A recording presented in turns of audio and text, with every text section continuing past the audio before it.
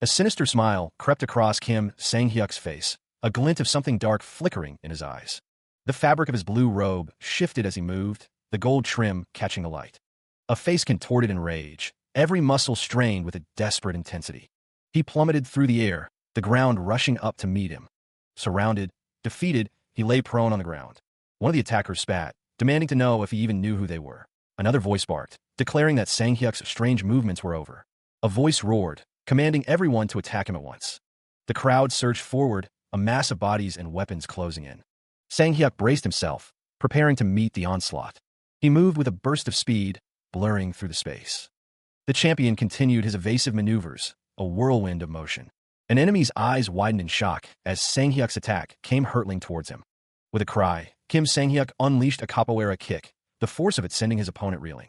Maya Lua de Compasso, a capoeira technique that combines an evasive movement with a reverse roundhouse kick.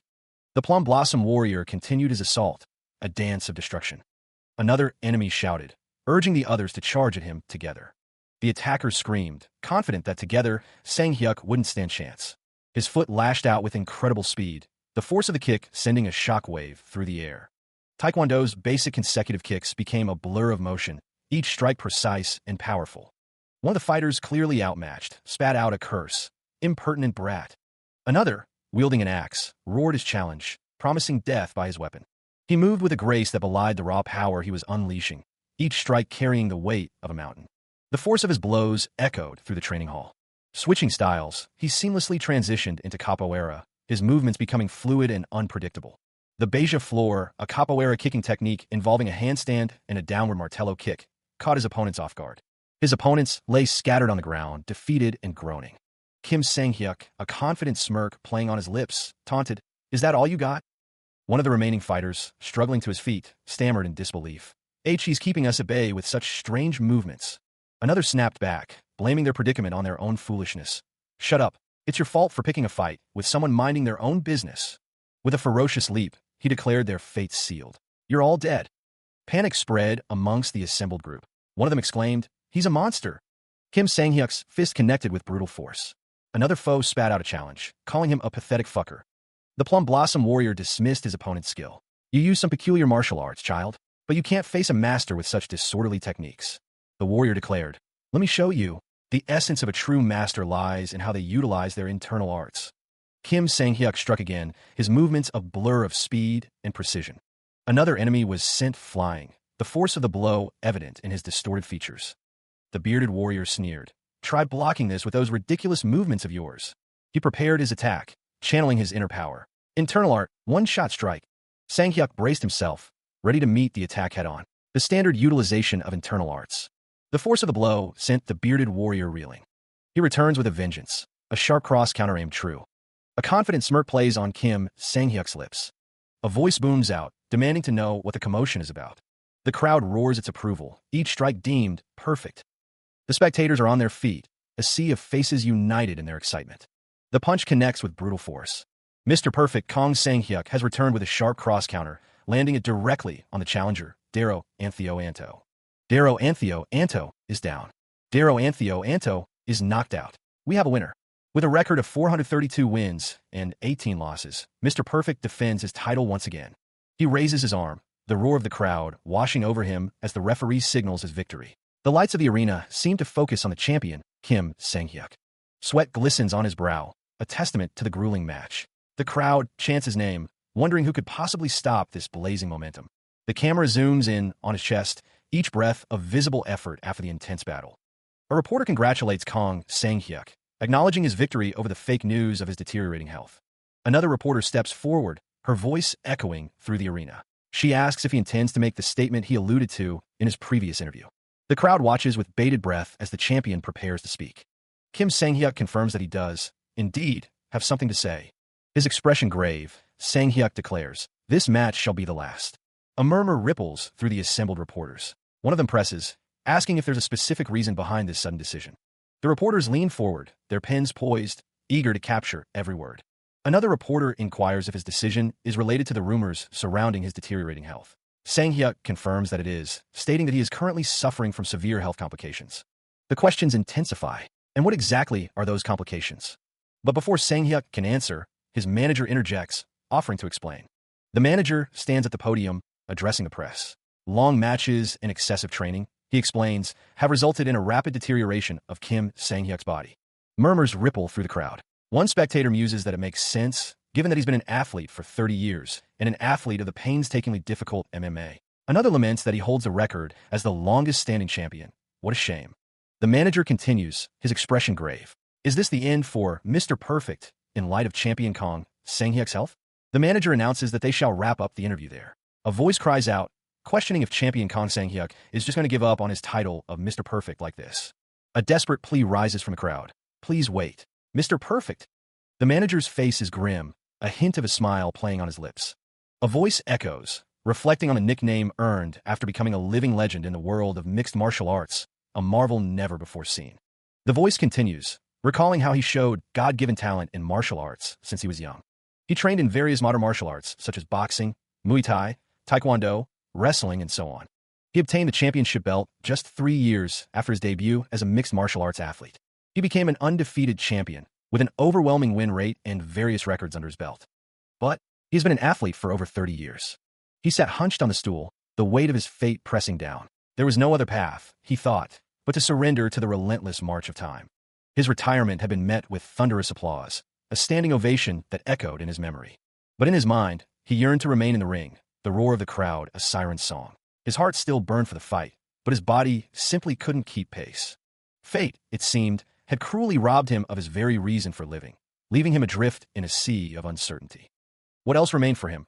He wondered, what purpose could he possibly find now that his fighting days were over? A chilling realization washed over him. He had always been alone, and now, even in death, that solitude would persist. The world faded into darkness. The darkness deepened. Meanwhile, a new saga begins, fighting champion heading to Murim. In an age of unending chaos, where plunder and war were the only constants. A lone warrior rode, his face grim, his sword ready. The June Kingdom rose to unite the continent, finally bringing an end to the age of chaos. Although the June Kingdom was weaker in national strength compared to the other powerful nations, they were feared, suppressed, and persecuted by many nations. It was thanks to the cultivation technique that the Bodhidharma of India had disseminated and the techniques developed with existing fighting techniques as their base. The Murim sects came into being together with these martial arts. There was a special reason why they were feared, suppressed, and persecuted by many nations. However, the king of the June Kingdom, Ju-san, judged that their strength was necessary to win the war, and thus accepted and supported them. His successor, Ju-song, aided them even further. He agreed to a non-aggression pact between the royal family and the Murim after uniting the continent. A cycle of prosperity and protest continued throughout history. Jugajin, Central Murim Book 2. A mischievous glint in her eyes, she holds a book, murmuring about the Murim. The text describes what they call internal arts. The sound of a slap echoes as a woman with a broom sighs, calling out to Yun Whitey, noting his return. She questions his presence. She sternly reminds him that he can't keep sneaking in, lest they be scolded by the Lord. Yun Whitey sits surrounded by books, apologizing for the inconvenience, explaining he only wanted a quick look. The woman assures him it's no trouble at all, requesting that he simply let them know beforehand. Yun Whitey acknowledges her words. She asks where he is going now. Yun Whitey declares he's off to play, possibly returning a little late, but promising to be back before dinner. The woman shouts after him, reminding him to return before dinner. He runs past a wall with the words Golden Tiger Wall written on it. One of the men remarks on how much energy boys that age have, while the other worries about him getting into trouble every time he goes out. Another man agrees. A voice muses that a young master of the Golden Tiger Wall would fetch a high price, expressing concern that he might be kidnapped. Deep within the forest, Kang Sang-hyuk lowers into a squat, preparing himself. He grunts with the effort of the stretch, muscles protesting. The joints in his legs crack as he pushes himself further. He continues his stretches, a determined look on his face. He thinks to himself that he's stretched enough. His fists clench, knuckles white as he prepares to fight. Energy swirls around him as he settles into a fighting stance. A surge of power courses through him, and he hears voices cheering him on. His eyes narrow, focused, and ready for the battle ahead. He is number one in the global ranking. The crowd roars its approval for the strongest man in the world, Mr. Perfect. He stands ready, his stance firm and focused. A figure emerges from the shadows, ready to challenge the champion. What kind of match will Kang Sang-hyuk show them today? The fight is about to begin. Fight! Kang Sang-hyuk focuses his energy, preparing to strike. His fist connects with a resounding impact. He easily dodges the challenger's high-aimed attack. The champion plans to measure the distance with low kicks, seeking an opening. A swift kick connects. He goes for a tackle. Kang Sang-hyuk prepares to bring down his opponent with a wrestling technique. He realizes that his previous attack was just a feint. With a cry, Kang Sang-hyuk strikes the challenger with his sword. The sound of the impact echoes through the forest. The champion follows up with a powerful kick. His eyes widen, sensing an opportunity. Kang Sang-hyuk strikes again with his sword. The Plum Blossom Warrior continues his relentless assault, each strike carrying immense force. Elsewhere, an observer watches the fight from a distance. The observer remains silent, his expression unreadable. The challenger screams in pain, wondering what Kang Sang-hyuk is doing. The champion's sword finds its mark once more. The sound of the final blow reverberates through the air. A lone tree stands bathed in the fading light, its leaves rustling in the gentle breeze. The air hangs heavy with the scent of damp earth and ancient secrets. He stood amidst the trees, the weight of his past pressing down on him. The forest floor crunched beneath his feet as he considered the path ahead. A sudden thought struck him, a flicker of confusion in the depths of his eyes. He breathed, the sound barely audible above the whisper of the wind. He paused near a fallen tree, its massive trunk a silent testament to the passage of time. The sunlight filtered through the canopy, casting dappled shadows on the ground. His thoughts drifted to the internal arts, a power that felt both familiar and alien. The internal arts sure is something else, he mused. He remembered the sheer force he wielded, even at such a young age. So much power when I'm only 9 years in age. Am I in some fantasy world? He wondered. His gaze fell upon his own hand, the conduit for this extraordinary power. He inhaled sharply, the memory of countless battles etched into his very being. He questioned the very nature of his existence, the line between dream and reality blurring with each passing moment. Is this a dream, or is this reality? Is the past me the real me? Or is the present one my true self?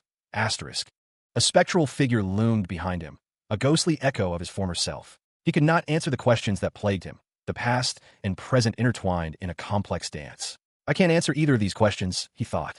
He knew that regardless of the era, the pursuit of martial arts was an inescapable calling. However, both modern and Murim martial artists are bound to pursue martial arts. He considered himself fortunate to have been reborn into the world of Murim, a place where power and destiny intertwined. I'm extremely lucky to have been reborn into the Murim. He reflected on the desires he could not fulfill in his past life, bound by laws and principles. Now, in Murim, he had a chance to forge a new destiny. I wasn't able to fulfill all of my desires in my past life because of laws and principles. It was a place where life and death were decided solely through strength. The champion stood at the edge of the forest, the trees towering around him. Here, he wouldn't be tied down by anything. He would make his name known far and wide again. The forest clearing seemed to hum with potential, a place where he could truly test his limits. Meanwhile, hidden amongst the undergrowth, an observer could scarcely believe what they were seeing. It was impossible. There's no way a child could display such power.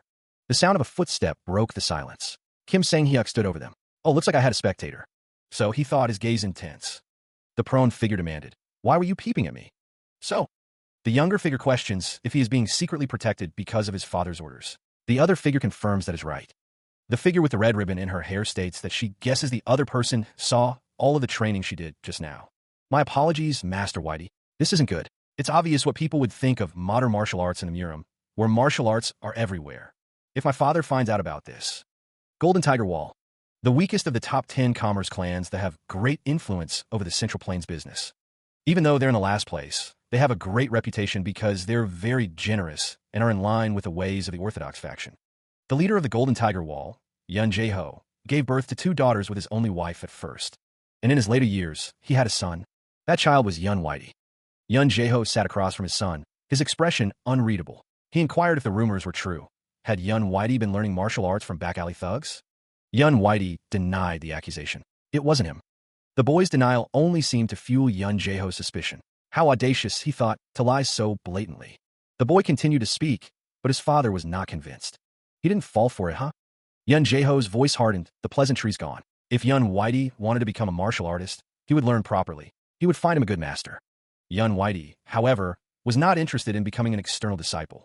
The martial arts he's learned, Whitey thinks, are amazing, advanced techniques that aren't any worse than his father's. Yun Jae-ho is usually very obedient, but he wonders how his son became obsessed with something so absurd. Yun Jae-ho warns him that he'll be sent to Manhwa Sect in 10 days. Whitey challenges his father, Yun Jae-ho, to make a bet with him. Whitey asks what a bet is. complaining that the reason why his father wants to send him to Manhwa sect is because he knows someone there, right? If he's going to be so stubborn, Yun Jae-ho thinks, then he leaves him with no choice. Whitey suggests that in that case, his father should ask them to send over a promising martial artist who's his age, and he'll spar with him. Yun Jae-ho looks on, as Whitey declares that they'll see just whose martial arts are better. Whitey states that in return, if he wins, his father will have to stop interfering with his training. Yun Jae-ho looks down at his son. Yun Jae-ho thinks that Whitey is a naive rascal and agrees to make a bet then. The loser, Yun Jae-ho declares, will obey what the winner says. Whitey confirms that a man's word is as good as his bond. He traded blows with his opponent, a surge of blue energy crackling around them. Unseen, Yun Jae-ho thought to himself that his opponent didn't even know he had fallen into his trap. A sinister smile spread across Yun Jae-ho's face. It seemed his opponent was determined to do something about it, but there was no chance he'd win. The person he'd be fighting was the disciple of Ki Hyok-do, the first elder of Manhwa sect, the Plum Blossom Warrior. He's as skilled as a first-rate warrior. The Plum Blossom Warrior let out a yell. The warrior prepared to strike. The sword swung down with incredible speed. The warrior stood firm. Not a chance. Manhwa crossguard. He swung the wooden staff, but it seemed to lack the necessary force. Had Yun Jae-ho underestimated his opponent? Realizing he needed to change his approach, Yun Jae-ho declared he would go all out. The Plum Blossom Warrior called out, requesting that his senior brother face him head-on. Ki Hyok-do responded, accepting the challenge as he descended with his sword. The Plum Blossom Warrior prepared to unleash his six-combination sword technique. His eyes narrowed, a fierce determination etched on his face. The surging strike technique was unleashed, a whirlwind of motion and power. The force of the blow created a massive explosion near the pagoda, shaking the very foundations of the structure. Elsewhere, a man watched the display of power with a look of shock and concern. His hands tightened around the hilt of his sword as he muttered that his senior was becoming stronger by the day. Ki Hyok-do stood with a younger figure, Yunhwa, telling him that it wouldn't be long before he became Manhwa's first bloom. Yunhwa thanked his senior brother for the compliment, promising to work even harder. Yunhwa is described as having 5 stars in the six-combination sword technique and being a direct disciple of the Plum Blossom Warrior, Ki Hyok-do. He also likes sweets and dumplings. Yun Jae-ho chuckles, telling Yunhwa that he is already doing very well. Yunhwa calls out to his master. Ki Hyok-do thinks to himself that Yunhwa has talent, a good personality, and good looks, considering him a perfect child and disciple. The Plum Blossom Warrior wonders if this is what it would be like to have a daughter. Yun Jae-ho asks Ki Hyok-do why he is here, reminding him that he had a meeting to attend today. He tells him that he is here to tell him some good news. Ki Hyok-do announces that his longtime friend is inviting both of them to his house. Yunhwa exclaims that he will be able to eat sweets then. Yunhwa is excited, knowing that it won't be just sweets, but there will be tons of other delicious food over there as well. Yunhwa is excited, saying there will be dumplings too, and that he is totally for it. Yun Jae-ho wonders what about him, but there's a condition to it. Yunhwa looks determined. Ki Hyok-do explains that his friend's son is around Yunhwa's age, and he's worried about his son because he's been learning some weird third-rate martial arts lately. He wants a taste of the black plum flower. A surge of power gathers, hands clasped together in preparation. Yunhwa, clasping his hands together, declares he'll teach him a lesson, referring to the upcoming spar. Time passed by. Time passes at the Golden Tiger Wall's training ground. Whispers spread among the crowd. Master Whitey is set to face a Manhwa sect disciple. One man scoffs, calling anyone who believes in Whitey an ignorant fellow. It's not a fight, it's called a spar. There is worry that he might not be a match for the Manhwa sect disciple, though. Yun Jae-ho hears that his opponent is a rising martial artist in Manhwa sect. It's said that he's using some. While he doesn't wish for his child to be in a messed-up state, Ki Hyok-do believes that Yun Whitey will only pull himself together after he gets humiliated big time. The man thinks that his father is being too obvious with his inner thoughts and should control his expression a little. Someone apologizes for keeping them waiting. Ki Hyok-do says that it was nothing at all and asks if the accommodations were all right for them last night. Yun Jae-ho replies that they had a great rest thanks to him. Yunhwa thanks him for the great hospitality he's shown. He overhears someone questioning if she's just a kid. Ki Hyok-do tells Kang Yunhwa that she is one too, a brat. He suggests they start sparring. Ki Hyok-do tells them to leave it to him. Ki Hyok-do explains that because this is a spar, not a fight to the death, they won't be using real swords. They're not to injure their opponent too seriously. Ki Hyok-do states that the moment one of them admits defeat or faints, the other will be announced the victor. He adds that if they determine there is a risk of being injured seriously, they will stop the match immediately. The two exchange a glance. The match between Yun Whitey and Kang Yunhwa will start now. Kang Yunhwa is identified as a fourth-class disciple of Manhwa sect. Kang Yunhwa declares that she'll be using the six-combination sword technique. Yun Whitey announces himself. His brow furrowed, Yun Jae-ho's gaze intensified, a silent acknowledgement of the challenge before him. That strange stance, and that attitude of his. What could the reason be? Yunhua settled into a fighting stance, his eyes narrowed. It's basic etiquette to introduce your sect and martial arts in a practice match. Is he looking down on me? With a swift motion, the young fighter drew his sword, a blue energy crackling around the blade. In that case, I'll go all out and humble him. Here she comes. Yunhua prepared to unleash his six-cycle sword technique. The combination technique began a whirlwind of blue energy and sword strikes. Yunhua declared, I'll tie your movement down with unseen vines, then beat you to a pulp. The sword technique intensified, the blue energy crackling with power. He's going to charge at me recklessly? Yunhua charged forward, sword at the ready. Pathetic. He's just a kid who has neither footwork nor strategies. Yunhua's sword blurred as he swung, declaring, This is my victory. A fierce determination burned in Yun Jaeho's eyes. He continues to press the attack, maintaining a tight grip on Yun Jaeho. The fight descends into a brutal wrestling match, a flurry of limbs and straining muscles. With a surge of strength, Yunhua executes a textbook takedown, slamming Yun Jaeho to the ground. The onlookers gape, their traditional martial arts sensibilities offended by the raw, untamed style. What kind of nonsensical technique is that? One of them exclaims. Just street fighting, another adds. On the ground, the struggle continues, a desperate scramble for dominance. One of the onlookers, his face contorted in disbelief, wonders how this can be considered martial arts. Yunhua prepares to deliver a crushing blow. Yunhua, teeth-bared, shouts, Shut up. Winning is all that matters in a fight. The battle unfolds against the backdrop of traditional Korean architecture. Mr. Perfect is more than just a champion. He stands ready, a formidable presence in the ring. He has achieved victory in all weight classes, from phantomweight to heavyweight, consecutively, creating an unprecedented record of conquering all the weight classes, knowing how to exploit his opponent's weaknesses. Kim Sang-hyuk prepares for his next strike. His fist connects with brutal force. He slams his fist into the ground, the impact sending tremors through the earth. Dust and debris rain down from the ceiling. Yun Jaeho exclaims, Amazing, as expected of my son. Another strike lands with devastating power. Kim Sang-hyuk smiles, confident in his abilities. A collective gasp rises from the crowd, their faces etched with disbelief. How's that? This is my victory, right? One of them exclaims. Another man, his brow furrowed in anger, shouts, You darn rascal. A man questions the very notion of victory, his voice laced with indignation. How dare you talk about winning, and all, when you've messed up the sparring?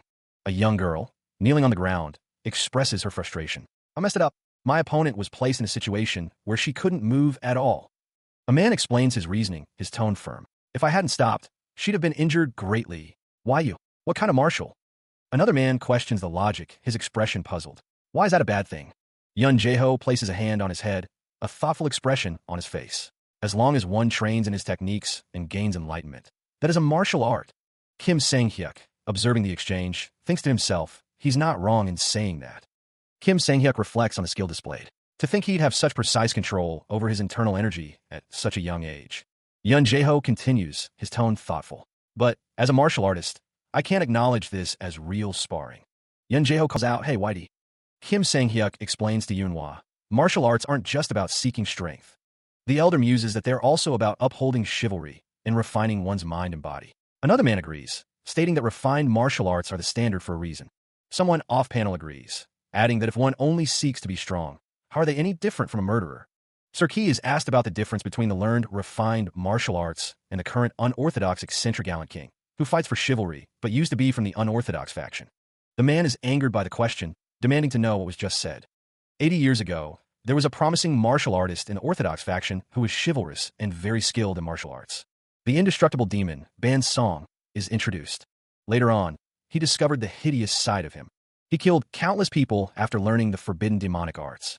Ironically, those forbidden demonic arts were also found in a secret manual about overcoming human nature and its desires. Ban Song misinterpreted the book, and the dormant evil desires within him were magnified to the maximum. That's how he became one of the most evil murderers of his era. On the other hand, the leader of a street alley, the unorthodox eccentric gallant king, Baek Yeomwi, was always praised by the common folk despite being from the unorthodox faction. He sought to become strong in martial arts endlessly and become one of the top 100 martial masters. Ban Song strictly forbids misdeeds and was called the unortho. Doc Sec's chivalrous and eccentric king. Does learning refined martial arts make one orthodox, and learning unorthodox martial arts unorthodox? Baek Yeomwi believes that if one commits misdeeds despite having learned refined martial arts, they are unorthodox. and if they lived with an orthodox mindset despite learning unorthodox martial arts. They should be considered a true orthodox martial artist. His argument is sound. Ki Hyokdo wonders if he's been biased all this while. He had thought that the unorthodox only seeks after strength, and the orthodox would only refine their minds and bodies and act chivalrously. But why is he thinking about this so seriously? His eyes widening in disbelief, Ki Hyokdo struggles to comprehend the situation. How could this be? Nearby, someone offers congratulations to the elder. The elder waves it off, claiming it's nothing that grand. Ki Hyokdo's expression remains unreadable, his eyes shadowed by his bangs. He simply states that he gained the enlightenment that there's an even greater wall ahead. The others speculate that if he sees another wall, he'll soon reach the level of a supreme peak martial master. Yun Jaeho thinks to himself that it's what a teenage manhwa cliché. He wonders how Ki Hyokdo gained enlightenment for what he just said, acknowledging that this is a different world, but insists that he won this spar. Yun Jaeho acknowledges that it's true, but he declares that it means he won the bet, father. Yun Jaeho states that it's a business principle of his not to break promises, you rascal. Yun Whitey smiles. He begins by expressing his gratitude. Yun Jaeho thanks Ki Hyokdo, acknowledging that he gained enlightenment because of him. As a token of his appreciation, Yun Jaeho proposes a spar. He asks if Ki Hyokdo will accept his offer. Ki Hyokdo seems to hesitate, wondering if there's really a need for it. Yunhwa exclaims that this is a rare opportunity.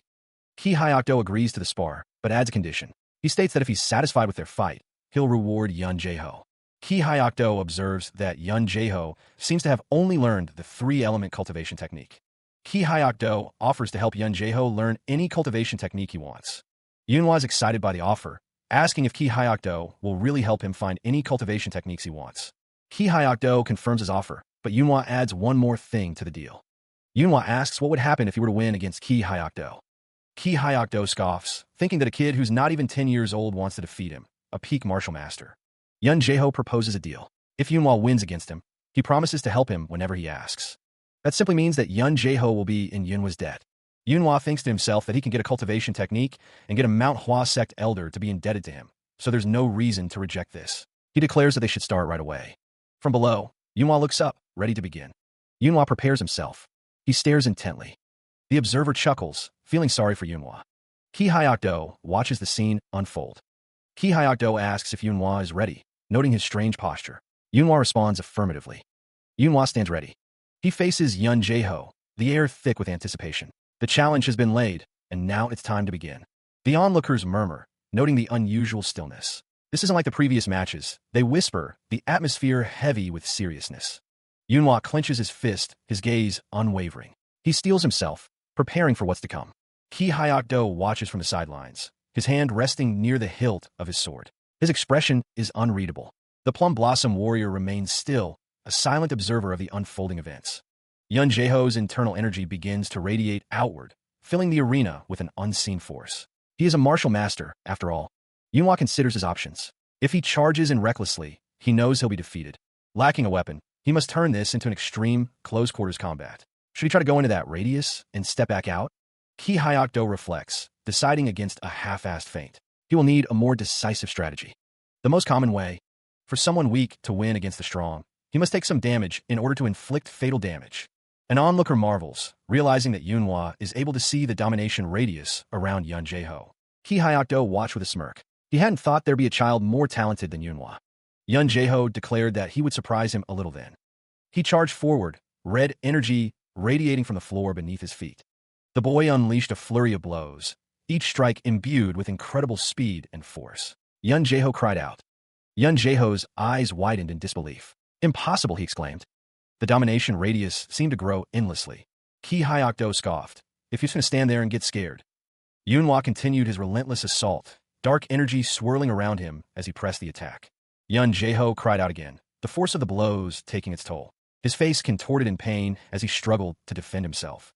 The weaving movements of Yunhwa's attacks left Yun Jaeho struggling to keep up. Yunhwa drew his sword, preparing to deliver the final blow. He flowed like water, each step a calculated dance away from the incoming strike. The air crackled as the force of the blow missed its mark, the sound a sharp reminder of the danger. Again, he shifted, the ground a blur beneath his feet as he evaded another strike. The attacks came relentlessly, each one a test of his speed and agility. He continued to dance, a whirlwind of motion designed to frustrate and exhaust his opponent. Yun Jaeho watched, his eyes narrowed. What interesting footwork, he mused. The elder continued to analyze Yunwa's movements. He's moving in unexpected trajectories and leading my attacks. Ki Hyokdo observed the fight, his expression thoughtful. Olderki. He's not going easy on me just because I'm young. He's mixing real and fake moves, and infusing bloodlust in each of them. Yunwa focused, his mind racing. If I maintain my current footwork, there'll eventually be an opening for me to attack. He inhaled sharply, preparing to transition from defense to offense. The moment had arrived. With a roar, Yunwa unleashed his attack, a surge of power aimed at his opponent. He strikes, his small foot connecting with surprising force. Yun Jaeho stumbles back, his feet struggling to maintain purchase on the floor. A grimace contorts Yun Jaeho's face as the force of the blow registers. He gasps, acknowledging the hit. Ki Hyokdo smirks, his eyes glinting with amusement. The Plum Blossom Warrior taunts, declaring that the child still has a long way to go. The Manhwa Recap's variation, fighting style hinges on exploiting the smallest details, confusing opponents by seamlessly blending genuine and feigned movements. Surrounded by a vortex of raw energy, he prepared to unleash his next attack. Each movement infused with a palpable bloodlust, he acknowledged his opponent as a true martial artist, not merely a child. He steeled himself, resolving to unleash everything he possessed in this single, decisive attack. This was it. Not only could he differentiate between real and fake moves, but he could also predict his next move. He'd be a total monster when he grew up. He needed to teach him a good lesson, so that could happen. A lesson of defeat. He moved with blinding speed. This defeat would become the foundation for him to grow even more. What? It was his turn to dominate this space now. With a swift motion, Kim Sang-hyuk seizes Darrow Antheo Anto, setting the stage for a potentially devastating maneuver. The air crackles with anticipation as the crowd watches with bated breath. Darrow Antheo Anto's face contorts in a grimace, a flicker of pain crossing his features as he feels the pressure mounting. He knows he needs to escape quickly. Trying to sacrifice a little to deal fatal damage? No way in hell will I let that happen. Kim Sang-hyuk tightens his grip, the flying armbar taking shape. The pressure intensifies, threatening to break Darrow Antheo Anto's arm. There it is again, that weird posture. The onlookers gasp, recognizing the dangerous technique. They know that once caught in a submission, escape is nearly impossible. The flying arm bar is in full effect, a testament to Kim Sang-hyuk's skill and precision. The technique is a high-risk, high-reward maneuver. The pressure on Darrow Antheo Anto's arm reaches a critical point, the joints straining under the immense force. A guttural scream rips from Darrow Antheo Anto's throat as the pain becomes unbearable. He fights to resist, but Kim Sang-hyuk's grip is unyielding. I got him. It worked. No matter how skilled he is, once he gets caught in a submission technique, he won't be able to get out dash. Kim Sang-hyuk maintains his focus, channeling his energy to amplify the effectiveness of the armbar. The outcome of the fight hangs in the balance. The final moments of the fight are at hand, the tension palpable as Darrow Antheo Anto struggles against the inescapable hold. A disembodied voice wonders just how strong his internal energy is. Kim Sang-hyuk hoists Darrow Antheo Anto high above his head, the force of his grip enough to elicit a pained response. Darrow Antheo Anto screams, the sound echoing with agony. A grown man is hitting a child. The impact sends a shockwave through the arena, the force of the blow threatening to shatter the very ground beneath them. The sound reverberates, a deafening roar that drowns out all other noise. A pair of eyes narrow, a silent intensity brewing within. A voice whispers barely audible. He sits up in bed, his body wrapped in bandages, a slight wince betraying his discomfort. Clutching his arm, he grits his teeth against the pain. He sighs, the breath heavy with pain. Ouch, my whole body's in pain. He lay in the bed, bandages wrapped around his torso and limbs. Darrow Antheo Anto opened his eyes, the events of the recent battle flooding back. A bitter realization washed over him. I lost, he thought, the taste of defeat lingering on his tongue. Still, he tried to find a silver lining. He mused, well, while it's a pity, I did gain something from it. The world was a balance of wins and losses, a lesson he was learning firsthand. Everyone wins and loses. While one might be frustrated, they shouldn't despair. A soft knock echoed through the room. Knock, knock. The door slid open, and Bayok Yomwi's voice cut through the silence. Ah yes, you're finally awake. I'm coming in. Bayok Yomwi stepped into the room, his expression unreadable. He asked, why are you here? Bayok Yomwi's face was close. Darrow Antheo Anto winced, a sharp pain shooting through his body. Ouch! Bayok Yomwi's gaze softened slightly. I came because I was worried, but I guess I was worried over nothing. Darrow Antheo Anto glared back, his voice laced with resentment. Are you here to tease me? How is it, you little rascal? A cruel smile played on Bayok Yomwi's lips. Your first loss in life. Pretty bitter, right? Darrow Antheo Anto's eyes widened, a mix of anger and humiliation flashing across his face. She stared ahead, a hint of defiance in her eyes. It wasn't her first time losing. Bayok Yomi seemed surprised. He hadn't expected there to be any kid in this area on par with him, though. Bayok, with a thoughtful expression, offered, well, all right, if she intended to head down her own path of martial arts. He had some advice for her. Lying in bed, bandaged, Darrow, Antheo, Anto asked for advice. Bayok inquired if she was training so that she could become stronger. She simply wanted to enjoy fighting. After all, it's more efficient to try to change modern martial arts into martial arts than to learn new martial arts. In that case, why was he trying to avoid learning the existing martial arts? Those diverse martial arts have their own advantages as well. Bayok asked if he was going to give up on those advantages. Her eyes widened slightly, a flicker of realization crossing her face. She realized he was right. She had focused solely on changing modern martial arts into martial arts, neglecting the martial arts that already existed in this world. He sat in quiet contemplation, a soft glow emanating from within. The champion mused that choosing to disregard the established martial arts of this world, favoring instead the modern techniques from his past life, might simply be stubbornness. He was, after all, criticizing Elder Ki before even beginning their sparring session. His thoughts drifted to the nature of martial arts themselves. Does learning refined martial arts make one orthodox? And does learning unorthodox martial arts make one unorthodox as well? He believed that if one commits misdeeds despite having learned refined martial arts, they are unorthodox. And if they lived with an orthodox mindset despite learning unorthodox martial arts, the champion realized he had walked into the trap of self-contradiction. They should be considered a true orthodox martial artist. Bayok Yomi watched the boy, finding him truly fascinating. He was gaining enlightenment by himself, once again. Bayok was looking forward to how much stronger Kim Sang-hyuk would become the next time they met. He wished the champion the best until they met again. Someone called out to Bayok, "Sir Ki." A young boy stood in the center of a room, his back turned. Bayok invited someone to come visit Manhwa sect next time. A woman smiled, replying that she would make sure to pay a visit. The young boy stood in a room, bandages wrapped around his torso. An aerial view showed the layout of the buildings. After that, a great deal of time passed, the world outside continuing its cycle. 10 years later, the landscape had changed, reflecting the slow march of time. Those 10 years were sufficient for something to be achieved. The Golden Tiger Wall's youngest master had become a respectable teenager. The sunlight felt so bright. Had it really been that long? Kim Sang-hyuk wondered if his isolated training would last this long. But somehow, he had managed to reach the Supreme Peak level. Yun Whitey, now 19, had reached the start of the Supreme Peak. After fighting with the Manhwa sect, he was able to get away from his father's control. He continued to train in modern martial arts and his internal energy, having just finished his isolated training that lasted a year. Kaiha, the tea tastes amazing. He was back, father. But who drinks tea like that?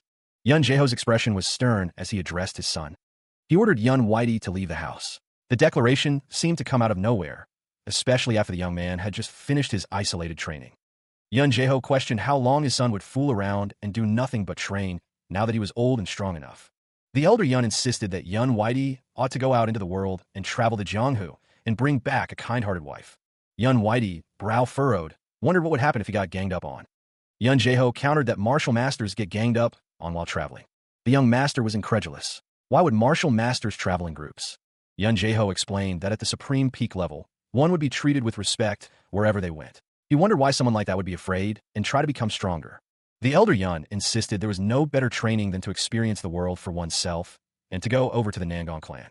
He added that Yun Whitey should visit his sister and show himself to her in-laws. The Nangon clan, it was said, was where one of the top 10 martial masters of the Central Plains, the Sword Emperor Nangon Jujin, was at. Yun Whitey realized it had been a long time since he'd seen his first sister because of his isolated training, and wondered if he should go visit her then. Yun Jaeho declares that the discussion is over, ordering Yun Whitey to leave the following day. The suddenness of the command leaves him reeling. How could his father say such a thing? Was he just some kid picked up off the streets? The next morning, at the Golden Tiger Wall, the assembled family bids farewell to Yun Whitey. Word comes that he won't be able to meet for a while, but updates will be sent. From time to time, Yun Whitey smiles, accepting his fate. They remind him to eat his meals on time and to send a messenger pigeon anytime he needs help. Someone calls out, wishing Master Whitey well on his journey. Traveling to Jianghu was something he'd never tried in his previous life. He thought nothing would excite him after his retirement, but somehow he's getting excited now. Yun Whitey steels himself, thinking, wait for me. He vowed to become the strongest person in the Murim. The grip tightens around the hilt, a silent promise of sharpness to come. He admitted to himself that he had been a little worried, considering he had personally requested this equipment. The blade gleams, reflecting the light as Kim Sang-hyuk tests its balance. It's working.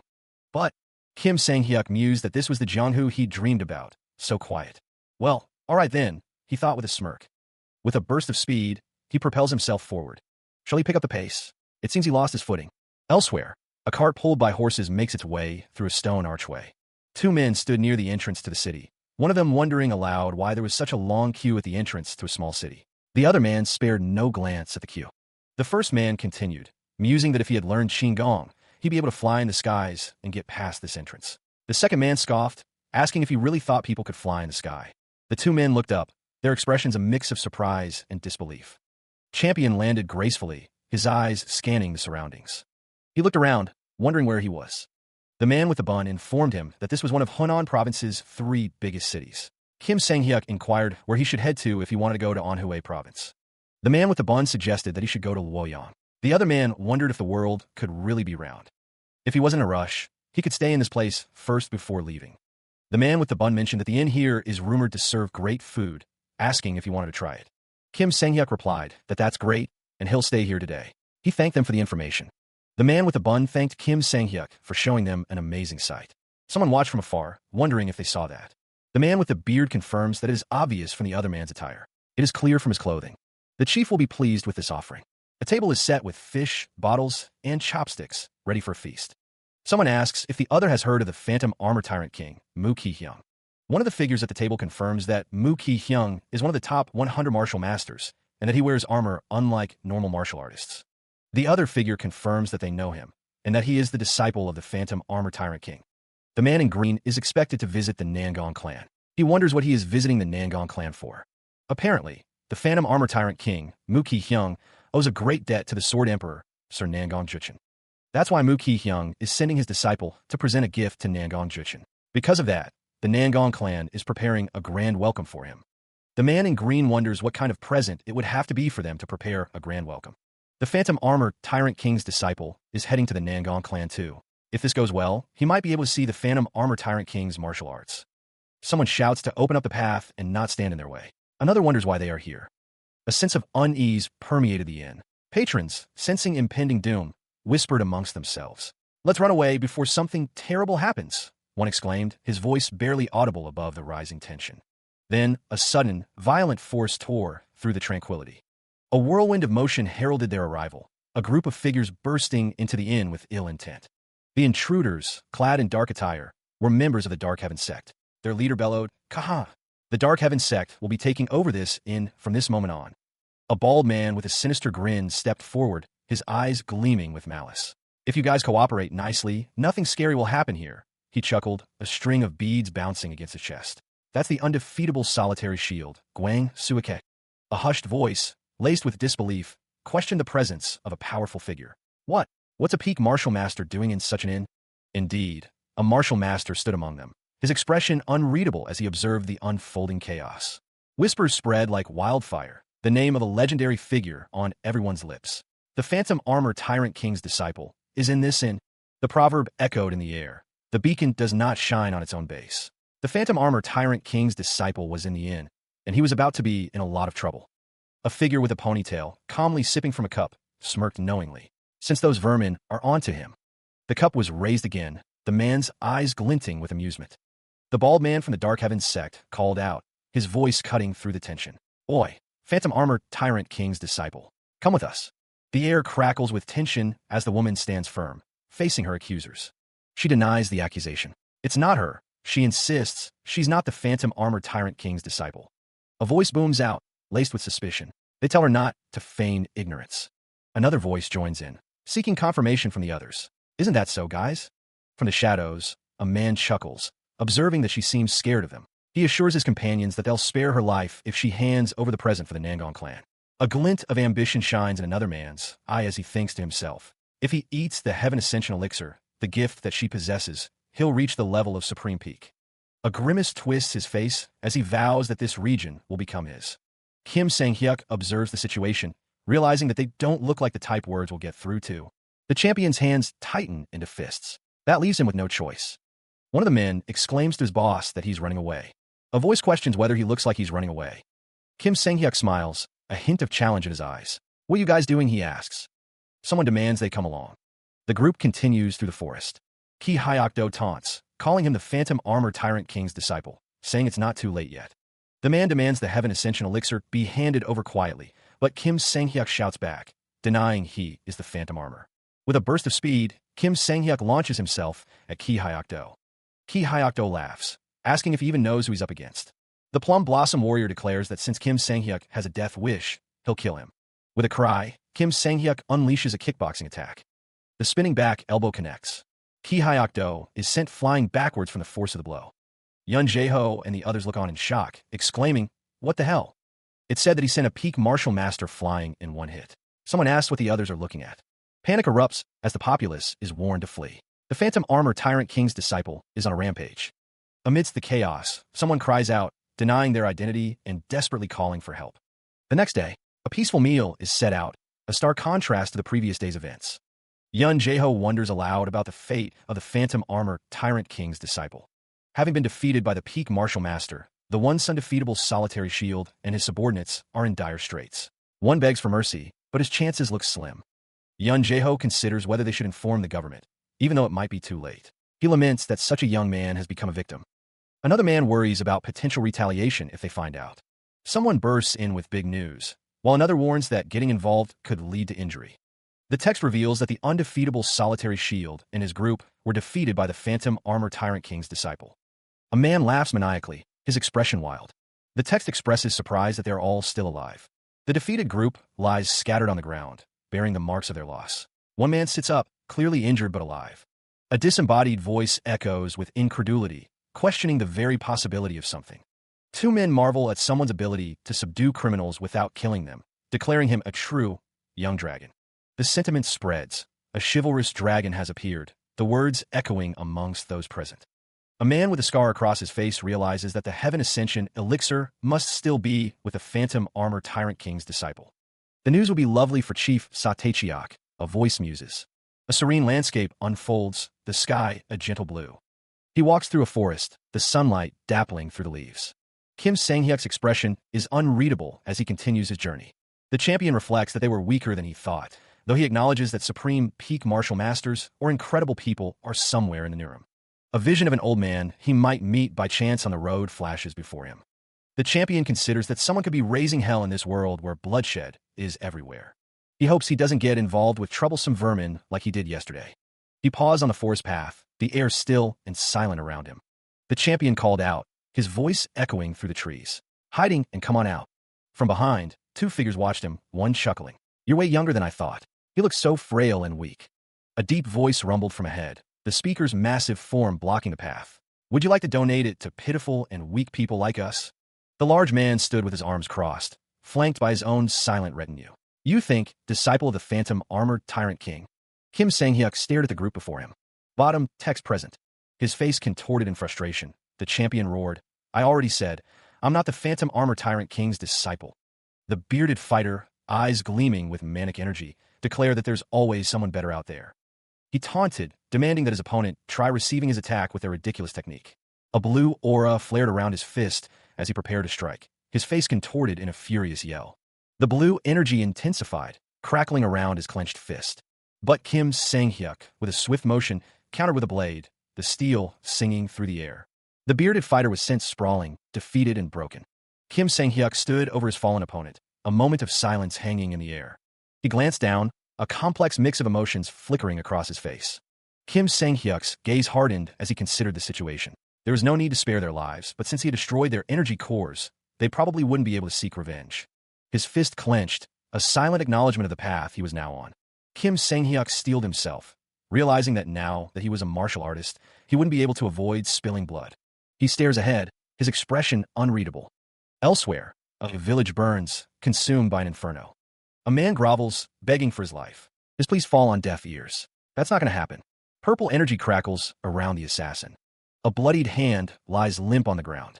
The assassin's face is splattered with blood. He admits that he had to kill the whole village because that made him feel better.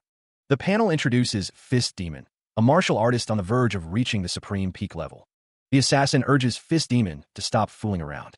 The assassin reveals that they need to find the Phantom Armor Tyrant King's disciple before he reaches the Nangong clan. The panel introduces Palm Demon, another martial artist on the verge of reaching the supreme peak level. The older man with gray hair asks how Yun Jae-ho knows something.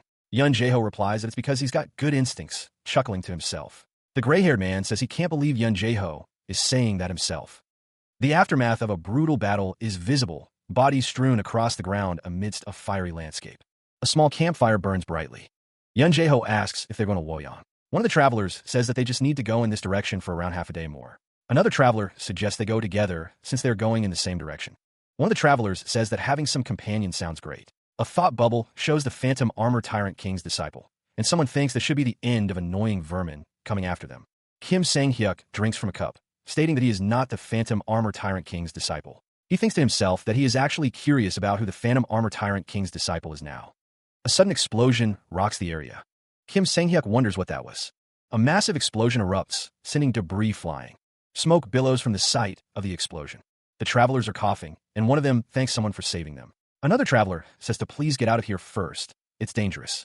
Yun Jae-ho states that he was right, and that he told them that he hasn't arrived at Woyang yet. One of the travelers confirms that he was right. A voice booms out, declaring that he is not the Phantom Armor Tyrant King's disciple. Yun Jae-ho shouts for them to go back. One of the figures scoffs, asking if they expect them to believe that. The other figure remarks that they've taken a break for too long, and can't believe he's saying such things fearlessly. The pair announce themselves as the Fist Palm Twin Demons. The Fist Palm Twin Demons were notorious villains in the previous generation, known as brutal bandits who enjoyed killing without reason, becoming public enemies of the previous generation's Murim. They were able to avoid being caught because of their exclusive Qigong techniques and abnormally sharp instincts. They were thinking of taking a break until they reached a certain level. But they caught wind of the news that he had the Heaven Ascension Elixir.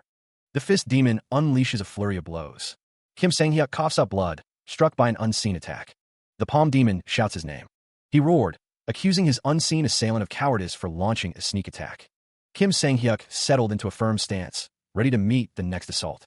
The champion struck, his fist connecting with Ki Hyok-do.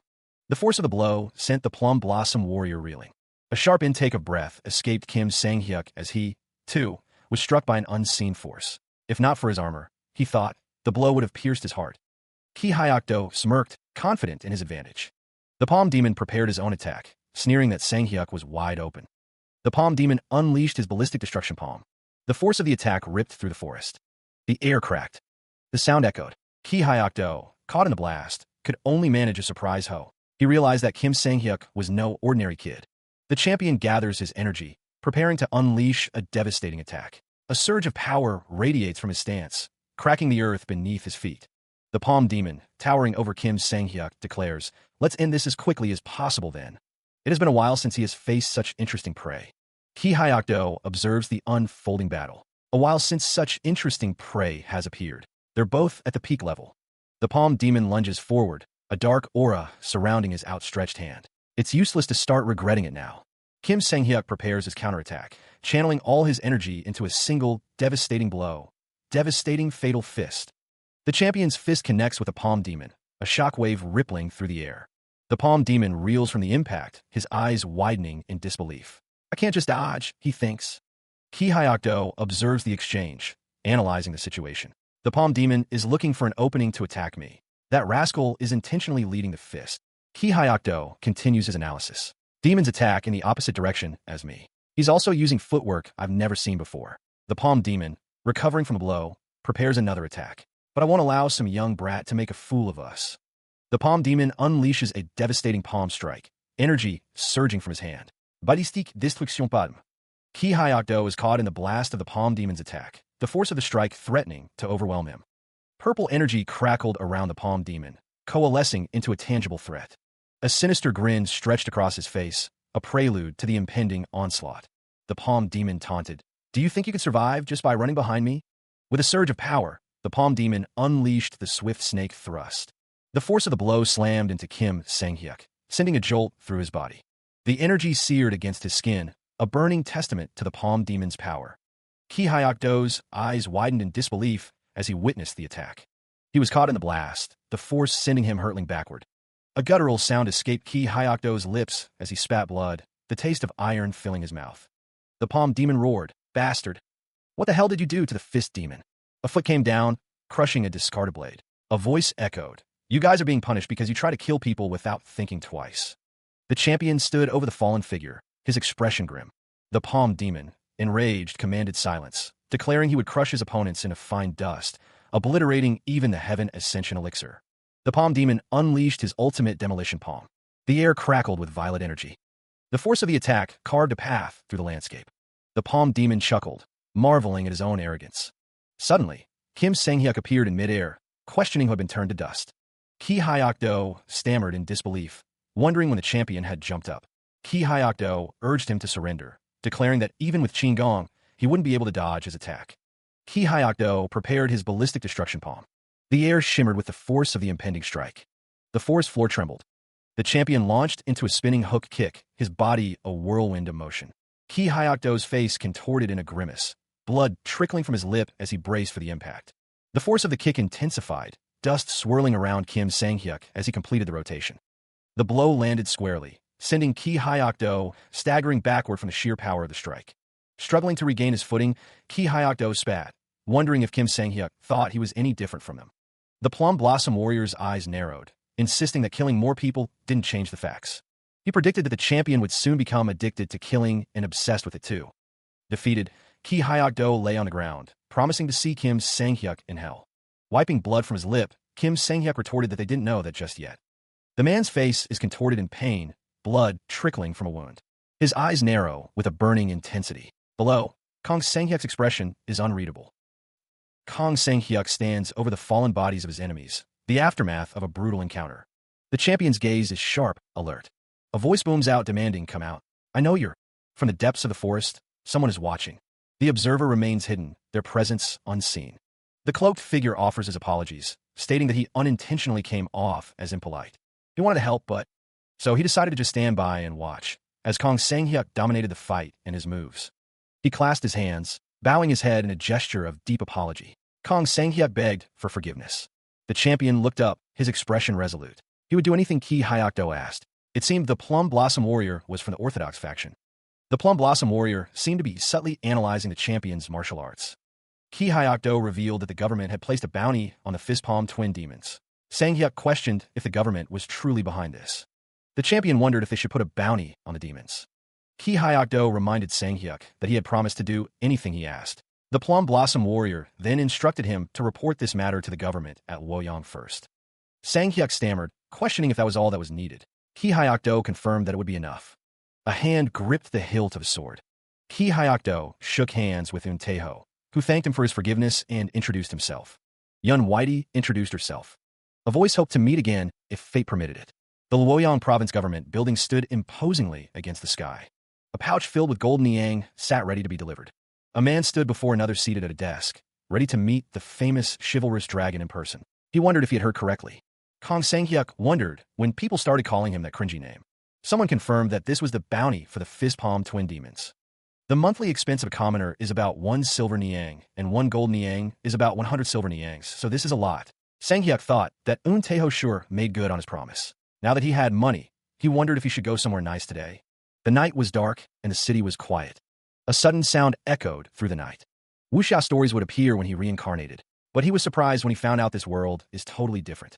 He had never heard of the June Kingdom that tried to unite the Central Plain.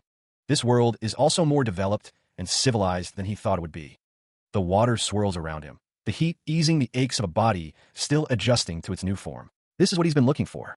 The technique that brought him here was created using charms and magic, a blend of the familiar and the utterly alien.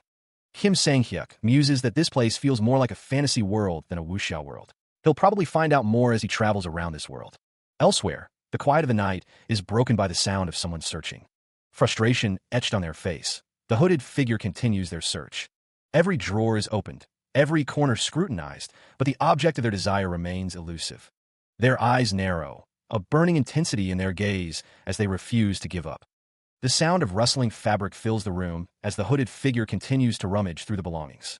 Kneeling amidst scattered papers and overturned objects, they feel a surge of desperation. The hooded figure wondered, it was definitely here though. Damn it, where the hell did he hide it? Eyes glowing with anger, the hooded figure snarled, "You shouldn't be thieving around." A swift attack follows the accusation, the air crackling with unseen energy. Multiple blades pierce through the air, aimed directly at him, but the hooded figure manages to deflect them. He lands heavily on the ground, narrowly avoiding a fatal blow. The masked man curses under his breath. His acupoints have been blocked, leaving him unable to move. Kim Sang-hyuk stands over the kneeling figure. He asks if Tae-ho found what he was looking for. Tae-ho, still kneeling, is shocked that Kim Sang-hyuk knows his name. Kim Sang-hyuk explains that he knew from the moment Tae-ho put a tracking scent on him when he grabbed his hands. Tae-ho insists that Kim Sang-hyuk must be mistaken about him being the Phantom Armor Tyrant King's disciple. Kim Sang-hyuk questions if Tae-ho isn't the Phantom Armor Tyrant King's disciple. Kim Sang-hyuk states that he won't forget that now that he's caught Tae-ho in action and that his life belongs to him. Kim Sang-hyuk asks if Tae-ho wants to die by his hands or if he will tell him who he really is. Tae-ho scoffs, asking if the chivalrous dragon would harm him. Tae-ho asks if Kim Sang-hyuk thinks he'd get scared by that. Kim Sang-hyuk, his eyes glowing red, says that it seems Tae-ho still doesn't understand his situation and asks if he thinks he's incapable of torture. He declares that he's giving him a chance now. Kim Sang-hyuk continues, implying that if he starts torturing him, things will get very unpleasant. The champion makes sure Tae-ho understands that he intends to enjoy this thoroughly. Kim Sang-hyuk questions if Tae-ho isn't supposed to be the chivalrous dragon of the orthodox sex, wondering how he could do such things. He scoffs, dismissing the rumors as false. The champion leans in, his voice low as he explains that the people who attacked him were all villains. Kim Sang-hyuk declares he'll bring scissors for the sake of doing something. Tae-ho, kneeling before him, says he'll do as he says. He begs Kim Sang-hyuk not to torture him. A sinister thought crosses Kim Sang-hyuk's mind. It's going as planned. The champion states that he'll take off his mask first, wanting to see his expression if he's wearing one. The sound of tearing fabric fills the air. Kim Sang-hyuk tears off the mask, revealing Tae-ho's shocked face. Kim Sang-hyuk stared, the realization hitting him. "You're a woman?" he breathed. The fabric of Tae-ho's clothing shifted as he remained on the ground. Kim Sang-hyuk's mind raced. To think the handsome guy he met out of nowhere in a wuxia novel was actually a woman in disguise. Darn cliché, he thought. Kim Sang-hyuk stood over Tae-ho, his expression thoughtful. But what should he do with her now? Tae-ho's thoughts spiraled. At this rate, he'd either end up being killed by him or be put behind bars. Tae-ho knew he needed to do something.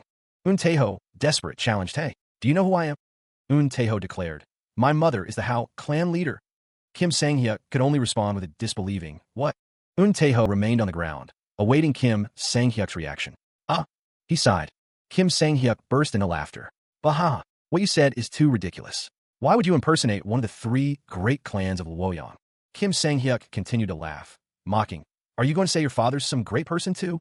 He listened as Tae-ho declared, with unwavering conviction, that her mother was none other than the leader of the Hao clan. She then brazenly invited him to verify her claim by inspecting the contents of her attire. Her expression shifted, a manic grin spreading across her face as she leaned in, her voice dripping with a strange, unsettling curiosity. Was there, she wondered aloud, something hidden beneath her clothes? The manic grin twisted into a snarl. She spat out a venomous threat, warning him against any unwanted advances. A single touch, she promised, would be his last. Kim Sang-hyuk, seemingly unfazed by the bizarre display, simply stated that he believed her. Tae-ho's words took on a strange, contradictory edge. She mused that normally, no one would dare impersonate the Hao clan's young leader. Then, in the same breath, she declared that if she truly was the daughter of the Hao clan leader, her previous actions had been a grave mistake. Her eyes glowed with an eerie red light as she questioned what he meant by mistake. A sinister smile crept across her face as she revealed that, thanks to him, she now possessed something that could control the Hao clan. Red markings flared on her hand, and a thought bubbled to the surface. Could she be the chivalrous dragon? One of the top 3 most famous buildings of Luoyang, the Luoyang Pavilion, was more than just a brothel. It was renowned for its famous wine, the fairy wine. Inside the pavilion, a group of figures gathered, their expressions unreadable. All sorts of influential and famous people would visit this place. However, there's a secret of the Luoyang Pavilion that only a handful know about. The fact that this place is the headquarters of Hao clan. Xiaolian, Luoyang, 3 great clans. Hao clan leader, start at supreme peak level. One of the men smiled. "You're incredible. You're so calm even though your own daughter is being held hostage." Xiaolian's expression hardened. "Are you threatening me right now?" The man chuckled. "Let's not act like this and be honest with one another. You expected your daughter to be caught by me, didn't you?" Xiaolian tilted her head, her gaze sharp. "Why do you think so?" "Daughter, Baiwa, has been a kleptomaniac since young." The man continued, "But this is the first time she's stolen so daringly. It wouldn't make sense that the clan leader wouldn't know about it." She seemed to dismiss the previous accusations, acting as if the losses she'd incurred were of no consequence. A thin smile stretched across Xiaolian's face, though her eyes held a glint of something sharper. The Hao clan leader cut to the chase. "What did he want?" Kim Sang-hyuk began to list his demands. First, if the Golden Tiger Wall ever needed the Hao clan's help. The champion continued, stating that they would definitely help out at least once. Secondly, he wanted the Azure Wolf plaque. Kim Sang-hyuk held up 2 fingers, emphasizing his demands. Eun Se-alhyun's expression hardened. Did he think she was a fool? Those conditions. Kim Sang-hyuk's demands seemed to have struck a nerve. Was it too much for compensation? The champion's stance remained firm, unwavering in his demands. Kim Sang-hyuk explained that the first condition was causing numerous people to go after him by spreading false rumors. He continued, stating that the second condition was straining the relationship between him and the Phantom Armor Tyrant King, one of the top 100 martial masters. The champion's expression was grim, the weight of his strained relationships evident on his face. He laid out his terms, the final condition being the infiltration of his bedchambers in an attempt to steal from him. Eun Se-alhyun's expression hardened, her eyes blazing with barely restrained fury. How could a peak martial master possess bloodlust that exudes such pressure? The information, it seemed, was wrong from the start. Though just at the start of the supreme peak level, she thought it absurd that someone his age would be able to overwhelm her. Eun Se-alhyun admitted her defeat, realizing she should have figured out what level he was at before doing anything. That was her mistake. What's the last condition? Kim Sang-hyuk requested the name list of the top 100 Jeonghu martial masters. Eun Se-alhyun questioned the request for the name list of the top 100 Jeonghu martial masters. Eun Tae-ho wondered if Kim Sang-hyuk was for real, thinking he must be someone crazy over fighting. Eun Se-alhyun mused that a rising martial master like himself needs experience the most. The woman declared that she would give the Heaven Ascension Elixir as a gift to the Nangon clan. Kim Sang-hyuk considered the situation. Receiving a request to ensure someone's safety and getting a large sum as compensation seemed to make sense. An apology was offered for involving someone in the incident, though it was stated it wasn't done on purpose. The other party responded that they were all right as long as they were compensated. Kim Sang-hyuk dismissed the apology, wanting to move on to the topic of the wrongdoings of someone's daughter. The man hoped that someone would make sure to punish her severely. A man exclaimed in shock, questioning why he should be punished. From within the building, a voice demanded to know who someone was to suggest such a thing. Someone shouted, calling another a perverted fighting maniac. Someone thought that getting the name list of the top 100 martial masters was a pretty good deal. Kim Sang-hyuk thought to himself that he got lucky, considering the person he was looking for was nearby. Clutching a token in his hand, Kim Sang-hyuk's gaze hardens with resolve. He must fight him. Elsewhere, a figure with long white hair sits calmly, seemingly unconcerned with the declaration of conflict. The world, it is said, pays more attention to his eccentricities than his martial arts. His eccentricities are basically being obsessed with talking about things like names. Rumor has it that if Dam Hoagie is satisfied with what you tell him, he'd give a token known as the Beggar Plaque, which proves that you have connections to the Beggar sect. However, no one has ever received that plaque before. Kim Sang-hyuk, a newbie in the Murim, pays his respects to Dam Hoagie of the Beggar sect. Dam Hoagie wonders if he has come to tell him interesting stories. Kim Sang-hyuk assures him that he has tons of stories that he's never heard before. Dam Hoagie scoffs, claiming he's heard most of the stories in the world though. Dam Hoagie asks if he's brought stories that he hasn't heard of before, if those stories are normal or common. He'll definitely punish him. The pressure was mounting. Kim Sang-hyuk felt he was in the presence of an incredibly skilled martial master. He wondered what stories he should tell to hook him. If they were talking about wuxia, that would be the story. Kim Sang-hyuk suggested they move to an inn to talk instead. Dam Hoagie scoffed, declaring he doesn't drink with anyone he doesn't recognize as a storyteller. The sound of liquid being poured echoed through the room. Dam Hoagie brought a bowl to his lips, savoring the liquid within. Dam Hoagie chuckled, wondering what happened to that monkey. Kim Sang-hyuk chuckled, wondering what happened to it as well. Dam Hoagie demanded that he not fool around and tell him the story quickly. Dam Hoagie chuckled, stating that he was so impatient and that there was still a lot of the story left untold, suggesting they savor the food there. Dam Hoagie, enraged, questioned how the little brat could just stop talking about the story like that. Kim Sang-hyuk knew it'd work. Figures from a story Kyum Ho-jang's youngest son was telling stood in the distance. A request was made, a spar in return for the story. Another voice chimed in, asking for a favor. Dam Hoagie scoffed, finding the request absurd. He declared that while the story was interesting, he couldn't give the beggar anything. Dam Hoagie assured that he still had lots of stories to tell. Kim Sang-hyuk smiled widely. Another voice cut in, asking to request a spar, not the beggar plaque. A woman questioned why they were playing so hard to get. The woman with purple hair asked why they were doing this, stating that she didn't want to sit with them. Kim Sang-hyuk sighed, thinking that wuxia stories always have stuff like that happening. He thought that there were always guys who'd hit on women after drinking, just like in his previous life. A man declared, demanding if they knew who he was, stating that he was the young leader of the Shintae sect. Kim Sang-hyuk told him to stop it, saying that he looked pathetic. The man asked if Kim Sang-hyuk had a death wish. He had already figured that words wouldn't get through. Debris rained down as the fight intensified. Damn Hoagie's eyes widened in disbelief. First a strike takes victory. Kim Sang-hyuk's palm connected with devastating force. His hand remained firm, the power of the strike evident. Blood splattered as Damn Hoagie roared in fury. He spat out a furious challenge, demanding to be recognized. Fucking bitch. You're dead meat. Do you know who I am? His face contorted with rage, the insult cutting deep. Damn Hoagie continued his tirade, calling his opponent an immature, spoiled brat. The air crackled with energy as the fight escalated. A voice booms, questioning if the person they're addressing claimed to be the Shintae sect's young leader. The man's face is marked with a red handprint, his expression one of suppressed fury. The man is called an immature, spoiled brat as a sword is swung. The sword continues its arc, a deadly dance of steel and fury. A woman with a determined gaze narrows her eyes. An impertinent bitch is declared as a sword is drawn. A chorus of voices rises, questioning how anyone dares to use violence against their young leader. The woman's anger flares as she demands to know who forced her to sit with him even after she refused, calling them scoundrels. The man declares that she is arrogant because she is a little pretty as he swings his sword. A sword is drawn, ready for battle. The woman clashes swords with her opponent. The old man, observing the scene, remarks that she's not just some frail lady. A voice muses that this cliché happens often, where scoundrels from orthodox sects sexually harass a lady and then get punished for it. With a burst of speed, she sends one of her attackers flying backward. One of the attackers exclaims, wondering why she is so strong. Another attacker shouts, urging the others to get rid of her in one go. She continues her assault, striking another attacker. The force of the blow sends him crashing to the ground with a groan. The old man shakes his head, unable to believe that two grown men are attacking an unarmed lady, and declares that they ought to be ashamed of themselves. One of the attackers lies on the ground, looking up in shock. He angrily tells the old man to mind his own business, calling him a darn beggar.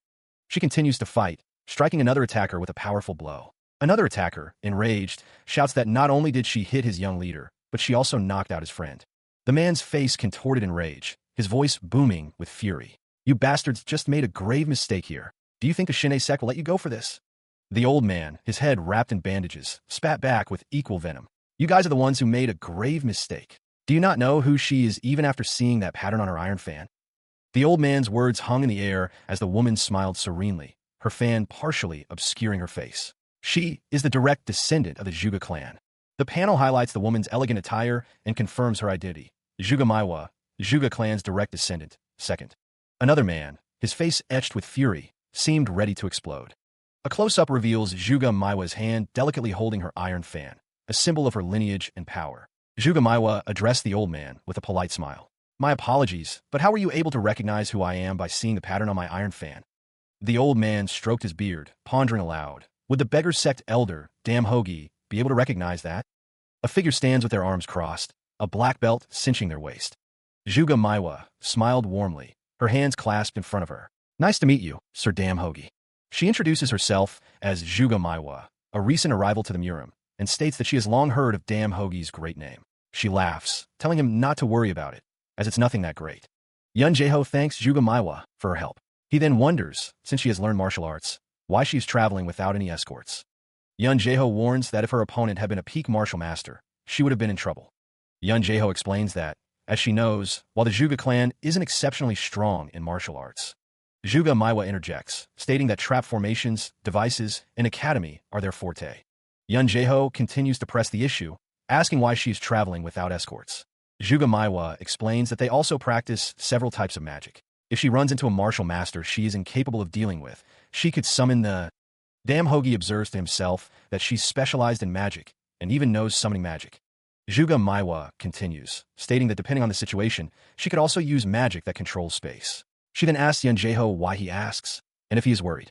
Yun Jae-ho returns the question, asking why she asks and if she is worried. Yun Jae-ho realizes that he seems to have made a mistake. Damn Hoagie thinks to himself that there's no way the Juga clan, one of the 5 great clans, would be afraid of a mere small sect. Damn Hoagie listens as Juga Maiwa confidently states that, as a direct descendant of one of the great commerce clans, the Golden Tiger Wall, she has nothing to worry about. Yun Jae-ho remains silent, his hands clasped in front of him. Juga Maiwa smiles brightly, remarking on the smallness of the world and how they've met like this. Yun Jae-ho looks at Juga Maiwa, a hint of surprise in his expression. A voice wonders if all the wuxia cliches have appeared here as well, questioning if this place is a real Murim world or just a virtual one. The voice continues, pondering if it's just a virtual world, are all the people they've met and connected with fake as well? Zhuge Maiwa maintains her smile, seemingly unfazed by the implications.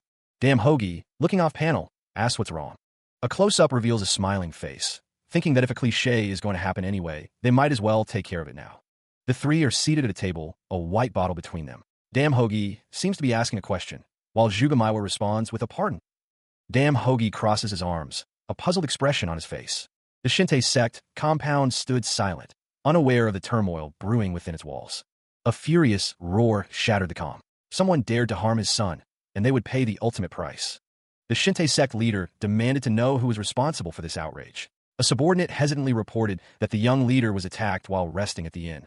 Kong Xiaoju, the Shinte sect leader, his face contorted with rage, pressed for details. Who are these people who dare to attack his son within the supposed safety of an inn? The advisor explained that a woman believed to be a direct descendant of the Zhuge clan and an old man seemingly from the beggar sect were involved. The revelation struck the leader like a physical blow. Was the Zhuge clan, one of the 5 great clans, truly involved? And the beggar sect as well? Kong Xiaoju considered their options. What should they do? Retaliation seemed necessary, given the attack on their young leader. But the advisor knew that the Shinte sect was no match for the combined power of the Zhuge clan and the beggar sect. Suddenly, the advisor interrupted Kong Xiaoju's thoughts, a new piece of information on his lips. The Shinte sect leader demanded to know who else was involved. Who's the last person? He barked. The advisor explained that they didn't know the details, but it seemed the young leader had just met the Zhuge lady and the beggar sect elder recently. He paused, then mused. That's how it is, huh?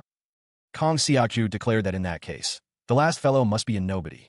He ordered his men to find that last guy and bring him there. The advisor hesitantly asked if they shouldn't investigate beforehand. Kong Xiaoju considers his options, deciding that even with connections, one choice would be better than the other two. He believes that as long as they don't know each other too well, they won't be able to interfere as they please. The sect leader orders his men to bring him that guy right now, making it clear that they should understand his command. He instructs them that if the person tries to resist, they should beat him until he's on the verge of death. Elsewhere, a sudden impact. The force of the blow sends shockwaves through the surrounding area. Dust and debris rise into the air. Someone coughs, struggling to breathe amidst the chaos. A man reels from the attack, questioning what just happened. He cries out in pain. Another man wonders what's happening. One of the men shouts, furious that someone dares to cause trouble in this place. A flurry of motion as several figures descend, weapons glinting in the light. Their unified cry echoes, a bloodthirsty command to end a life. The threat hangs heavy in the air, a promise of inescapable doom. Escape is not an option. They snarl, only destruction awaits. A figure, face concealed behind a dark mask, raises gloved fists, ready to meet the onslaught. Determination burns in their visible eyes. A declaration rings out, a defiant rejection of predictable outcomes. Clichés, they vow, are best when utterly destroyed. Power coiled in his fist, ready to be unleashed. With a snap of his wrist, Kong Sang-hyuk launched a devastating left hook. The blow connected, sending shockwaves through the enemy ranks. Not giving them a chance to recover, he followed up with a right hook. Another strike landed, the force enough to make his opponent's eyes water. "We'll kill you!" They roared, their bravado masking their fear. His body strengthened from the internal energy covering it. Kong Sang-hyuk prepared to unleash his full power. The force of the blow was as strong as a cannon, obliterating everything in its path. His enemies were sent flying, their bodies crashing through buildings and scattering debris. The swordsman is sent hurtling backwards, the force of an unseen blow lifting him off his feet. Across the battlefield, the masked figure stands ready, a gauntlet gleaming on their arm. Surveying the ruined landscape, the swordsman expresses his displeasure. "What a mess you've made of my place." He narrows his eyes, suspecting a familiar enemy. "Did the Origin Blood sect put you up to this?" The gauntlet slams against the swordsman's blade, the force of the impact reverberating through the air. The masked figure remains poised, ready to unleash another strike. A voice taunts, noting the gauntlet. "You're wearing an interesting gauntlet." A sinister chuckle follows. "Let's see you try and block this." The swordsman, undeterred, prepares to retaliate, raising his blade. Announcing his technique, he initiates the Blood Demon Crane formation. Crimson blades of energy materialize, crackling with power. The masked figure lunges forward, a blur of motion as they attempt to intercept the incoming attack. A figure unleashes a devastating kick, the force of it amplified by a surge of blue energy. The energy crackles, a raw display of power. The force behind the kick doesn't just send its target flying, it obliterates a nearby structure, reducing it to rubble. The blue energy splinters against a wall, leaving trails of destruction in its wake. Amidst the wreckage, Yun Jae-ho sits, stunned by the sheer force of the attack. His eyes widen in disbelief. He thinks, the energy core destroyed with just a simple kick. Clutching his chest, Yun Jae-ho curses the attacker. Be bastard. The masked figure appears before him, demanding, Who are you? The masked figure's eyes narrow, intense, and unwavering. Yun Jae-ho is confronted by the masked figure. He barks, Hey, are you ignoring my words? Stop right there. The masked figure's gaze drifts towards a nearby painting, a serene image amidst the chaos. A flicker of doubt crosses the masked figure's face. He thinks, I can't tell if you guys are creative or not. The question hangs in the air. How could someone conceal a money vault behind a painting in their own room? The answer seems almost too simple. The painting itself depicts a serene landscape, a stark contrast to the secrets it might be hiding. The gold, once securely stashed, is now gone. A masked figure curses their misfortune. Elsewhere, a man's face contorts in rage. The attacks on the Shintai sect and several others were carried out by a single, unknown individual. That unknown man defeated all of them alone, under the light of the moon. He easily stole all their stashed away gold. Among the stolen items were secret ledgers that recorded heinous crimes or smuggling. The governments were informed of these crimes, including the Shintai sect. All of the attacked sects fell, even though they had been doing very well before. That unknown man was widely referred to as the chivalrous fist divine thief. A chivalrous thief who uses his fist. The ledgers, now in someone's grasp, hold the secrets of the fallen sects. This isn't relevant, but it's said that the rumors of the chivalrous fist divine thief were spread by the Hao clan and Beggar sect. Well, this much should be enough to repay my debt, a woman muses. After the rumors, the chivalrous thief is known as Yun Whitey. Yun Jae-ho appears to be listening intently, his expression unreadable. Someone asks, Lady Zhuge, why are you following us? Lady Zhuge smiles widely, a fan partially obscuring her face. Fun. Kim Sang-hyuk and Yun Jae-ho walk ahead as someone wonders if she's a kid. Lady Zhuge thinks to herself that she'll need to spar with Sir Dam in a while, and Yun Jae-ho asks her to please leave. Someone states that it's basic etiquette and tells someone to get it. Lady Zhuge smiles, holding her fan. Lady Zhuge declares that as a direct descendant of the Zhuge clan, she should be more than qualified enough to be the witness. She thinks that there's no way she'd miss something so interesting. Someone exclaims that it does make sense. Yun Jae-ho and Kim Sang-hyuk are walking as someone states that being a direct descendant of the Zhuge clan definitely makes it better. Yun Jae-ho asks them to wait a minute. Someone states that if it's an unofficial spar, they don't think there's any need for them to show their martial arts to others. They tell someone that they won't let them get their way. Kim Sang-hyuk and Yun Jae-ho are walking as someone states that what she said makes sense too. Lady Zhuge's expression turns angry as she thinks that someone is a sly bastard and dares to use schemes against the Zhuge clan. She speaks with a smile, her words hanging in the air between them. The text emphasizes the Zhuge clan's connection to someone who has gained an audience with the emperor. Zhuge Maiwa's eyes widen, her expression a mixture of excitement and anticipation. The text suggests the possibility of arranging a meeting with someone important. Yun Jae-ho's face lights up, his enthusiasm palpable as he exclaims his agreement. The text urges one to forget the kindness of the Zhuge clan, hinting at a potential conflict or betrayal. Zhuge Maiwa wonders if this means she'll be allowed to witness their fight, her excitement barely contained. Yun Jae-ho agrees, but Kim Sang-hyuk sighs, clearly less enthusiastic. Kim Sang-hyuk's expression darkens, his annoyance growing. A sinister smile creeps across Zhuge Maiwa's face, hinting at hidden intentions. Kim Sang-hyuk's anger intensifies, his frustration evident. The text expresses confusion and concern about Zhuge Maiwa's behavior. A scroll is held, its contents unknown but potentially significant. The elder, Yun Jae-ho, stands ready, a glint in his eye. He explains that, as they already know, his martial arts utilize a staff. Yun Jae-ho elaborates that it's the dog-beating staff technique, a skill reserved only for the sect leader or successor. Elsewhere, Kim Sang-hyuk wonders aloud what martial arts the renowned chivalrous dragon uses. Kim Sang-hyuk muses over his own martial arts, pondering what he should name it. He recalls a time when he fought the Beggar sect's martial arts when he was younger. The martial arts he uses, he thinks, is known as the boxing technique. A confident smirk plays on Kim Sang-hyuk's lips as he considers his martial arts. Yun Jae-ho's gaze is intense, his expression unreadable. Kim Sang-hyuk reflects that, as the name implies, it mainly uses fists to fight, and that being swift and powerful are its characteristics. He adds that this martial art was developed over a long period of time in another country. He continues, the power it holds depends on how one interprets it. And so, this move? Yun Jae-ho listens as Kim Sang-hyuk reveals that it was actually something he completed himself, and that it's a simple name, but such a martial art might in fact be scarier than usual. He stands ready, fists clenched. Kim Sang-hyuk asks if Yun Jae-ho is prepared to begin.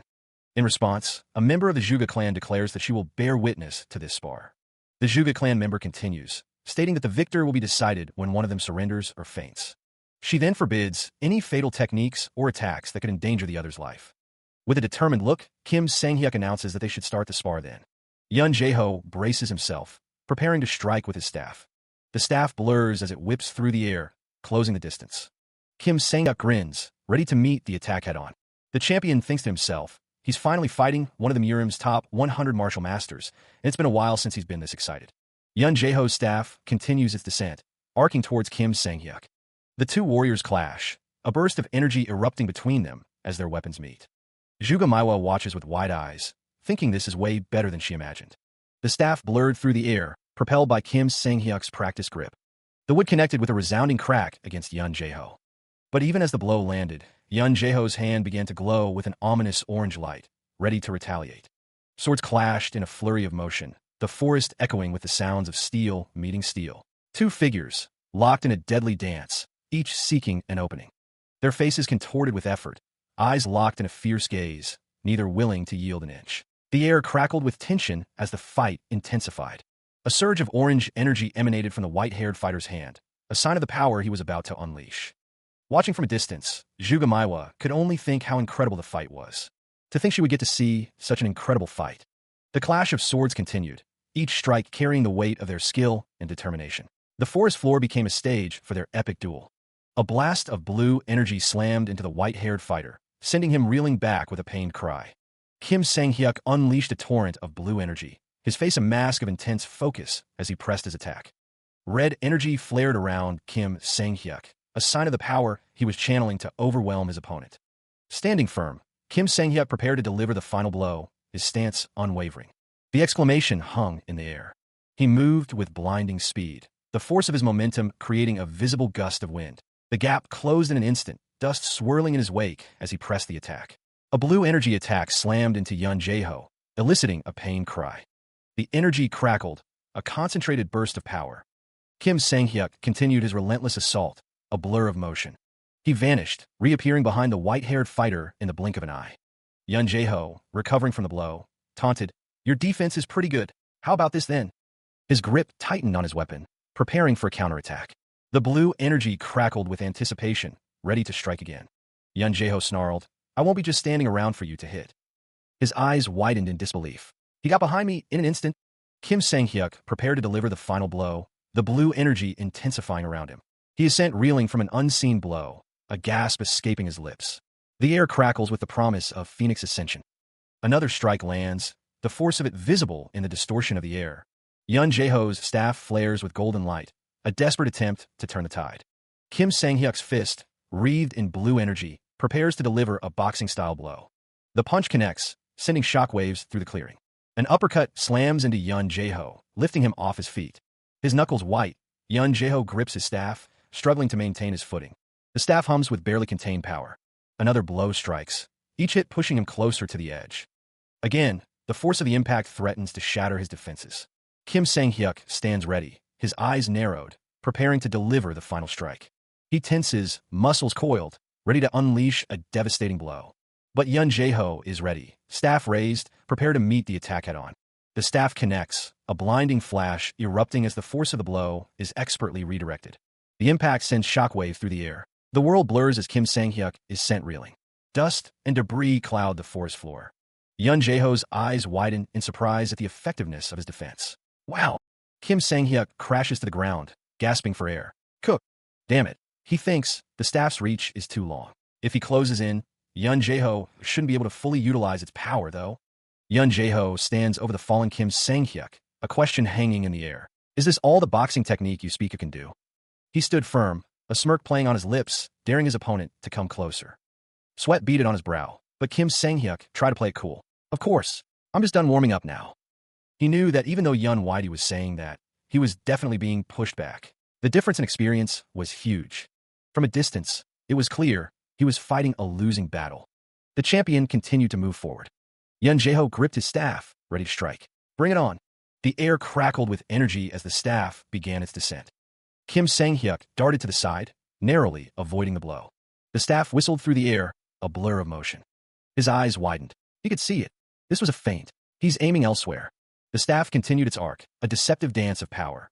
He presses his attack, swinging his staff with incredible force, the air itself seeming to crackle around the weapon. Yun Jae-ho manages to block the blow, a look of surprise flashing across his face. He blocked it. With blinding speed, Yun Jae-ho counters, unleashing a devastating strike. The force of the blow continues, a blur of motion aimed directly at Kim Sang-hyuk. The strike connects, sending a shockwave through the air. The force lifts Kim Sang-hyuk off his feet, sending him hurtling backwards. He is sent flying through the air, a helpless projectile against Yun Jae-ho's might.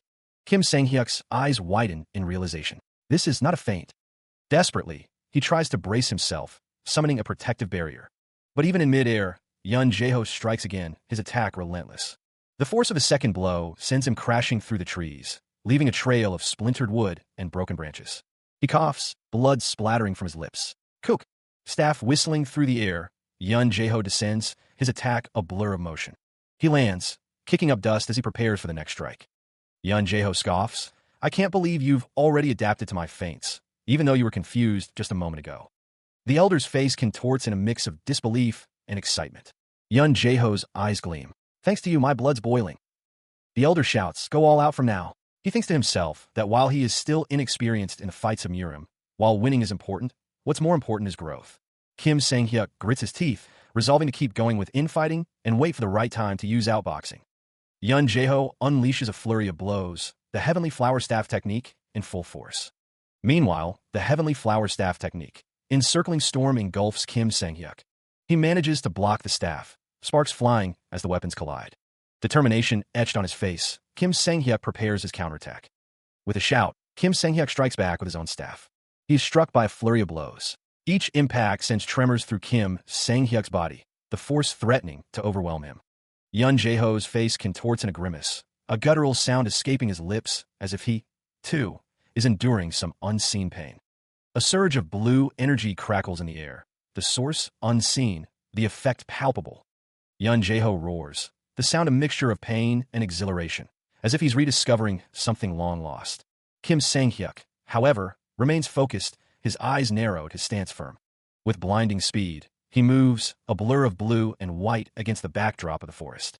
The instincts that he'd forgotten as a warrior resurface, Yun Jae-ho thinks, a surge of power coursing through him. Flashes of memory flood his mind, images of past battles and forgotten techniques. Meanwhile, an old man watches with a young girl by his side, a thrill evident in his aged eyes. This is so enjoyable. It's so thrilling. Kim Sang-hyuk strikes, the staff a golden blur as he pours all of his adrenaline into the blow. But before the staff can land, the old man intervenes, his scythe arcing through the air with deadly intent. The scythe connects, unleashing a burst of raw power that explodes outward. His eyes burned with an intense blue light, the power within him reaching a fever pitch. The energy crackled around Kim Sang-hyuk, a visible manifestation of his inner strength. With a guttural yell, he clenched his fist, ready to unleash the pent-up force. The blow landed with a resounding crack, a surge of energy exploding outward. Gotcha! The force of the strike reverberated through the air, a torrent of power unleashed. Yun Jae-ho was sent reeling, the impact throwing him off balance. His eyes widened in disbelief. He's so reckless. While he's got tons of internal energy, he's still inexperienced at fighting. The assault continued, each blow carrying the weight of Kim Sang-hyuk's focus power. Yun Jae-ho struggled to defend, the relentless attacks pushing him further back. Kim Sang-hyuk pressed his advantage, transitioning into a kickboxing stance. A spinning back fist connected, sending Yun Jae-ho spiraling from the force. The concept of energy is introduced. While everyone possesses it, the energy is usually very weak, so people don't notice it. However, the stronger a martial artist is, the stronger and more apparent their unique energy is. And the more skilled one is, the more sensitive they'll be to another's energy. Yun Whitey unwittingly put his energy into his right hook. A normal feint attack is demonstrated. The feint attack becomes a perfect feint. The man with the white beard, kneeling on the ground, spat, "You cunning rascal. What kind of trick did you use?" Kim Sang-hyuk, looking down at his opponent, thought, "I definitely saw your next move, but my body wasn't able to react." He unwittingly put his energy into his right hook. He wondered if his opponent was unable to react because he focused his energy into his right hand, admitting to himself that it was a mistake because he got too excited, though. The white-haired man declared that it seemed their fight had come to a conclusion, but then chuckled, stating that Kim Sang-hyuk must be joking, as he is the beggar's sex damn hoagie. Damn hoagie vowed that he wouldn't fall with just this much. He wobbles precariously, struggling to maintain his balance after the blow. Kim Sang-hyuk points out the obvious. That's probably because his chin got hit. Damn hoagie asked what he said. Sang-hyuk thinks to himself that one's brain does get shaken up when their chin gets hit, even if they have internal energy. Kim Sang-hyuk grips the hilt of his sword as he shouts to wait a minute. A woman asks him to stop, saying he's already won. She was going to help him up, though. Kim Sang-hyuk notes that if he's wobbling that much, he must have taken a lot of damage. Damn, Hoagie, thanks the woman. Sang-hyuk thinks to himself that someone as skilled as him wasn't even able to react. Putting energy into a feint attack to fool someone else completely. It's like the effect of misdirection. This should be pretty useful, Kim Sang-hyuk thinks with a smirk. Gosh, you little rascal. Kim Sang-hyuk's eyes narrow. How could you be so harsh on an old man like me? Young people these days don't know how to be considerate of elderly, seriously. TSK. And you didn't go all out yet, Kim Sang-hyuk thinks with a smirk. Damn, Hoagie grins widely. The elder of the beggar sect implied that the other party didn't either. In the distance, Kim Sang-hyuk and the pink-haired woman continued their journey, though the information they had received proved inaccurate. Someone wiped their brow, looking like they'd have to give up. Yun Jae-ho questioned how all the information could be wrong, considering the person who gathered it deserved a good beating. He then cleared his throat, stating that in any case, that was a good fight. Yun Jae-ho peered down at the paper in his hands. A voice demanded if they didn't have a promise to keep. The man with the annoyed expression questioned what kind of promise it was, clearly frustrated. Kim Sang-hyuk announced that since the sparring was over, it was time to bid farewell to Lady Juga. A voice declared that they were going to keep ignoring him like this, and that he was going. Kim Sang-hyuk was surrounded by blue energy, his features taking on a wolf-like appearance. Yun Jae-ho exclaimed that there were quite a lot of stories he wanted to hear, asking if that would be all right. The other party responded, of course. The man with the sinister expression asked to be told what they were along the way, calling someone a persistent bitch. The group continued on their way, with someone questioning why they kept acting like this, and how long they were going to keep following them. Yun Jae-ho realized they needed to head somewhere more importantly. Headed to Anhui Province, Kim Sang-hyuk mentions he has some business in Hefei, which is part of Anhui Province. Lady Juga realizes they are both heading to the same place. Lady Juga, beaming, invites him to come along with them if he doesn't have any plans. Yun Jae-ho wonders if it will be okay for an old man like him to travel with the two of them. Lady Juga exclaims that she loves it. Lady Juga grins sinisterly. Kim Sang-hyuk wonders how this happened. Someone who's so shameless exists. Now that there are more people traveling together, Kim Sang-hyuk was worried that he would have to slow down and match their pace. But since they're all skilled martial artists, they used Qigong. Thanks to that, they didn't have to sleep in the wild. Anhui Province, Hefei. The sheer number of people milling about is staggering. It's a bustling hub of activity. The crowd surges, a sea of faces all moving with purpose. Lady Juga suggests that the reason for the crowd is the presence of the Nangong clan and the Sword Emperor. Yun Jae-ho notes that the information network and commerce rights are quite developed here as well. The Nangong clan hold the highest position within the Central Plains' 5 great clans and is praised as the pillar of the Orthodox faction. Because of their long-standing tradition and history, they have been able to maintain their prosperity for a long time. One of the top 10 martial masters in the Central Plains, one of the 10 supremes that people revere, is from the Nangong clan. Nangong Juchen, the Sword Emperor, was the former clan patriarch. Just his presence is more than enough to show people how capable the Nangong clan is. The Sword Emperor, Lady Juga, mentions the title with a hint of reverence. Among those people, quite a few of them are martial artists that are here to apply to become a guard warrior. Yun Jae-ho wonders aloud, a guard warrior? Lady Juga seems surprised that Yun Jae-ho doesn't know about it. The world's affairs remained a mystery to some, while the Nangong clan continued its recruitment of guard warriors, a practice that had been ongoing for years. Tempers flared as one man snapped, telling another not to push.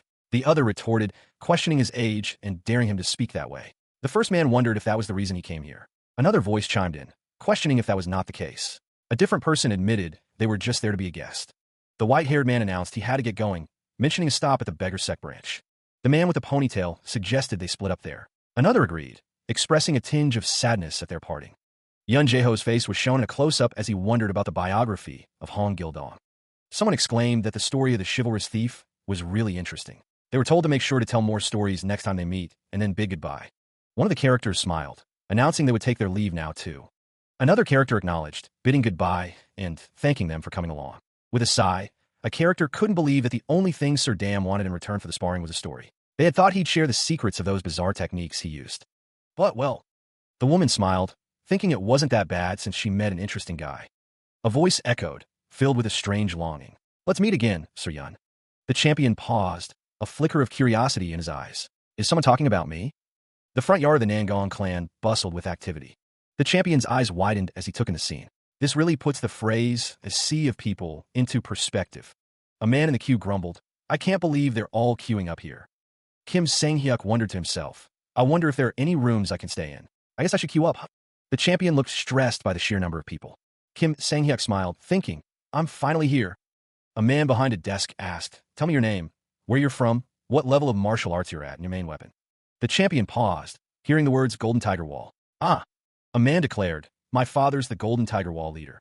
The man continued, and my first sister has been married into the Nangong clan, so I do have some connections. The man behind the desk responded, you're definitely the youngest son of the Golden Tiger Wall. The champion looks around, taking in the sheer number of people waiting. Yun Whitey holds up a small bottle, questioning why he queued up here. The man offers a meek apology. If he has business. Yun Whitey explains that he could have simply verified himself at the side gate. He asks if Kim Sang-hyuk didn't know that. Kim Sang-hyuk realizes this queue is actually for those who want to become guard warriors. Several men shout at them to get lost if they're done, complaining about their inconsiderate behavior. A man calls for the next person to come up quickly, as Yun Whitey tries to hold in his annoyance. Meanwhile, Nangong Juchin wonders why someone is here. The Sword Emperor states the reason he's called someone here. Nangong Juchin reveals he's thinking of making Myung the young patriarch in a few years. Someone agrees, stating they were thinking the same thing. Yun Jae-ho sits across from an associate, the two men deep in conversation. One wonders if Hwang noticed their intentions, and if he was unhappy in any way. The other doesn't see any unhappiness so far. Nangong Ho is shown in a close-up. The current Nangong clan patriarch has always wanted to live happily with his own family. That's not surprising, it's been a while since they've been married, but they're still living happily together. One says not to even get them started, they're always so lovey-dovey. It's a relief that his daughter-in-law is a pleasant person who doesn't give him any trouble. A couple embraces, the man calling the woman my lady, and she responds, because they have such a happy marriage, even the family members around them are envious of them. Yun Jae-ho chuckles, remarking that he really married a great wife. Yun Jae-ho and Nangong Ho are at a table. Yun Jae-ho says that it seems the youngest son of her family just arrived a while ago. The youngest? Right, he thinks he remembers there being a youngest son. Nangong Ho says that he doesn't know how the world works very well yet, so he queued in the line to become a guard warrior. Since he's had a tough day, shall he teach him a little personally? Elsewhere, frustration mounts as hands slam down on the table with a resounding thud. Nangong Juchin, his expression serious, questions the information he's receiving. He had heard the individual in question was a talented martial artist.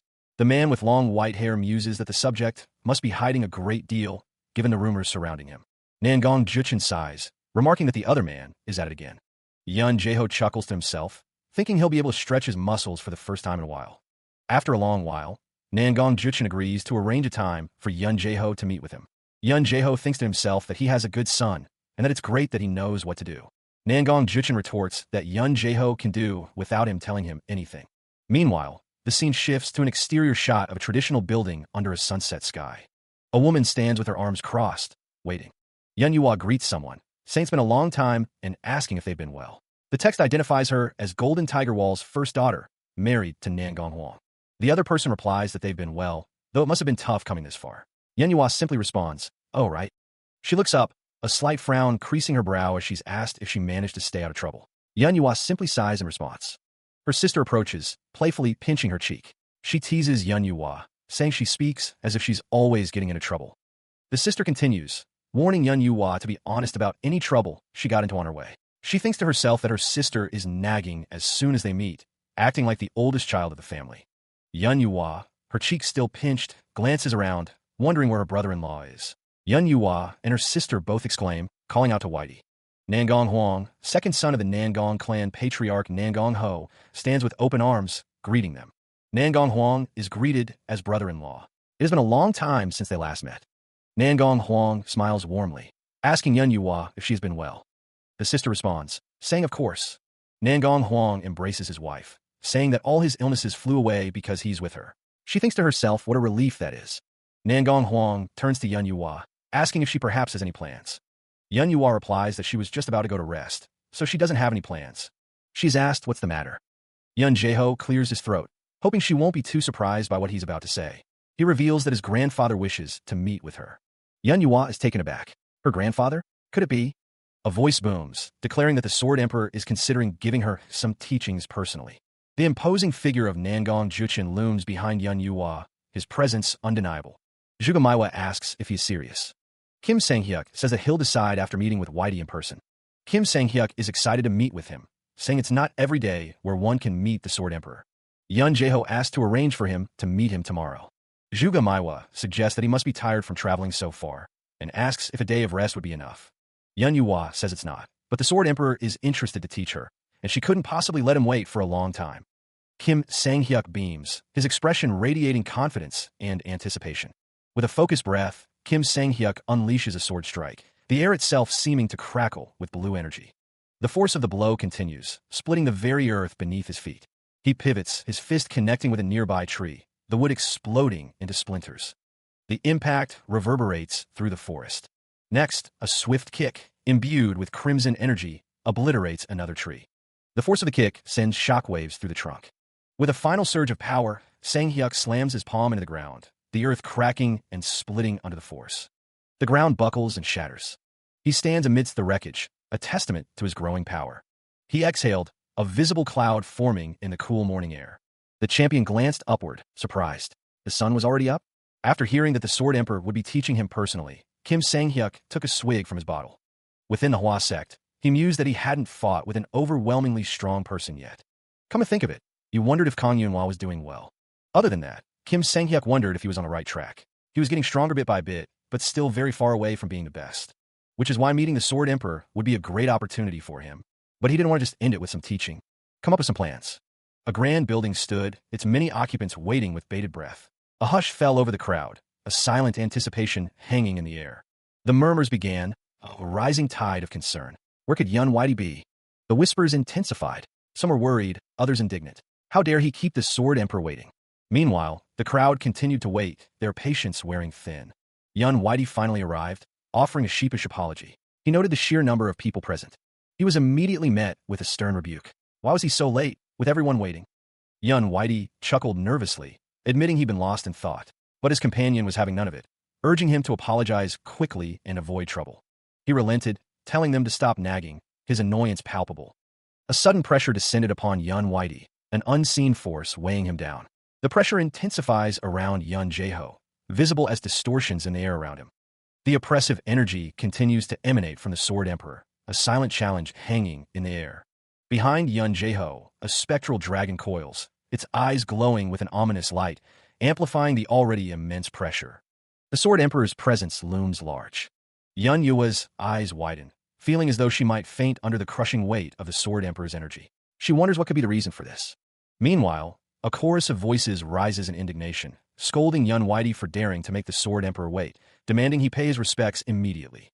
Yun Jae-ho wonders if the others present can even sense the immense energy he is exuding. The Sword Emperor realizes he is being tested. Recognizing the immense pressure, Yun Whitey prepares to respond. Yun Whitey announces himself, stating that he has just begun traveling in Murim. He pays his respects to the Sword Emperor. Yun Yua notes that the pressure has disappeared, relieved by Yun Whitey's response. Yun Jae-ho, his expression thoughtful, mused that the first meeting with anyone offers the best chance to truly understand their nature. Yun Yua stood nearby, listening intently. He continued, stating that this applied to anyone he wished to teach. Kim Sang-hyuk responded, finding it all right that Yun Jae-ho had wished to leave a deep impression on him. He found it interesting that Yun Jae-ho was showing him an immature side. Yun Jae-ho chuckled, telling him not to be upset, as this was standard procedure for a child. It seemed that he liked him, and what he said seemed like the truth. He continued, adding that Kim Sang-hyuk was able to take on his father's energy without using any internal energy. He wondered if Kim Sang-hyuk overcame it with sheer willpower. Yun Jae-ho's expression turned serious as he continued his assessment. The truth was that he had actually done a thorough investigation on him, but it was very hard for him to believe the information he saw. Martial arts that look like dancing, then it says you use punches as your main attack, and then kicks as your main attack. How is it possible that all the information isn't consistent at all? Kim Sang-hyuk chuckled, stating that he heard that a lot. The implications of teaching someone like him in detail were not lost on the elder. So after some thinking, Kim Sang-hyuk approached, his steps measured and confident. Yun Jae-ho declared, "Let's start sparring right away." A wide smile stretched across Kim Sang-hyuk's face. Everything was proceeding as planned. What happened from now on would matter the most. The crowd murmured, curious about what was to come. Kim Sang-hyuk thanked Yun Jae-ho from the bottom of his heart for his teaching, hoping to leave a deep impression. Yun Jae-ho looked on, wondering what Kim Sang-hyuk was trying to say.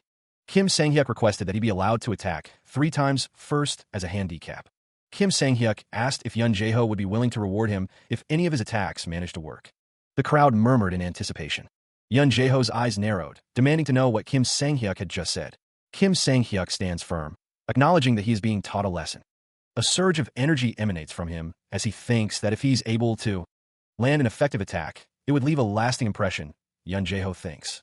Yun Jae-ho believes it's impossible to land an effective attack on one of the 10 Supremes. From behind, the crowd murmurs about Kim Sang-hyuk's impudence and lack of manners, considering his disrespect towards the Sword Emperor. Yun Jae-ho reflects on the Sword Emperor, whom he's heard of as a martial artist seeking knowledge. Yun Jae-ho hopes that his words, coming from the bottom of his heart, might move him. The Sword Emperor's face is shown in a close-up.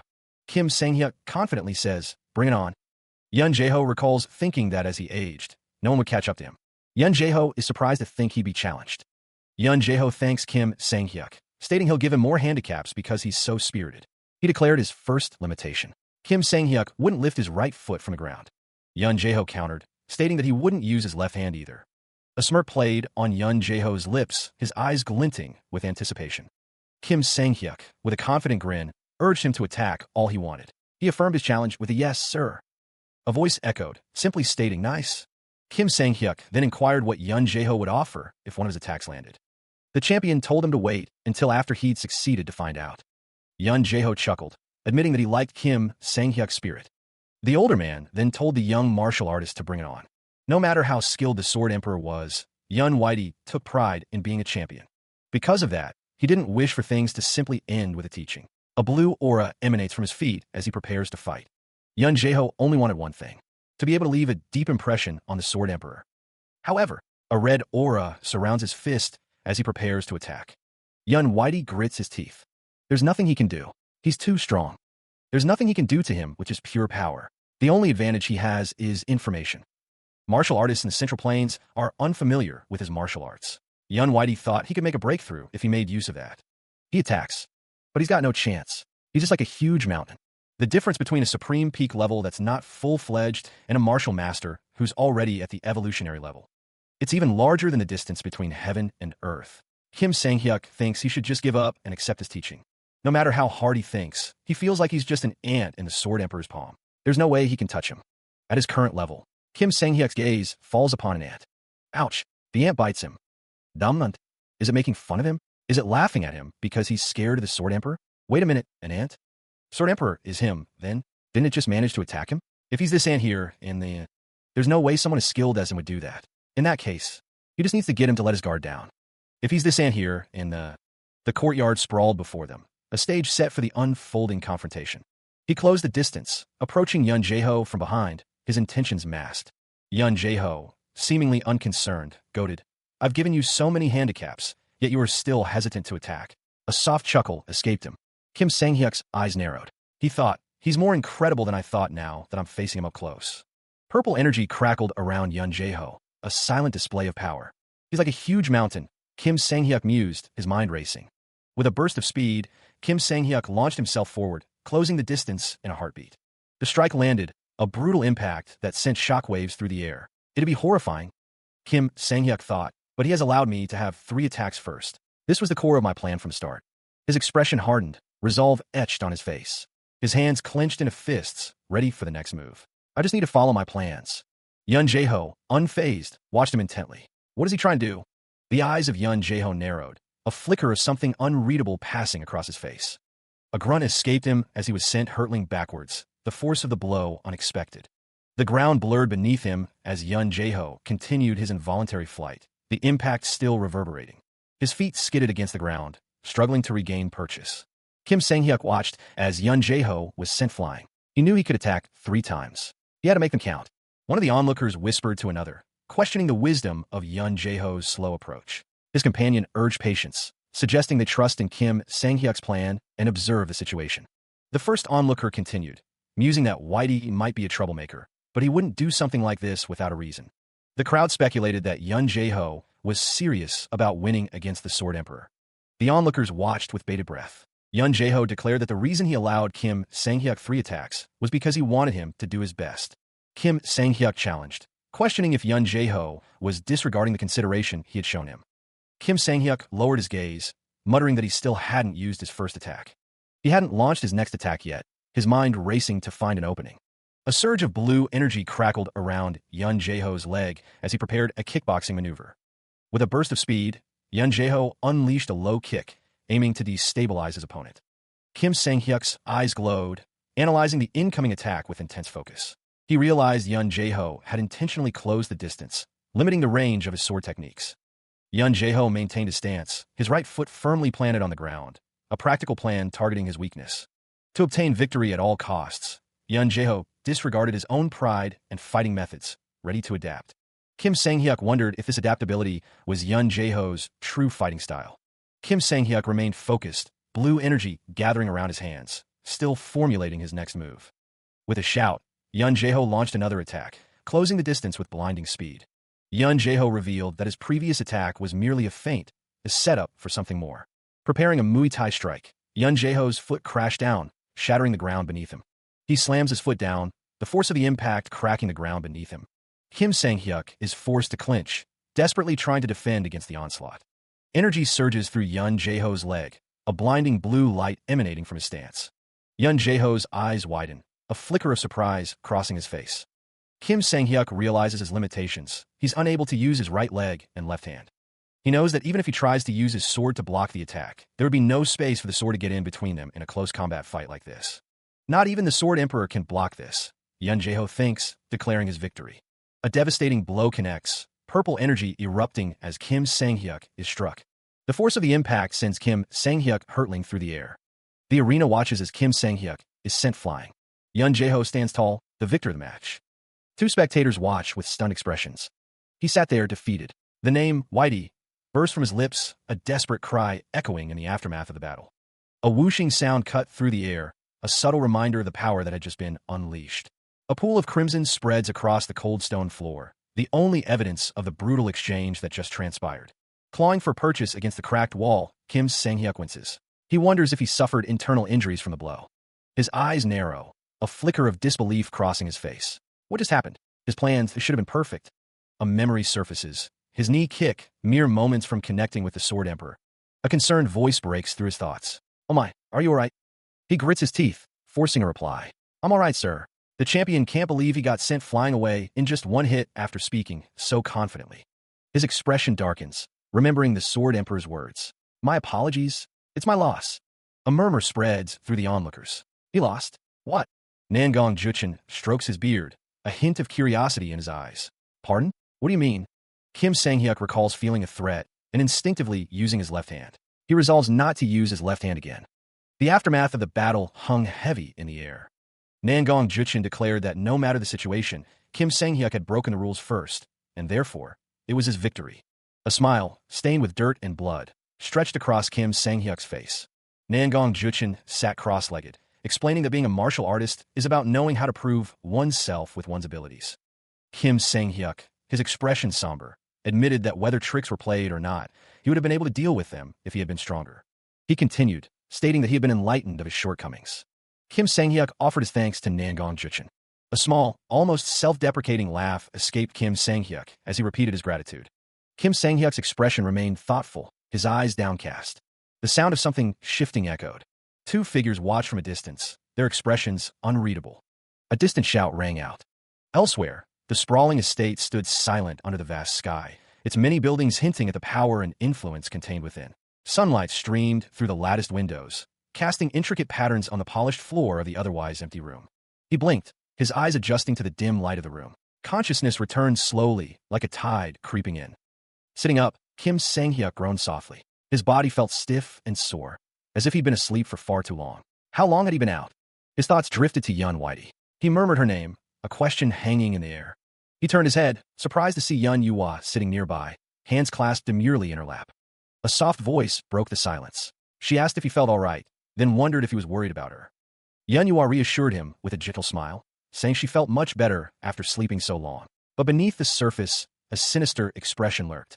A hand bearing a strange, red symbol clenched into a fist. A voice, laced with dark relief, thought that it was time for him to be beaten to the verge of death again. A sudden impact, a blinding flash. Kim Sang-hyuk gasped, his eyes wide with shock and pain. Had she?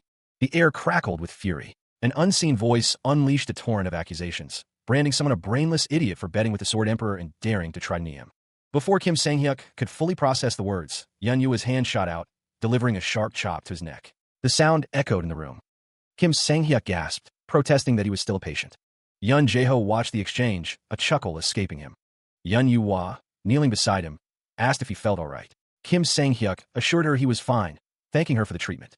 Yun Jae-ho interjected, stating he was asking his sister, not him. Kim Sang-hyuk could only respond with a confused pardon. Yun Yu-hwa explained that after he lost consciousness, she was so anxious that she nursed him day and night by his side.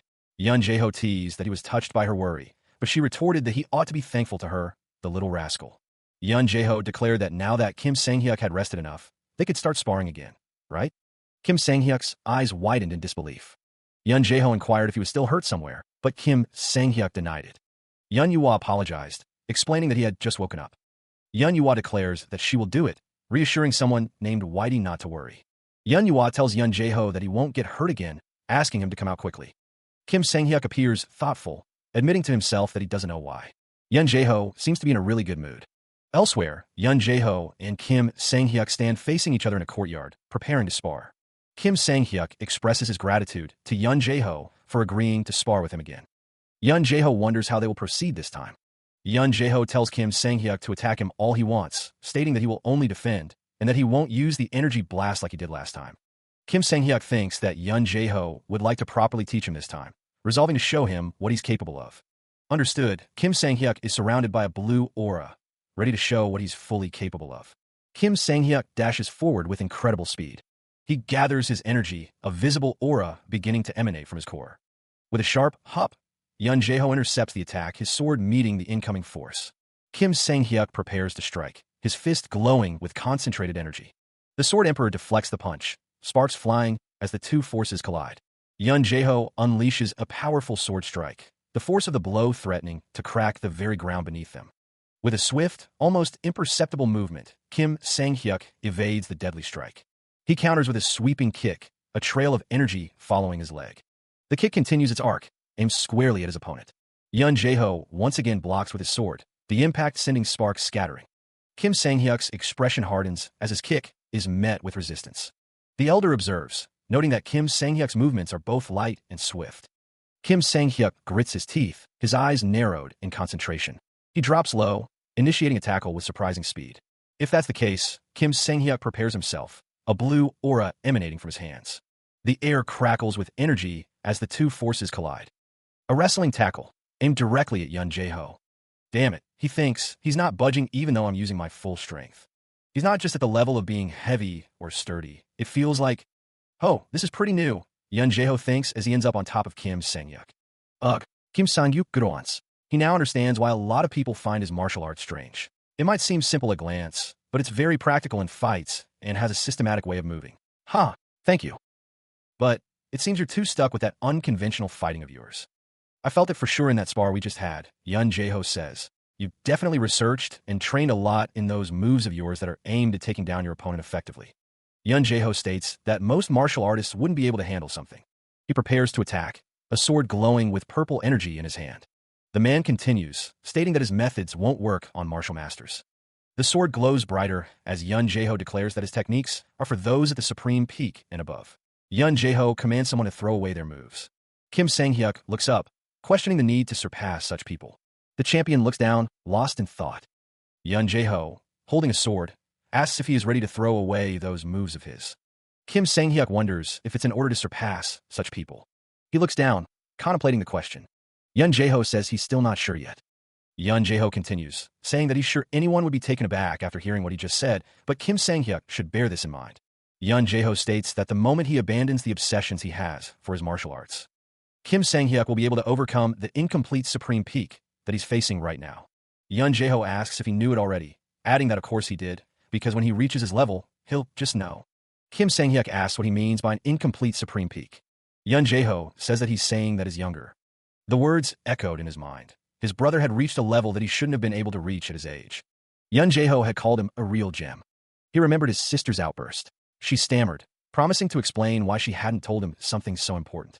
Yun Yu-hwa had been disappointed, even after going through so much to nurse him. He could only apologize. Under the moonlight, the weight of their expectations settled heavily on his shoulders.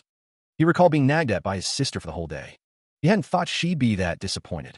Yun Jae-ho's voice echoed, asking if he was ready to throw away those moves of his in order to surpass such people.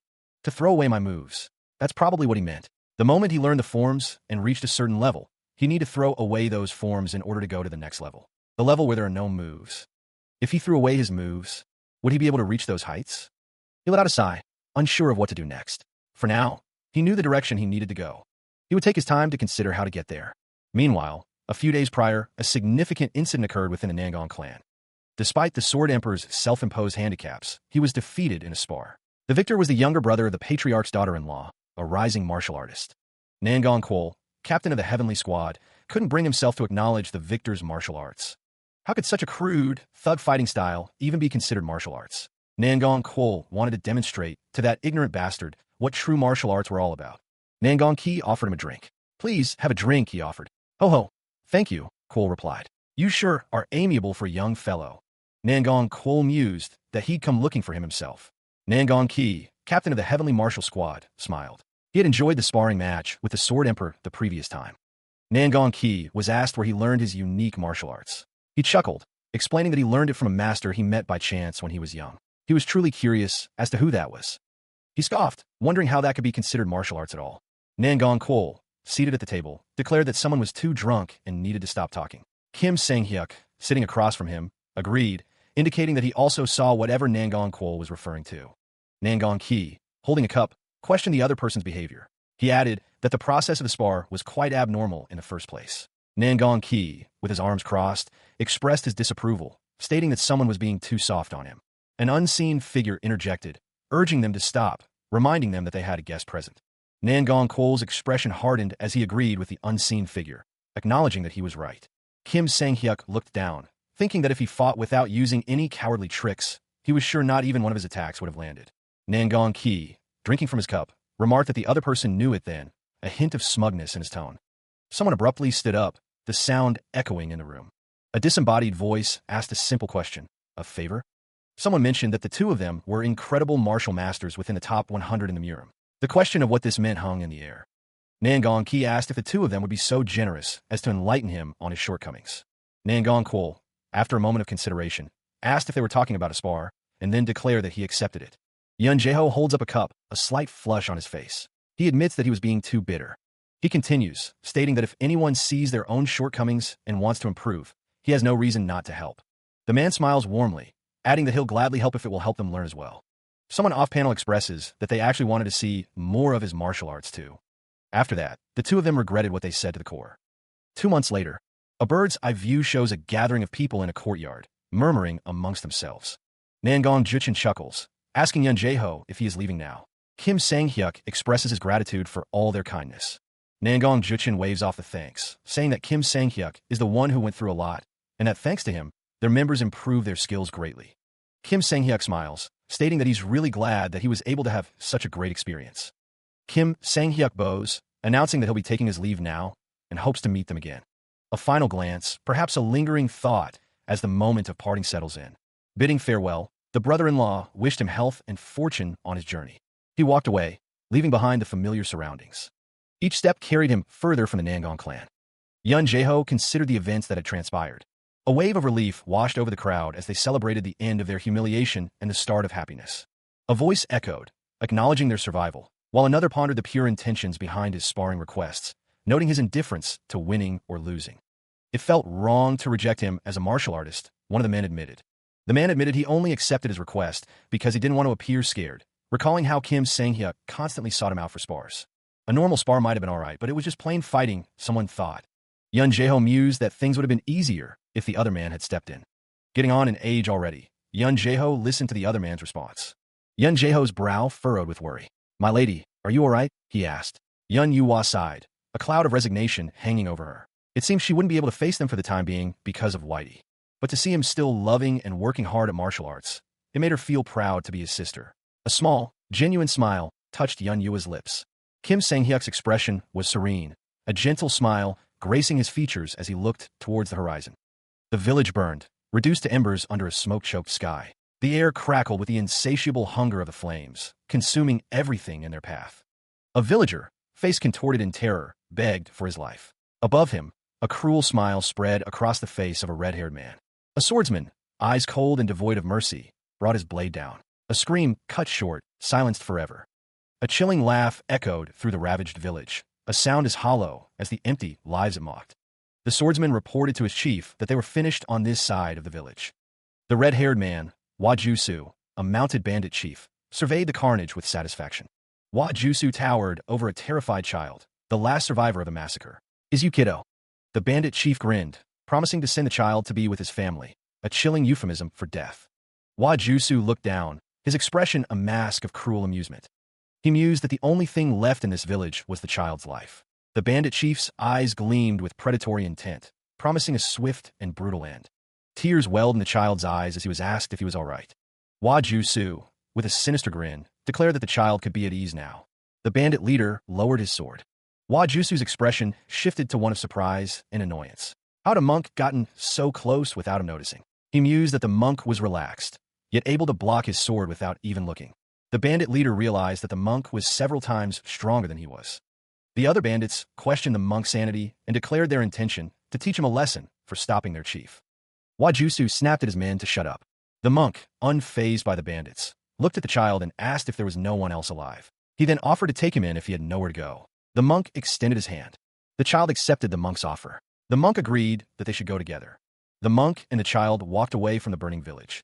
The monk stated that they would talk about the details after he defeated all of the bandits. Feet moved with purpose toward a distant fire, silhouettes dancing in the flickering light. 3 seasons had come and gone since Yun Whitey departed from the Nangong clan. The journey led to Songshan Mountain in Hunan. It was also where the famous Shaolin Temple stood. A booming laugh echoed through the temple grounds. Monks trained with their staves, their shouts punctuating the air. The rhythmic clang of wood on wood filled the training grounds. A monk turned, inquiring if he was summoned. Wonho, the little Buddha dragon, welcomed him in. He asked if things had been going well. The abbot explained that he had called him there because he had something to tell him. He listened intently, his expression open. Yun Jeho prompted, "Yes, I'm all ears. I'm sure you've heard of this before." Wonho tilted his head slightly, clarifying, "By the wandering sparring fanatic, you mean the unknown eccentric man who goes around recklessly to defeat the Murim's top 100 martial masters." Yun Jeho pictured the wandering martial artist, a figure shrouded in mystery and power. The monk's brow furrowed, a hint of doubt in his voice, but it was determined that those rumors were all false. Yun Jeho continued, "Moreover, the rumors say that he's defeated rank number 53, the soaring flash sword, Hyok Liwan." Wonho questioned, his gaze intense. "There's no way that someone that skilled would appear out of nowhere suddenly, right?" Yun Jeho explained, "That's what everything thinks, since those who fought him never left any official records or testaments." Yun Jeho presented a document. "Take a look at this. This is..." Wonho's eyes widened as he examined the document. "Is this for real?" Yun Jeho pointed out, "Look at that stamp. That definitely belongs to the imperial family. The existence of the wandering." The monk continued, his voice rising in disbelief. "Sparring fanatic is not the main point here. What's amazing is that he is at the same age as you. This doesn't make sense. If this is the..." Wonho mused, a thoughtful expression on his face. "Wouldn't he be the strongest among the orthodox faction's rising martial artists? Why do you think that doesn't make sense? The world is a huge place, and there are numerous." The elder monk, Yun Jeho, stood with a younger monk, discussing the contents of a letter. The elder noted that there were talented people out there, and that the letter indicated a visit to Shaolin Temple tomorrow. The letter spoke of an invitation to spar, and the elder had already gone looking for the person in question. The younger monk wondered what the implications of this visit might be. Yun Jeho chuckled, reassuring him that the visitor probably just wished to receive some pointers. The letter also expressed the visitor's desire to stay in the Shaolin Temple and spar with a wide variety of martial masters, asking that the monks help to look after him. The younger monk simply acknowledged the request with a quiet, "Understood." A sudden yawn escaped Wonho, his mouth opening wide. Yun Jeho watched him, commenting on the size of his yawn, noting that the sunlight felt so warm that he yawned unwittingly. Elsewhere, 2 guards stood watch, one reminding the other to pull himself together and focus on standing guard. Wonho, looking slightly distressed, wondered aloud what could happen, given that there hadn't been many martial artists visiting recently. Yun Jeho sternly warned him that such a mindset would lead to ruin. The elder monk then asked if Wonho wanted to undergo the master's special training, since it had been a while. One of the monks remarks on his senior brother's harshness, while another senses someone approaching the temple. The monks stand ready, one gripping a staff, their expressions stern. A figure approaches, wreathed in a blue aura, a wide-brimmed hat obscuring their face. One of the monks is shocked, sensing an incredible internal energy emanating from the approaching figure.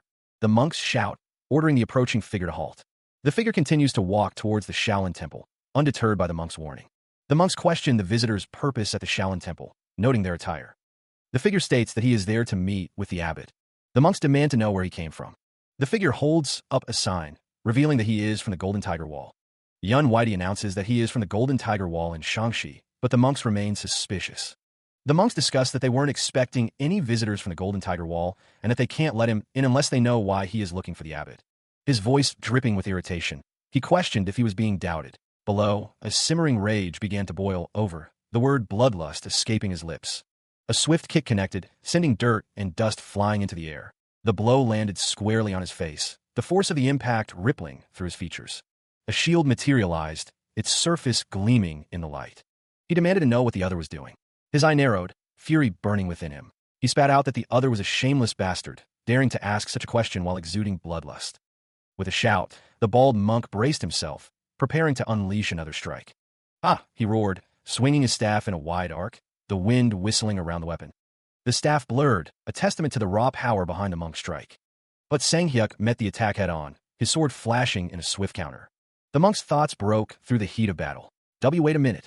Why are you acting like this? He spat, accusing him. Did you think I didn't sense that bloodlust of yours?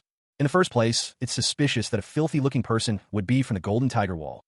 The monk continued his tirade, his staff a blur of motion. No need for talking. Don't you dare look down on the Shaolin Temple. The sword found its mark. Take this. 18 guanyin dash, the monk cried out as the blow landed, a pained cook, escaping his lips. Standing over the fallen monk, Sang-hyuk sighed inwardly. Asterisk sigh. Why are all Shaolin monks so foolhardy? Asterisk. Yun Yua watched with wide eyes, a silent observer to the unfolding conflict. She thought, get through to them at all. The initial shock ripples through the assembled monks. What could have happened here? A palpable tension fills the air as they try to make sense of the situation. The realization dawns on them. There's an intruder. The news ignites their fury. One of the monks warns the others not to let their guard down, emphasizing the intruder's skill. Another monk shouts for them to stop. Kim Sang-hyuk, fists clenched, declares he'll beat up every single one of them. The monks, enraged, bellow for everyone to stop. The tension escalates as the monks prepare to confront Kim Sang-hyuk. One of the monks calls out for his master uncle. Confusion hangs in the air as one of the monks questions what is happening. Another monk explains that the evil villain tried to deceive them by claiming to be the abbot's guest and intruded into the Shaolin Temple.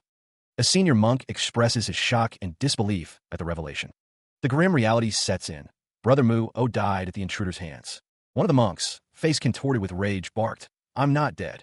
Another voice, equally furious, thundered, shut that mouth of yours right. A younger monk, looking bewildered, stammered, a master uncle? Another monk, his brow furrowed, exclaimed, he's indeed the abbot's guest. Holding up a scroll, a monk insisted, that's why I'm here, to pass this message to you guys. What nonsense is this? Another monk, his voice rising in anger, declared, even if you guys didn't receive this message, do you think it's right to just blindly attack another person? The monks, visibly sweating, began to murmur amongst themselves, the tension in the air palpable. One of the monks, his face a mask of disbelief, questioned Kim Sang-hyuk, can you call yourselves true monks of the Shaolin Temple? A smaller figure behind him added, those are very reasonable words. Kim Sang-hyuk internalized. Ah, I am screwed kropka. Elsewhere, a monk relentlessly trained, the sound of his strikes echoing through the air. Sweat poured from his brow as he continued his rigorous practice. The monks barked orders, ensuring he held his stance correctly. Kim Sang-hyuk struggled, his muscles screaming in protest. Seeing the beads of sweat forming on his brow, the monk smirked. He declared that because he was getting comfortable, he would add another 15 minutes to the exercise. Cook, thank you. Kim Sang-hyuk vases it. Elsewhere, a voice expressed disapproval, having heard that Mu-O was the cause of the trouble this time around. How could this be? The monk overseeing Kim Sang-hyuk's training questioned if he was seeking enlightenment when he judged people with bias. Kim Sang-hyuk, struggling under the weight, managed to stammer, why yes, that's right. The monk, unfazed by his struggle, declared that if he understood that, they would add another water bucket onto him. Kim Sang-hyuk, good on it. Okay. Meanwhile, a voice called out, senior brother.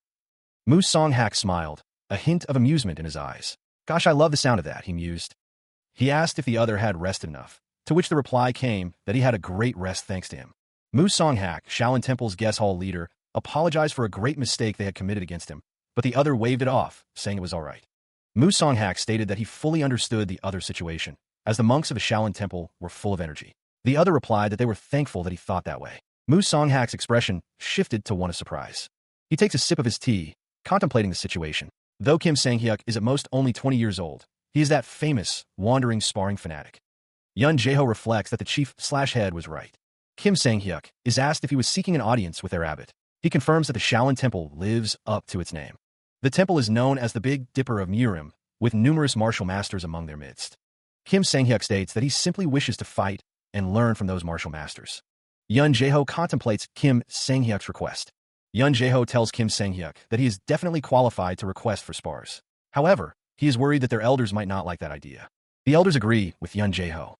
Kim Sang-hyuk knows that Yun Jae-ho has much to lose after all. That's why he's always added the condition that the spars would be unofficial. Yun Jae-ho asks what Kim Sang-hyuk intends to do. Kim Sang-hyuk asks if there's any way around this. If what he's after is just the spars, then it doesn't have to be the elders, right? Yun Jae-ho states that as compared to him, who has nothing to lose, Yun Jae-ho suggested that there are times when one would learn more from teaching others, and to go with a guidance spar. Kim Sang-hyuk reacted with a gasp, as if struck by a sudden realization. It seemed to him that they were suffering because of him right now. Yun Jae-ho quickly interjected, asking him not to say that. Yun Jae-ho stated that they wouldn't have anything to say because of their own lack of experience. He then asked if he could perhaps ask a question, to which Kim Sang-hyuk replied, of course. Kim Sang-hyuk, who is in the Shaolin Temple, wondered if he is the most obsessed with training. The scene shifts, showing a glimpse of the temple amidst falling autumn leaves. Yun Jae-ho remarked that it looks like Kim Sang-hyuk likes autumn leaves. Yun Yua agreed, stating, yes, the autumn leaves. Kim Sang-hyuk thought that this might sound a little offensive. Yun Jae-ho questioned Kim Sang-hyuk, but because of his nickname, Wandering Sparring Fanatic, he thought that he was just a martial artist who only cared about fighting. Kim Sang-hyuk laughed, asking if that was so. A fist clenches, surrounded by green aura. With a shout, Kim Sang-hyuk executes a martial arts technique, a surge of green energy radiating from his form. Yun Yua observes, remarking that he is the same person from just now, the one who helped her with the rest of the monks. The conversation shifts to another monk, one they've probably heard of, Won-ho, the pride of Shaolin, and a likely candidate to become the next abbot. It's said that if you ask anyone who's obsessed with training in Shaolin, they'll tell you it's the little Buddha dragon, Won-ho. Yun Yua wonders aloud how many times he repeats that action. Kim Sang-hyuk continues his training, emphasizing the importance of basics, stating that a building without a steady foundation will collapse. Yun Yua considers this, but ultimately finds it inefficient. A split image shows both Yun Jae-ho and Kim Sang-hyuk, each with their own thoughts. Yun Jae-ho, surprised, asks what Kim Sang-hyuk means by that. Yun Yua begins to explain her reasoning. Kim Sang-hyuk simply states that training methods like this are inefficient. Kim Sang-hyuk begins, explaining his point of view. Yun Jae-ho counters, stating that training methods like the current one are inefficient. The sound of falling leaves echoes around them. The two stand on a bridge, the autumn leaves swirling around them as they continue their discussion. Kim Sang-hyuk chuckles, suggesting that while it may seem repetitive, it's to build a stronger foundation.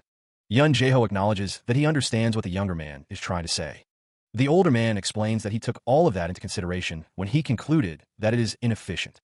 Yun Jae-ho asks if Kim Sang-hyuk is saying that he's wasting his efforts. Kim Sang-hyuk clarifies that it's not really wasting his efforts, but using in the wrong direction, wondering if he looks like he's heading in the wrong direction. Yun Jae-ho, his expression hardening, asks if Kim Sang-hyuk is serious, clarifying that he's talking about a real fight. The two stand apart, the tension palpable as Yun Jae-ho wonders aloud about a real fight. A memory surfaces, a real fight, where countless variables shift the balance. The weather, the location, the number of opponents, all factors in the equation of combat. From his point of view, Kim Sang-hyuk believes they are ignoring those variables. Can you? The man's expression hardens, demanding that someone take responsibility for what they just said. Kim Sang-hyuk smiles, declaring that actions speak louder than words. It will be faster to show it in person. He requests to spar with the little Buddha dragon. With a burst of energy, Kim Sang-hyuk leaps into the air. Autumn leaves fall gently, painting the scene with vibrant colors. In the courtyard, two figures stand ready. Won-ho sighs, perhaps regretting introducing him to the little Buddha dragon. Yun Jae-ho, with a slight smile, wondered aloud if that was the wandering sparring fanatic he'd heard about. Another monk addressed the abbot, inquiring if Won-ho would be representing the Shaolin Temple in the upcoming spar. The monk explained that he had recommended the little Buddha dragon because he was the person most obsessed with training in the Shaolin Temple. The monk admitted his worry that he might have made a wrong judgment in recommending Won-ho. Yun Jae-ho reassured him, stating that everything would be all right and that what he was worried about wouldn't happen. The monk was sure that Kim Sang-hyuk hadn't provoked Won-ho for no reason. Kim Sang-hyuk mused to himself, thinking that he'd be fighting with a Shaolin monk like in the movies. Something felt off to him about this little Buddha dragon guy. Won-ho was distracted, and perhaps even nervous. Kim Sang-hyuk thought to himself that it wasn't being polite to his opponent. The little Buddha dragon thought he'd have to show him something interesting. Kim Sang-hyuk prepares to show the essence of all his training. He seems to be expecting something. A foot steps forward, ready to engage. Someone declares that they are ready now. Kim Sang-hyuk, sitting on the ground, suggests they start the spar. Another foot steps forward, mirroring the previous movement. A face is shown, seemingly in shock or disbelief. Someone asks what is happening. He declares that he is taking up his position, and that he is just going to lie on the ground. Kim Sang-hyuk explains that in actual fights, there are tons of variables. He will show the extreme ends of variables now. The text Inokiali position is displayed. The panel describes the Inokiali position as being between the greatest boxer, Muhammad Ali, and Asia's greatest pro wrestler, Antonio Inoki. Martial arts fans were crazy over the match between the two legends, but the panel depicts the Inokiali position with the text not allowed to hit below the waist and pounding forbidden. The match was heavily restricted, grappling being strictly forbidden. Both fighters suffered under the weight of the rules. In the end, the limitations made the fight incredibly dull, and Yun Whitey was there. Someone is down, sprawled on the ground, while another stands over them, ready for the next move. Yun Jae-ho addresses someone, his expression serious. Sir Yun. A voice rings out, demanding a proper fight. Stop fooling around and fight with me properly. A soft chuckle follows. The demand for action continues. Start attacking already. Someone wonders if he's being too much with his jokes, while another considers the lazy donkey roll the greatest humiliation for a martial artist. Another voice chimes in, amused. Ha ha, what an interesting young man. Leave him be. He expresses genuine interest in seeing what moves he has. A face contorts in anger, teeth bared.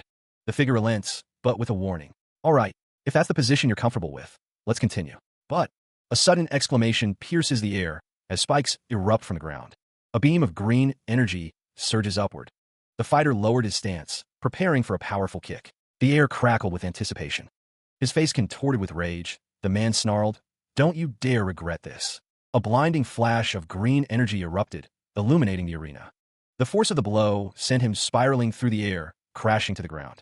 Kim Sang-hyuk grinned, observing, "It looked like that kick was meant to kill me, though." The masked man launched a swift kick, his expression intense. He wondered to himself if he was using the Inokiali position too much in Murim. Kim Sang-hyuk lay sprawled on the ground as Yun Jae-ho stood over him. The masked man pleaded, "Sir Yun, don't treat me like a fool, please." The man in the mask took a fighting stance, knowing that he was taking up that weird position because he wanted to neutralize Kim Sang-hyuk.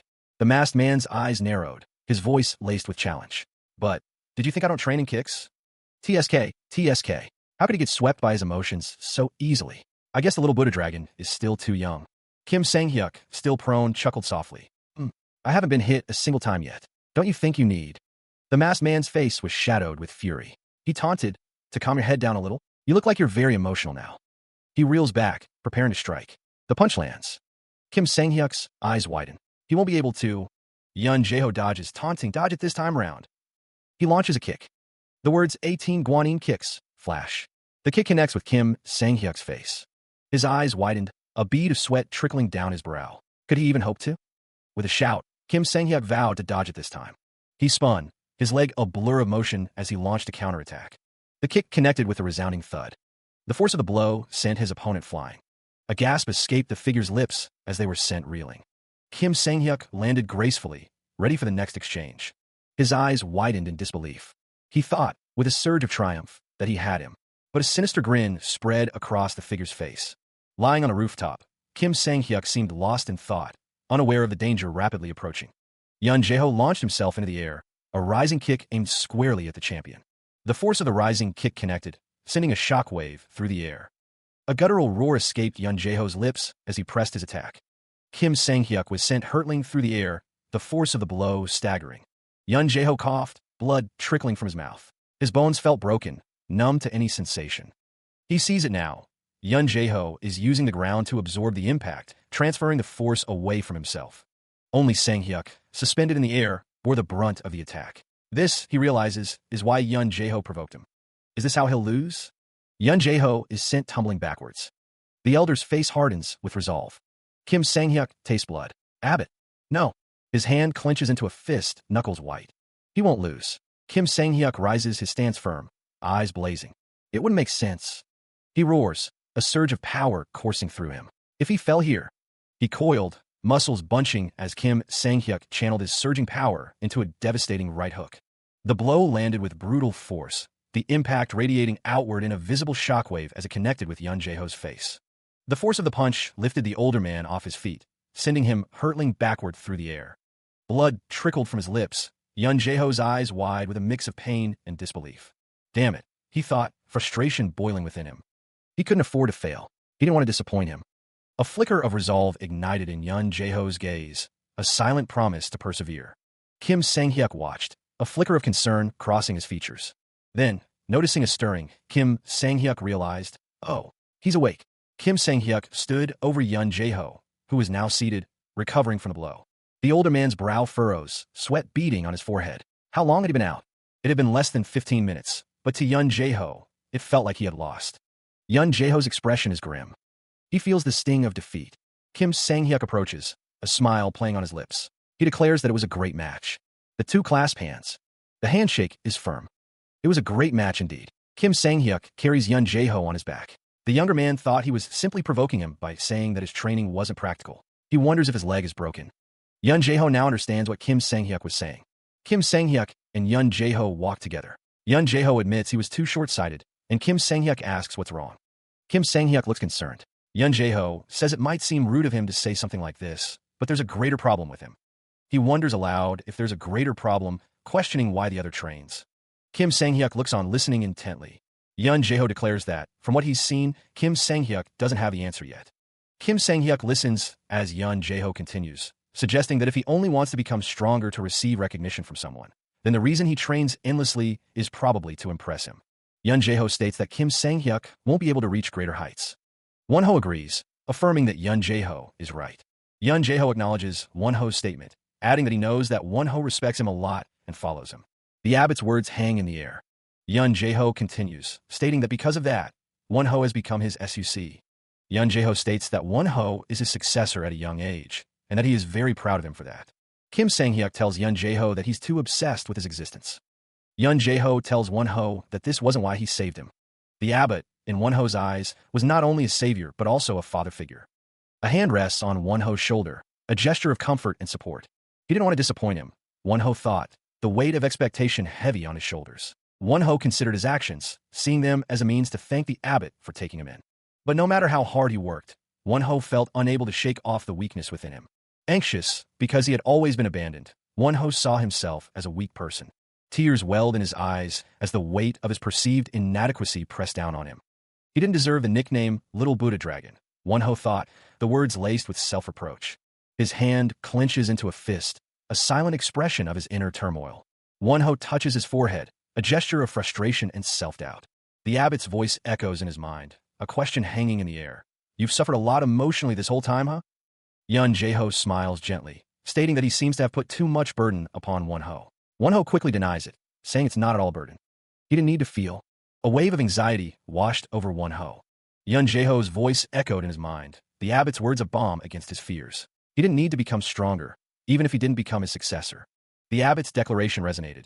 He was the son he was proud of, and that wouldn't change. A choked sound escaped him. Wasn't it the role of a parent to seek recognition from their children instead? The memory of his father's touch lingered. Tears welled in Won-ho's eyes. He whispered a soft affirmation. Yes, father.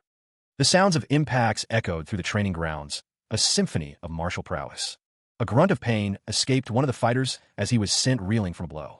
Prostrate on the ground, the defeated fighters still managed to croak out, "Sir, it was a great match." The man in blue robes responded, It was a great match." The man in blue robes turned, a glint in his eye. "It's time for the next person to get ready." The courtyard was littered with bodies, testament to the champion's skill. A chorus of voices pleaded, "Enough, someone save us." Kim Sang-hyuk tilted his head, a hint of surprise in his voice. They're all tired already." A voice called out, "Are you done with the spars already?" Another voice chimed in, "Oh, if it's okay with you, would you like to spar with me?" A figure leaning on crutches chuckled, As you can see, I still can't spar yet." The air crackled with energy as another bout began, the ground itself seeming to buckle under the force. A roar of exertion echoed through the training grounds. Kim Sang-hyuk adjusted his stance, declaring, "It's okay. I'm almost all healed. More importantly," he reflects on his recent injuries, concluding that his lack of skill was the cause. Relief washes over someone as they hear this sentiment. Another voice chimes in, eager to share some news. A stoic gaze pierces the distance. The words, "the dragon phoenix meet," hang in the air, a question posed by the architecture itself. The Murim Alliance will soon host the event. The Dragon Phoenix meet is a sign of the Murim Alliance's prosperity. The Orthodox faction's rule has allowed the Murim Alliance to gain influence. But the longer the peace lasts, the more the younger martial artists grow restless, craving battle. With nowhere to express their desire for reputation and victory, one man asks, "Want to fight?" Another eagerly responds, "I'd love to. Let me join in." The Murim Alliance pondered this issue and decided to hold an official sparring competition every 2 years. The Dragon Phoenix meet. Kim Sang-hyuk considers the upcoming sparring competition, noting that there are 2 months left until it starts. You just need to head over to the Honan branch to take part in the preliminaries. He wondered aloud what Yun Jae-ho thought about joining the Dragon Phoenix meet with him. The Dragon Phoenix meet. It was split into 2 generations, the younger ones participating in the first round. Yun Jae-ho confirmed that if they were to participate, it would be for the first round. Honestly, he hadn't thought Kim Sang-hyuk would like the idea of this. He simply responded, yes. Since he was... Kim Sang-hyuk wondered if Yun Jae-ho didn't want to fight martial artists around their age, already strong enough to fight with the higher ranks of the Murim's top 100 martial masters. Yun Jae-ho chuckled, asking if it was that obvious. Despite that, he wondered how about giving it a try. There are times when looking back at yourself is better than just looking in front and running ahead. Yun Jae-ho admitted that he had also been running ahead and looking at the front himself up until recently, asking if Kim Sang-hyuk didn't enlighten him on that. Above all, Kim Sang-hyuk declared he'd like to fight with Yun Jae-ho once more. Yun Jae-ho smirked. He looks at Kim Sang-hyuk, a competitive fire in his eyes. Yun Jae-ho declares that they should fight again in the finals. Below, a caption states, "This is how the relationship." Kim Sang-hyuk smiles, a hint of anticipation in his expression. Yun Jae-ho returns the smile, seemingly accepting the challenge. 2 months later, the tournament arena bustles with activity. Fighters clash in the ring, surrounded by spectators. A burst of energy explodes outward. A fighter launches a powerful kick, connecting with his opponent. Another fighter skillfully blocks a kick, preventing a direct hit. Yun Whitey stands victorious over his defeated opponent. The announcer declares that Yun Whitey of the Golden Tiger Wall has won. Yun Jae-ho is congratulated on making it past the preliminaries. A building stands tall, its architecture suggesting a place of martial arts training. He released a heavy sigh, the weight of the upcoming tournament pressing down on him as he stood amongst the assembled crowd. Yun Jae-ho's brow furrowed, his mind racing. The little Buddha dragon had likely already arrived at the Murim Alliance. A voice, laced with apology, broke through his thoughts. "I'm sorry, Sir Yun. I got it wrong." Yun Jae-ho explained that he was already qualified to participate in the main match as the representative of the Mount Songlin temples. "Pardon? What are you talking about?" A figure walked away, promising to prepare the place for Won-ho, the little Buddha dragon, and assuring him that he would easily pass the preliminaries. Yun Jae-ho paused, a flicker of confusion crossing his face. "What?" Someone scoffed, thinking that renowned groups would automatically qualify for the main match. The same person continued to grumble, declaring that the world was unfair. Yun Jae-ho's gaze shifted as someone called out to him, "Hey, old man." A young boy extended a letter towards him. "Yes, please take this." Yun Jae-ho accepted the letter, a question forming in his mind. "What's this?" The boy shrugged, admitting he wasn't sure either, but a pretty lady had asked him to give it to Yun Jae-ho. He stared at the letter, rereading the words. "An old man? Just kill me, mister," he thought before pausing. "Wait a minute." His eyes widened in disbelief. Could it be a pretty lady? He blushed, imagining that she fell in love with him after watching his match. He smirked, thinking, well, I guess even I thought I looked cool. His expression hardened with determination. This is... Elsewhere, the Lotus restaurant awaited. Inside, patrons enjoyed the ambience. A hand stirred a drink. The spoon clinked softly against the glass. 2 figures stood nearby, watching the woman at the table. The woman in the red hood smiled gently. "Thank you for coming after reading the letter." Sir Yun sits at the table, his hands clasped in front of him. Yun Jae-ho's expression hardens as he wonders if she's been investigating him, a thought that doesn't sit well. Yun Jae-ho decides to be direct, wanting to know who she is. The woman in the red hood apologizes if she has offended him. She reveals that she is from the Murim Alliance. The woman introduces herself as the heavenly sect leader, Seo Mayan. A voice declared allegiance, stating they were from the Murim Alliance. The speaker identified herself as Seo Mayan, the heavenly sect leader. Kang Sang-hyuk and the others looked on, stunned by the revelation. Kang Sang-hyuk, covering his mouth, asked if they could refrain from staring. A man's eyes widened as he realized something. He thought, wait a minute, the heavenly sect leader. The man realized that meant she was the previous leader. Seo Mayan smiled. The Dragon Phoenix meets winner, the Archer Empress. The unique and mysterious heavenly sect is also a sect that is succeeded by one person. They're a strange sect that wields bows and only allows women to succeed as the head. The current heavenly sect leader, Seo Mayan, is not even 30 years old. He is already an extraordinary genius who has reached the level of a supreme peak martial master. She is also the last Dragon Phoenix meets victor. She was part of the Murim Alliance? The champion's surprise was evident. The Heavenly Sect leader's expression was unreadable as she wondered aloud what the Murim alliance wanted with her. Kim Sang-yuk adresistit had formally. They needed her help. The champion mentioned an energy barrier, his brow furrowed. Kim Sang-hyuk explained that he had erected the energy barrier earlier. Seo Mayan questioned why he was informing her about it. The champion inquired if she had stayed in the Shaolin Temple recently. Kim Sang-hyuk relayed that the Buddhist saint had vouched for her trustworthiness, chuckling softly. Seo Mayan seemed skeptical of the Buddhist saint's assessment. Kim Sang-hyuk suggested they focus on what she needed help with first. The champion noted that interferences often arose during the Dragon Phoenix meet. Kim Sang-hyuk stated that something significant had occurred during the last Dragon Phoenix meet. Seo Mayan stood firm, her voice echoing in the Honan Murim Alliance branch. She spoke with conviction, her words hanging in the air. It didn't seem like there were. Kim Sang-hyuk took a sip from his cup, his mind wrestling with the situation. Any problems from the outside, though? What could be the problem? He mused, thinking of the current Honan Murim Alliance branch leader, So Wuchan. A memory surfaced. So Wuchan had colluded with a few sects to manipulate the results of the preliminaries. That's serious corrupt behavior.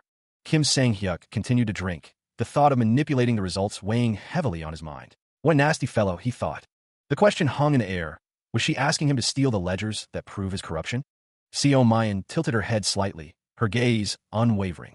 Pardon? Easy? What makes you say that? Kim Sang-hyuk took another sip, the memories of his past swirling within him. Since you were once the chivalrous fist divine thief. Seo Mayan's expression softened with concern. Oh my, are you okay? She asked. Kim Sang-hyuk nodded slightly, still lost in thought. Igriegajis. To think she found out about that. So this is what the information network of the Murim Alliance is like. Seo Mayan held out a small, ornate plaque. There's no big risk involved. She paused. This is... Seo Mayan explained. It's a plaque that proves that you're an inspector of the Alliance. If you have that, no one in Hunan will be able to harm you at all. Yun Jaeho pauses, considering the implications of the request. He thinks to himself that even if they are caught stealing the ledgers, once they show that, the light catches the side of his face as he contemplates. He agrees to the request. Meanwhile, Seo Mayan smiles, stating that it's all about give and take. Yun Jaeho pauses again, a thoughtful expression on his face. He asks what she wants. Meanwhile, a villainous figure grins widely, a gold tooth glinting in the light, and exclaims, "Oh gosh." So Wuchan, the Honan Murim Alliance branch leader, expresses his honor at the Archer Empress's visit to their branch. Yun Jaeho chuckles, remarking that So Wuchan's face looks like it's laced with gold. Seo Mayan laughs, taking that as a compliment, and invites him to come in.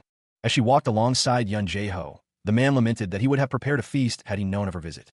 The man continued, explaining that they had been busy with the preliminaries, but Yun Jaeho then inquired about the reason for Seo Mayan's sudden visit. She stated that she came because of that. Yun Jaeho, confused, asked her to repeat herself. She explained that she had heard many new martial masters would be participating, so she came to watch the preliminaries. Seo Mayan looked at Yun Jaeho, awaiting his response. Yun Jaeho suggested that it would be great if she would allow him to show her around. Seo Mayan asked if that would be all right. Yun Jaeho responded that it would be his pleasure, suggesting they go up to... Seo Mayan apologized, stating that she would like to watch the preliminaries first, asking if that would be okay. A man with an eager expression assures someone that he will bring them there right away. Elsewhere, instructions are given to clean up the blood as quickly as possible once the matches are over, and to prepare the most expensive snacks and tea for an important guest.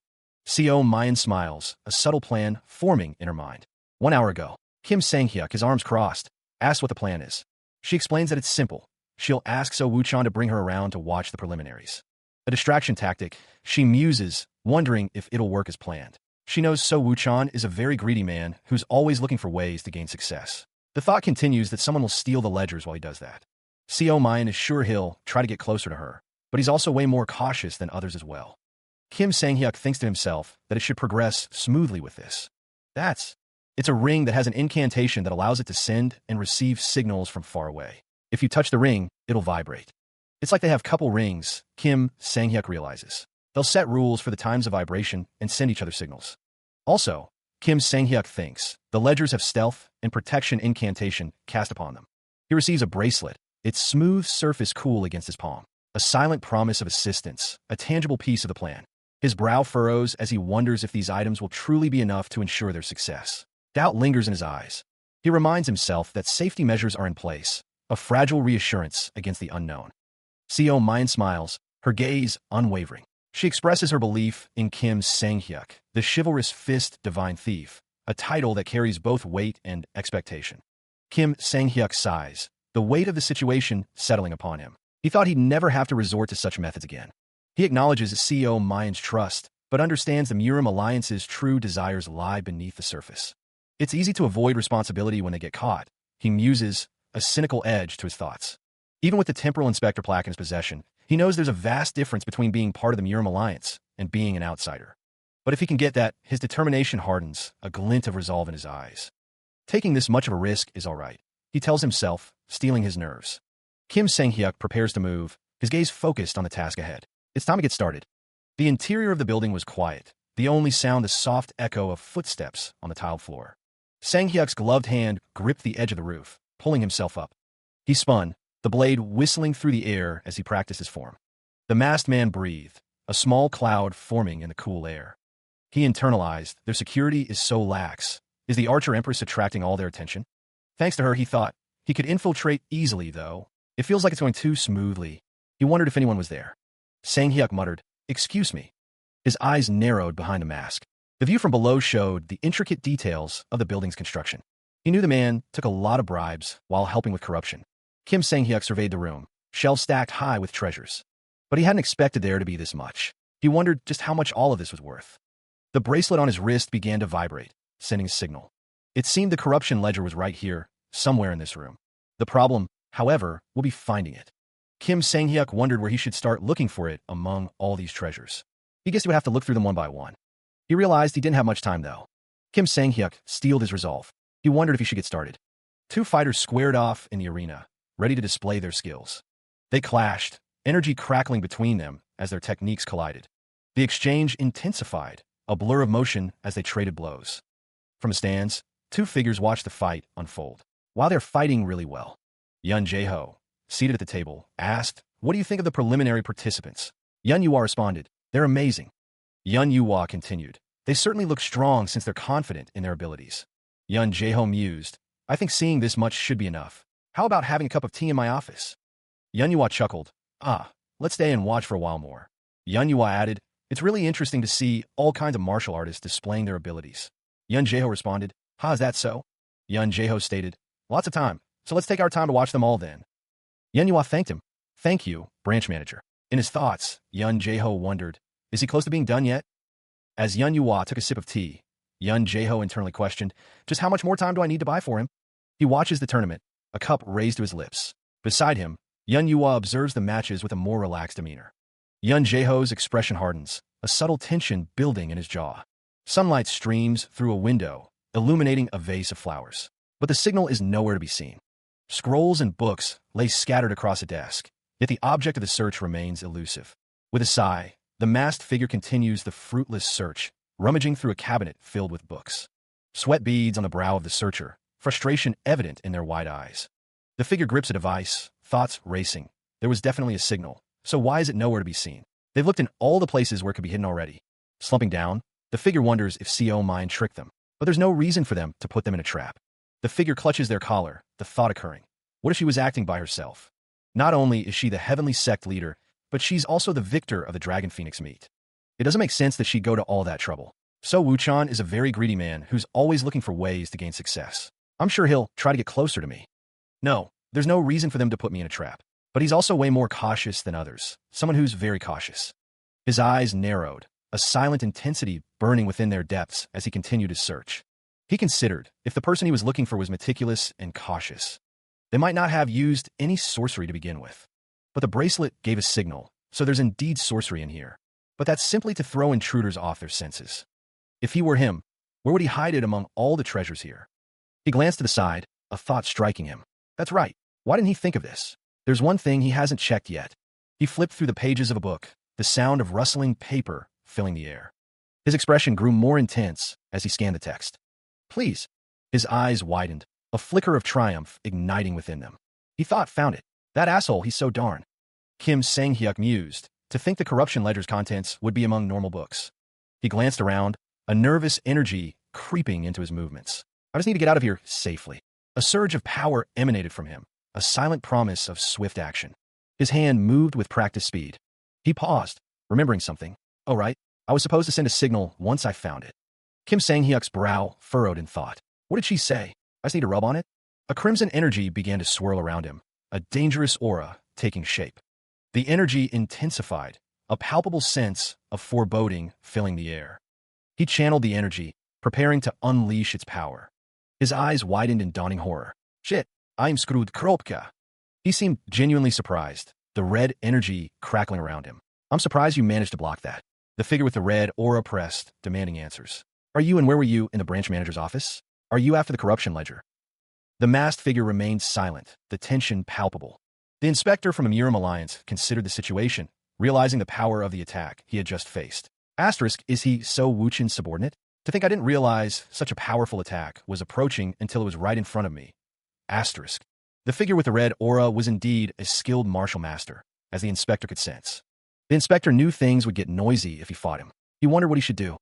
A glint of determination flashed in the inspector's eyes. He gripped the tag in his hand. The inspector declared, I'm an inspector from the Murim Alliance. I'm here to confiscate the corruption ledger that contains the corruption of the Hunan branch manager, So Wuchan. The inspector warned, if you dare to harm me now, you'll be making enemies with the Murim Alliance. The figure with the red aura scoffed. So what? The red aura intensified as the figure drew his sword, preparing for a fight. He smirked, a low chuckle escaping from behind his mask. Cuckoo. He supposed this was how it had to be. This was great because he loved it. The clash of steel echoed through the training hall. He relished the challenge. Fighting strong people like you. The force of the blow sends Kim Sang-hyuk flying backwards through the air. His masked opponent crouches low, blade at the ready, preparing to capitalize on the advantage. Meanwhile, Kim Sang-hyuk recovers, meeting the descending blade with a clash of his own. The champion manages to block the strike, red energy flaring as the two swords meet. The masked figure prepares a heel hook technique, blue energy crackling around the blade. The world spun for Kim Sang-hyuk as he was pulled down, the heel hook threatening to end the fight. A pained grunt escaped him as the pressure mounted. The masked opponent watched with anticipation, confident in his technique. Another grunt, this one laced with a hint of desperation. But then, a surge of power. Kim Sang-hyuk, against all odds, managed to break free, his eyes widening in disbelief. With blinding speed, he launched a counterattack. He's indeed a martial master, Kim Sang-hyuk thought, impressed that his opponent was able to launch a counterattack to get out of the hook.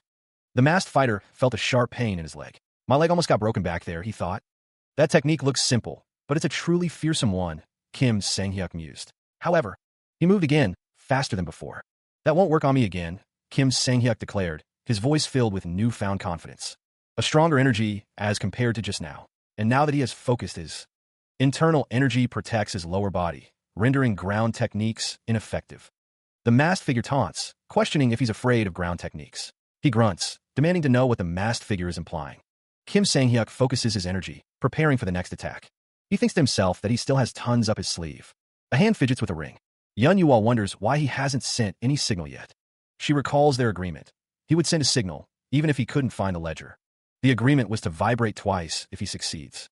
Yun Yua's worry intensifies. She thinks that there shouldn't be a martial artist in here who's capable of subduing him. She looks at Kim Sang-hyuk, concern etched on her face. What are you thinking so seriously about? Kim Sang-hyuk smiles sheepish. Oh my apologies. It seems my mind drifted off for a little while. He chuckles, adding that it's natural for someone at a high level of martial arts to be thinking more. Kim Sang-hyuk then suggests, shall we go to my office now? Yun Yual responds, I want to watch the matches for a while more. Kim Sang-hyuk laughs softly. Aha, I guess you had a lot to think about. Yun Yua's expression turns serious as she points out, the scheduled matches today were over a long time ago. She continues, finding it truly strange. You'd always say that you wanted to watch the matches whenever I mention heading over to my office. Yun Yua's eyes narrow slightly. It's as if you don't want to go to my office. Kim Sang-hyuk's face is unreadable. Yun Yua's voice is soft, almost a whisper. How could that be? She presses him, her gaze intense. But why do you keep trying to bring me to your office? Kim Sang-hyuk smiles, a hint of nervousness in his eyes. Well, since my office is empty right now, I just wanted to show you what my office is like. She considered the possibilities, her brow furrowed in thought. Could there be a thief after her office? A tense silence hangs in the air. Her hand rests on the table, a subtle sign of her unease. A foot steps forward, the sound echoing in the room. Yun Yual and Kim Sang-hyuk found themselves surrounded, the glint of steel a silent threat. Yun Yual, her expression hardening, demanded, what do you think you're doing? Kim Sang-hyuk chuckled, a glint in his eye. Did you think I'd fall for your trick? He knew it from the start. Kim Sang-hyuk continued, his voice laced with amusement. You probably sent your subordinate to get the ledger of my corruption. His expression turned cold. But you've underestimated me. You will never be able to find the ledger. The air crackled with tension as Kim Sang-hyuk snarled. Even if your subordinate does find it, he'll probably die by my mercenary's hands. A sinister grin spread across his face. You've forgotten one thing. The woman in red and white stood tall, a crimson aura radiating from her form. She challenged, her voice echoing with power. Who do you think I am? Her eyes glowed with an intense red light, the air crackling with energy. Yun Yua pressed her advantage, demanding, Do you think you can defeat me with just these people? Nearby, one of the men, face contorted in anger, jabbed a finger towards the woman. He barked at his companion to stop acting so tough. The sound of splintering wood and collapsing stone echoed through the courtyard as a nearby building was reduced to rubble. Yun Jae-ho and his companion watched in stunned silence as the structure crumbled, the dust swirling around them. High above, Yun Yua engaged in a fierce aerial battle, her movements a blur of red against the blue sky. The clash of steel rang out as she parried a blow, sparks flying from the point of impact. The air tasted of ozone and burning metal. One of the onlookers gasped, her eyes wide with fear as the battle raged before her. With a swift, deadly grace, Yun Yua pressed her attack, her blade a crimson streak against the chaos. A cry of pain pierced the air as one of her opponents was struck, sent hurtling backward through the air. Another fell before her, the sound of the blow echoing through the courtyard. One of the remaining fighters, realizing the tide had turned, cursed under his breath. Damn it, there's too many of them. She grits her teeth, a bead of sweat trickling down her temple. Yun Yua knows she needs to intervene, and fast. A masked figure observes the fight, a grim assessment forming in their mind. Sir Yun, they think, won't be able to win at his current level. The fighter shifts his weight, preparing for the next exchange. Yun Yua stands her ground, her gaze fixed on her opponent. She challenges him, demanding to see the full extent of his power. Don't tell me that's all you have, she taunts. Meanwhile, Kim Sang-hyuk, perched on a rooftop, narrows his eyes. He realizes his attacks are being deflected. The fighter's stance falters, his breathing growing heavy. He thinks to himself that he doesn't have much stamina or internal energy left, and he can't use ground techniques against him. He grits his teeth, realizing he also deflects his standing strikes easily with his sword techniques, so there's nothing he can do. Kim Sang-hyuk winces, clutching his injured arm. He realizes he's only accumulating injuries. His eyes widen in disbelief. Wait a minute, he thinks he deflects my attacks. The masked figure remains silent, their expression unreadable. The fighter's legs tremble, but he declares, I'm sorry, but it's not over. Kim Sang-hyuk's eyes blaze with determination. He thinks to himself that he still has one last thing up his sleeve. He paused, a sense of being watched prickling at the back of his neck. Standing on the rooftop, Kim Sang-hyuk remained vigilant, his gaze sweeping across the surrounding rooftops. A voice echoed, seemingly from nowhere, posing a stark question. Is this your last struggle? Kim Sang-hyuk countered, his voice steady despite the unseen presence. Have you heard of Kyokushin? Kyokushin Karate. It is a school of Japanese karate that Choi Young, a Japanese in Korea, founded. It is different from a usual pro mixed martial arts, as it places emphasis on practicality in fights. Because of that, Kyokushin might actually be most suited for Murim. But Yun Whitey did not like to use Kyokushin. Yun Whitey prepares, energy crackling around his hand. He wonders what could the reason be. Red energy swirls around Yun Whitey. The energy intensifies, because he would rather deal a huge blow than block attacks. He thinks that Kyokushin is not in line with his style of fighting. He gathers energy, the ground cracking beneath his feet as Yun Jae-ho prepares to unleash his attack. With a burst of speed, Yun Jae-ho launches himself forward, a trail of energy marking his path. The mask reveals a grim determination. Kyokushin, he thinks, is able to inflict fatal injuries. The technique manifests as a dark, menacing force, a clear and present danger. The energy intensifies, Yun Jae-ho's eyes glowing with focused power as he closes in. The attack connects with a deafening impact, an explosion of energy rippling outwards. The assault continues, a relentless barrage of force and speed. Kim Sang-hyuk can feel the immense pressure from each of Yun Jae-ho's moves, sweat beading on his brow. But his internal energy didn't increase, Sang-hyuk realizes. It's like he simply became more serious with each move. And has more bloodlust? Yun Jae-ho laughs, finding Sang-hyuk's increasing bloodlust ridiculous. Is this all your last struggle amounts to? Yun Jae-ho taunts. Red energy crackles around Kim Sang-hyuk as he prepares to unleash his counterattack. He focuses his energy, preparing to strike. A surge of power emanates from his hand, ready to deliver a devastating blow. But a sudden strike catches Kim Sang-hyuk off guard. Kook, he grunts, recoiling from the unexpected attack. Yun Jae-ho grits his teeth, thinking, damn it, his footwork is way too hard to deal with. The man pants heavily, realizing, this is why it's pointless to use Kyokushin. But Kim Sang-hyuk leaps into the air, closing the distance between them. Yun Jae-ho realizes he definitely seems more rushed now. But it's too late. Kim Sang-hyuk's strike lands. The strikes continue to rain down on Yun Jae-ho. It's probably because he felt threatened by his unfamiliarity with Kyokushin. Kim Sang-hyuk prepares another attack, thinking, I probably will only have one last attack. Kim Sang-hyuk focuses, trying to find a way to end the fight. He thinks, how can I stop him? While his footwork is fast, most of it goes in a straight line. It's probably because it's hard for him to change its direction. Kim Sang-hyuk continues his assault. In that case, the answer is actually surprisingly simple. Kim Sang-hyuk declares, preparing for his final strike. He lunged forward, his hand outstretched, a blue aura crackling around his fingertips. Yun Jae-ho's eyes widened, a flicker of fear crossing his masked face. With that beaten-up body of his, Yun Jae-ho wondered if he could truly escape. He continued to flee across the rooftops, thinking, does he think he can get away from me? Kim Sang-hyuk pursued, a determined glint in his visible eye. Yun Jae-ho continued his desperate flight, leaping across the rooftops. The champion remained hot on his heels, closing the distance with each stride. Yun Jae-ho realized, I got him hooked. Kim Sang-hyuk's pursuit continued, undeterred. With a desperate leap, Yun Jae-ho launched himself from the rooftop, silent, echoing in his mind.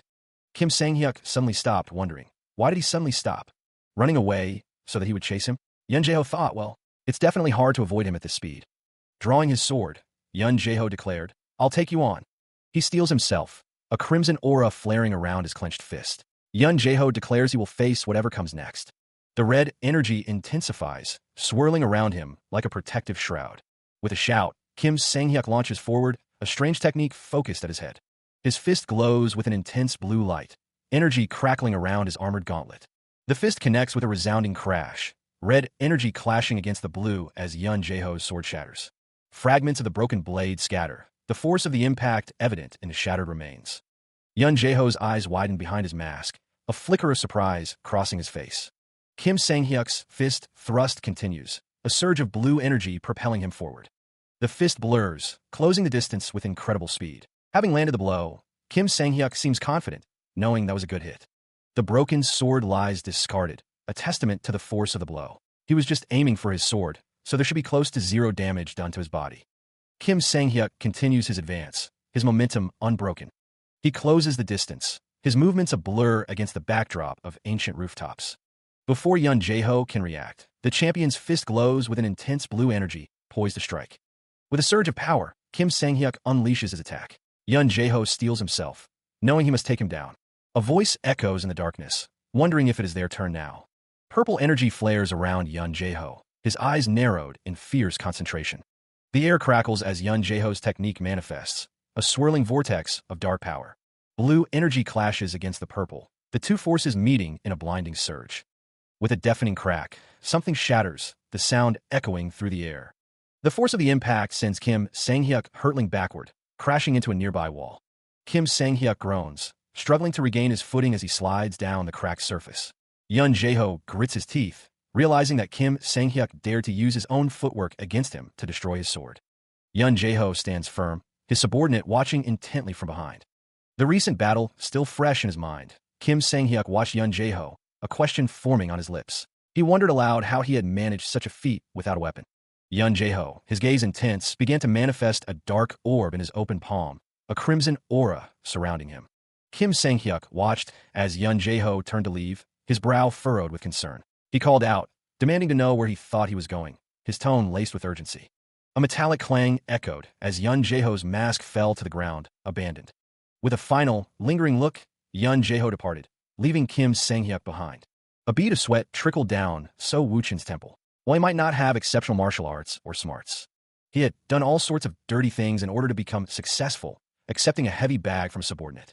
That's how So Woo-chan climbed his way to become the Hunan branch leader of the Murim alliance. Was this what success tasted like?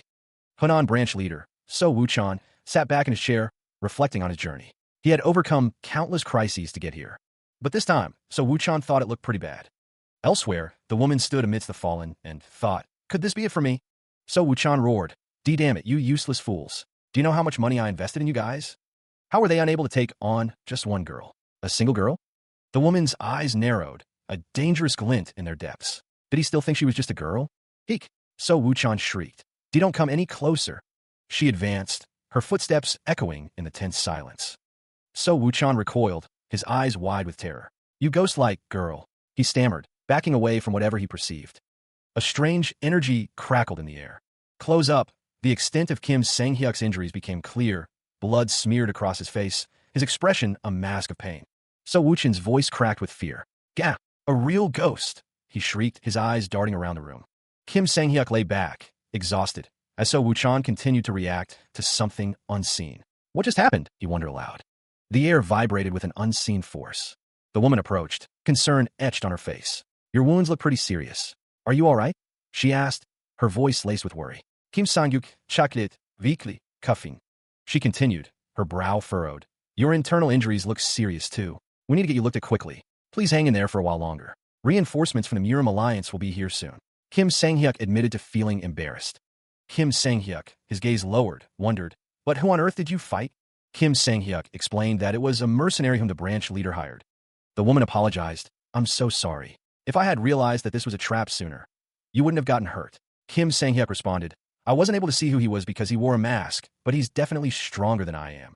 Kim Sang-hyuk insisted, "It's not your fault. This is just simply because I was too weak." His face still bearing the marks of the recent fight, Kim Sang-hyuk recalled, "And he said we would meet again soon as he spared my life." Yun Yua's eyes widened, a flicker of worry crossing her face. She questioned, her voice laced with concern. What? What does he mean by that?" Kim Sang-hyuk's gaze drifted into the distance, a thoughtful expression settling on his features. "Then he'll definitely appear at the Dragon Phoenix meet."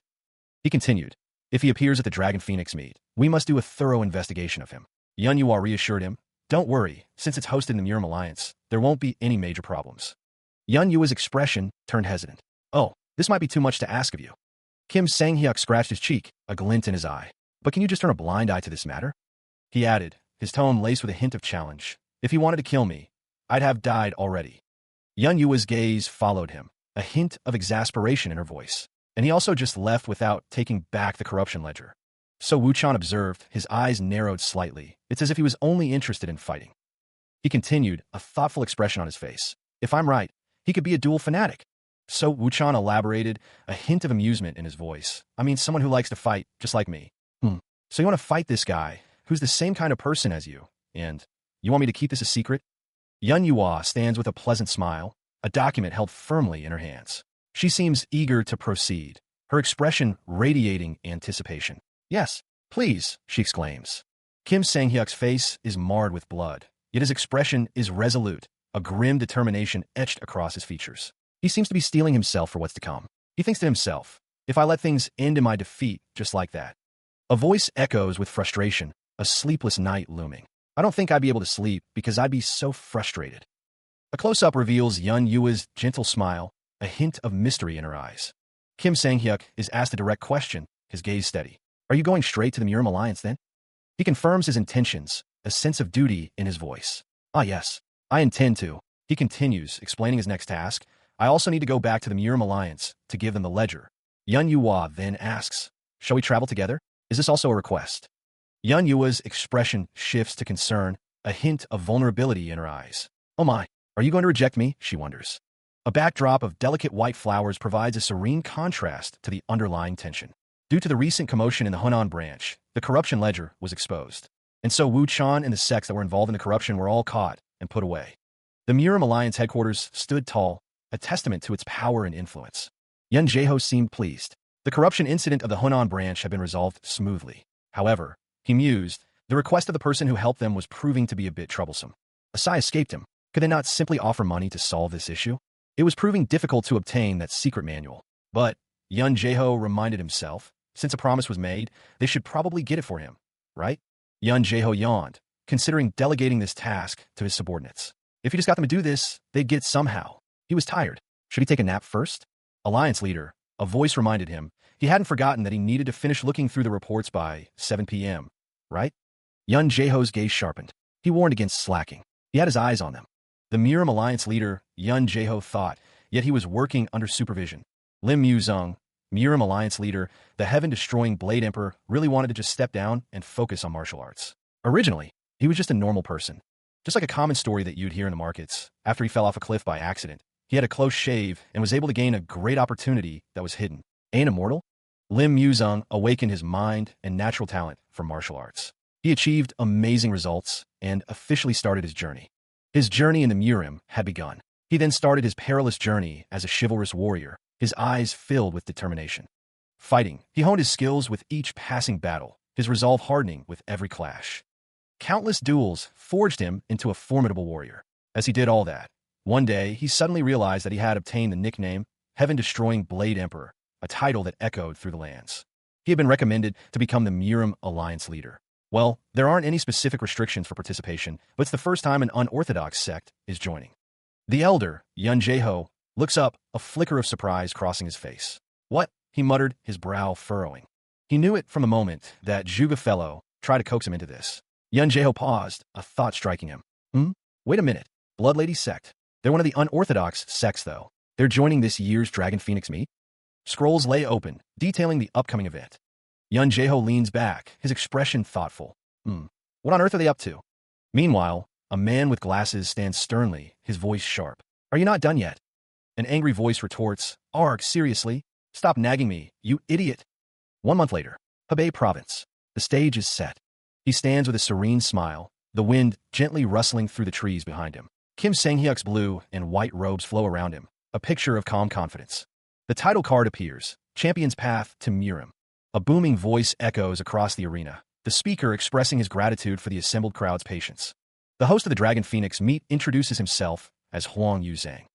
Huang Yuzhang gestures grandly, indicating that the Dragon Phoenix meet is about to begin, the core of orthodox sects and the Murim Alliance leader watching from the heavens. Before the event commences, it is announced that Destroying Blade Emperor Lim Muzong would like to say a few words, while a subordinate whispers a warning to the Alliance leader not to do anything stupid. One of the men reads a document with a look of concern. The man with glasses sighs, stating that since he's been assigned to do the opening for the Dragon Phoenix meet, he'll say a few words, adding that it's a normal start this time. The man with glasses thinks to himself that this was what he wanted to say. The man with glasses seems to be questioning himself. He throws the document into the air, having only one thing to ask of this Dragon Phoenix meet. Huang Yuzhang raises his arms, exclaiming for everyone to enjoy the duels, while someone else thinks that they're screwed. He watched from above as the preparations continued, the energy of the upcoming Dragon Phoenix meet palpable even from this distance. A voice boomed, echoing the sentiment on everyone's minds. Fight to your heart's content. Kim Sang-hyuk leaned against a wall, arms crossed, a slight smile playing on his lips. He seemed more carefree than Sang-hyuk had anticipated. The sound of footsteps approached, a rhythmic thud against the wooden floor. Sang-hyuk mused that the tournament-style competition was something he hadn't experienced much, even in his previous life. It was a little worrying, but it looked like fun. Before the Dragon Phoenix meet even started, the lineups for the 64 martial artists who passed the preliminaries were announced. Yun Jae-ho stood nearby, along with So Woo-chan and Yun Whitey. The competition format, Sang-hyuk thought, was like a tournament from his previous life. Did they say the tournament would take place over 3 days? In that case, it'd be crucial to preserve one's stamina, Sang-hyuk realized. He wondered if the masked guy was among the contestants, then sighed. The only thing he knew about him was his voice and the martial arts he used. This was frustrating. Don't need to look out for martial artists that use palm techniques first? Phew, forget it. Sang-hyuk would probably end up fighting everyone anyway. The announcement echoes. The first match is about to begin. It was only a matter of time before he spotted him watching the matches. The call goes out for the contestants to take their places. Kim Sang-hyuk wonders if he should get going then. Yun Whitey's name is called. Yun Whitey wonders if he is being addressed. Ji Seo-hyuk scoffs, incredulous that he isn't recognized as the Tai Sword Dragon. He declares that Yun Whitey is unlucky to have him as his first opponent. Ji Seo-hyuk want to save Yun Whitey some face by going easy on him, but that wouldn't be respectful of him as a martial artist. Yun Whitey demands to know if he was just ignored. The crowd murmurs, shocked that the great Tai Sword Dragon was ignored. They believe he must be so embarrassed right now.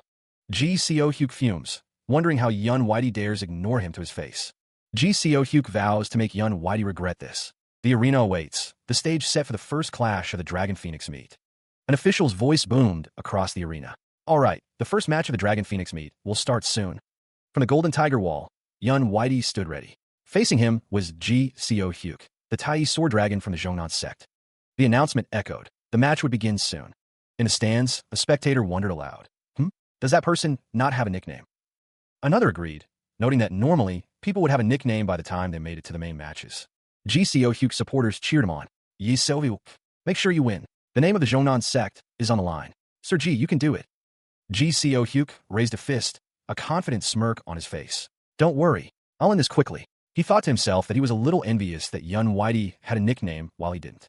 Yun Whitey simply smiled, unfazed by the display. Ji Seo-hyuk's expression darkened. What on earth is so funny? First, you ignored me. The two warriors stood face to face once more. Ji Seo-hyuk continued, and now you're laughing at me. His face contorted with rage. Ji Seo-hyuk spat. Fucker, do you think I'm a joke? He retorted, his expression hardening. No, I wasn't laughing at you. Yun Whitey responded, raising his hand slightly. I'm ready as well. Oof, I've been ready from the start. He stated, okay then. Yun Whitey's gaze intensified, his focus sharpening. With a shout, the match began. Yun Whitey immediately drew his sword. Energy crackled around the blade as he prepared his first move. With a mighty yell, Yun Whitey leaped into the air, sword raised high. He brought the blade down with incredible speed. His eyes burned with determination as the technique took form. The sword created a swirling vortex of pure energy. The merciless Tai was unleashed, a testament to his skill. From the stands, a spectator commented, "Oh, that's a move that's worthy of its name." Another added, "Haha, he's the brightest star we have at the Zhongnan sect." The spectators watch intently as the sword is described as flowing like strong river water, flexible and soft. However, one thinks it just looks fancy, without any power behind it. Ji Seo-hyuk smirks, recognizing that his opponent is using momentum embrace techniques. The technique is explained as a martial art that embraces and absorbs the enemy's attacks to neutralize them. Yun Whitey stands ready, confident in his approach. "Haha, how's that?" he exclaims. The blue energy of the sword technique swirls around Yun Whitey. Ji Seo-hyuk, observing the display, wonders what an interesting technique it is, but remains composed. "You should be glad that I'm using this on you," Yun Whitey declares. The blue aura intensifies around Yun Whitey as he asks if Ji Seo-hyuk can show him that technique one more time. He offers to show a soft technique that's on par with that too, in return. Ji Seo-hyuk laughs, finding Yun Whitey's pose ridiculous. "What's with that stupid pose?" he mocks. The clash of techniques sends ripples through the air. Ji Seo-hyuk questions if some weird technique can be compared to the formless Tai sword technique. Yun Whitey, surrounded by the swirling blue energy, is enraged by the perceived insult. "How dare you belittle the formless Tai sword technique," he shouts. Yun Whitey points forward, the blue energy crackling around him. With a furious yell, Yun Whitey strikes out with the formless Tai sword technique. Ji Seo-hyuk's eyes widen in shock as the attack connects. What is this dash, he stammers. A close-up of Ji Seo-hyuk's face reveals the intense pain he's experiencing. Ji Seo-hyuk is lifted into the air, a judo throw executed with precision. The air crackles with the force of the impact to come. A thunderous crash echoes as he slams into the ground. The spectators watch with wide-eyed shock. What could the reason be? A bead of sweat trickles down the face of one observer. The match is over. Yun Whitey stands over his defeated opponent. The Golden Tiger Wall's Yun Whitey is the winner. The announcement echoes. The match is over. Defeated, he lies sprawled on the ground, staring blankly at the sky. The Golden Tiger Wall's Yun Whitey is declared the victor. A close-up of the winner's chest. He can only manage a confused W. Rage boils over. Who the hell is he? How dare he throw a talent of the Zhongnan sect in that manner? Others struggle to restrain the enraged man. "Sir, please hold it in. Please calm down." He struggles against their grip, vowing, "Let me go. I'm going to kill him." Another observes, "Ho-ho, looks like he's pretty angry." One wonders, shall I go ask them to keep it down before things blow up any further? The other replies, "Leave them be. That old man from the Zhongnan sect won't do anything anyway. He'll just get tired from kicking up a fuss and quiet down eventually." One asks, "By the way, what do you think of that unique martial art?" The other responds, "It's indeed hard to consider it an orthodox martial art." Yun Jae-ho watches the fight, his expression thoughtful. The bespectacled man considers the concept of using the weight of one's opponent. The man with the top knot muses that the fighting style doesn't need a wide radius to perform its techniques. The voice notes that this could be more efficient as compared to Taiji. Kim Sang-hyuk, lying on the ground, wonders if pride doesn't matter as long as it's efficient. He asks if he may step off the stage now. Another spectator laughs, calling him an interesting fellow, like the wind. Someone else observes that it doesn't stay in one place and isn't restricted by any specific form, just like the wind. He yawns, feeling sleepy. The man with glasses wonders if he will become just a sweeping wind or a huge storm that will take the whole Murim by. Kim Sang-hyuk thinks to himself that he honestly already knew how people would respond if he used MMA techniques in the Dragon Phoenix meet. But he didn't think it'd be this bad. The crowd expresses their displeasure. With a sigh, he turns away from the duels, stating that he won't be able to watch them. Yun Jae-ho, his brother-in-law, calls out, questioning where he is going. Kim Sang-hyuk responds that he is going where it is none of his business, his expression firm. Yun Jae-ho's face contorts in disbelief at the response. Yun Jae-ho calls out to his brother-in-law. He compliments the match, stating that it was great. Kim Sang-hyuk chuckles, downplaying his own strength. He claims he was just lucky because his opponent wasn't strong. Yun Jae-ho states that Whitey was one of the participants who was expected to win. Kim Sang-hyuk reacts with surprise, questioning if that's the case. Yun Jae-ho, with a knowing smile, confirms that he knows that. Kim Sang-hyuk comments that the wavy-like sword did look interesting. Yun Jae-ho states that's just how skilled he is, and that the audience was surprised after they saw his technique. He mused that it was a good kind of surprise as he listened to Yun Jae-ho. Yun Jae-ho paused, a question hanging in the air before he continued, because the man admitted that he didn't have a good impression of him at first. A memory flashed of Yun Jae-ho in action. Yun Jae-ho's thoughts drifted to when he saw how desperate Kim Sang-hyuk was, and he changed his mind. Yun Jae-ho placed a hand on Kim Sang-hyuk's shoulder, reflecting on whether he had ever been as desperate as him. As Yun Jae-ho realized all of that, he became embarrassed of himself. Yun Jae-ho explained that to begin with, the biggest reason why anyone learns martial arts is to become stronger than their current self. He continued, adding that it was to be able to protect themselves and everything precious to them. Yun Jae-ho stated that maybe what's wrong isn't his martial arts, but the Murim alliance, which has missed out something important in regards to martial arts, as instead of becoming stronger, they began to think of pride and appearances as what's important. Despite saying that, Yun Jae-ho wasn't saying he'd throw away what he's learned, though. Yun Jae-ho complimented Kim Sang-hyuk, stating that his martial arts are amazing ones that even the Sword Emperor has acknowledged. He smiles, telling someone not to be discouraged. Kim Sang-hyuk thinks to himself that he is discouraged by those who only judge by appearances, but he is thankful.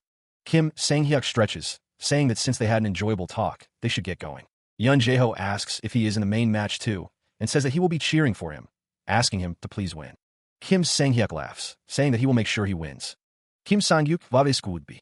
Kim Sang-hyuk thinks to himself that he is pathetic for worrying about him right before his own match. Kim Sang-hyuk tells himself to get a grip, thinking that this level of criticism is nothing compared to his previous life.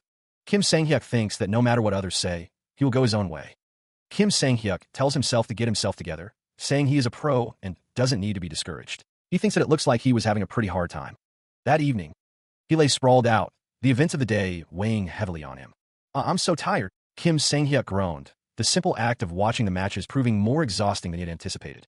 In the end, he hadn't been able to find the masked fellow, but he had come to one distinct realization. The standards of the Dragon Phoenix meet were far lower than he had expected. Although he hadn't watched all the matches, he had seen enough. Most of them were obsessed with how their martial arts looked, instead of how efficient they were. Ah, my eyes, someone exclaimed, covering their face. Honestly, if they weren't trying to find a masked fellow, they wouldn't even have watched it to the end. Kim Sang-hyuk wondered if he had set his expectations too high because this was hosted by the Murim Alliance. Maybe what's wrong isn't your martial arts, someone suggested. But the Murim Alliance has missed out on something important in regards to martial arts. Yeah, it's as he said. Kim Sang-hyuk's expression hardened, a new resolve forming in his eyes. At this rate, it's a matter of time before the Murim Alliance is done for. He paused, a thought striking him. If he were to win this competition with modern martial arts, would the Murim Alliance even realize what they were missing? A smirk crept across Kim Sang-hyuk's face. The third day of the Dragon Phoenix meet arrives. The city bustles with activity as the tournament continues. One of the men remarks that the number of interesting duels yesterday made the current situation unsurprising. Another man recalls how amazing the first match was. The Tai Sword Dragon was thrown aside like an object. One of the men wonders if he'll use that bizarre technique again, while another sighs and tells him to look at something. Someone scoffs, questioning if that kind of hooligan fighting can even be called a technique. One of the men exclaims, surprised by something. The man argues that winning is all that matters for a martial artist. Someone asks why he's so worked up, and another mentions that he heard the man bet that the Tai Sword Dragon would win yesterday. Someone expresses their belief that the bizarre martial art won't last for long, because he uses bizarre martial arts. The man grinned, amused by the rumors swirling around the martial artist. People were calling him martial eccentric. The so-called martial eccentric, Yun Whitey, was certainly making a name for himself. Another man mused that the nickname sounded more like a demonic cult member's title. Beneath the sign for the Dragon Phoenix meet, the conversation turned to Yun Whitey's origins. One man wondered if he had revealed his sect. One of the onlookers scoffed, declaring he had no interest in such things. Yun Whitey's first match had certainly caught the eyes of several people. But what people were truly interested in wasn't him, but something else entirely. It was the bizarre technique that he used that had everyone talking. The only thing they could find out about Yun Whitey was that he hailed from the Golden Tiger Wall. Thanks to that, people became even more curious about him. It seemed like everyone was paying attention to Yun Whitey. After several rising martial artists and candidates favored to win fought intense matches, a lot of people tried to look into him to find out the origins of his martial arts. But attention shifted the crowd now speculating on who would emerge as the ultimate victor of the meet. A pained yell echoed through the arena. His opponent stood over him, demanding, "Give up right away unless you want your arms to break." Defeated, he gasped, "I give up. I give up." The defeated fighter, slumped on the ground, muttered, "Cook, you're too much." The victor raised his fist in triumph. The winner is Golden Tiger Walls, martial eccentric. A hush fell over the arena. A spectator's face contorted in anger. The crowd erupted in outrage. "How is grabbing an arm by your crotch a martial art? Vulgar bastard. You're the shame of the Murim." He was told to get the fuck out. A voice echoes, calling the recent victory a shameless one. The speaker seems incredulous that the champion could smile after such a controversial decision. Kim Sang-hyuk wears a wide, almost unsettling smile. Someone shouts insults at the champion as he walks away, but Sang-hyuk thinks to himself that he doesn't care. The champion's smile remains fixed as he seems to revel in the anger of others. Sang-hyuk vows to use martial arts to prove himself by winning everything. He will show everyone that practicality is the most important thing. Elsewhere, Yun Jae-ho greets someone, asking if they have been well.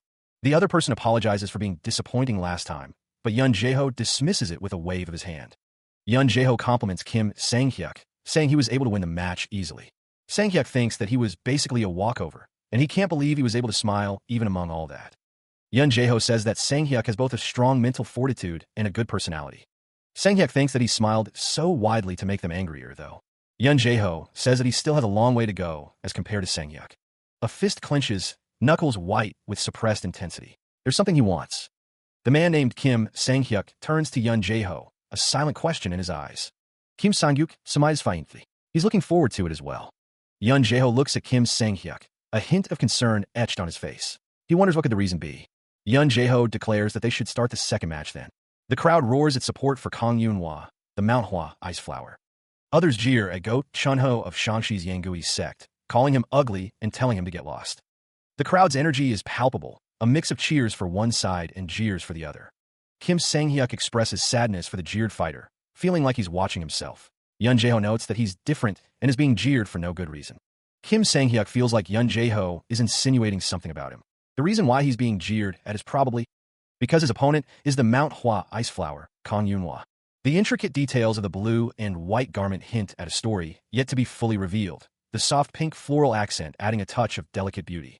As the figure walks away, a voice muses on the fact that he is just a normal martial artist from a small sect, nothing more.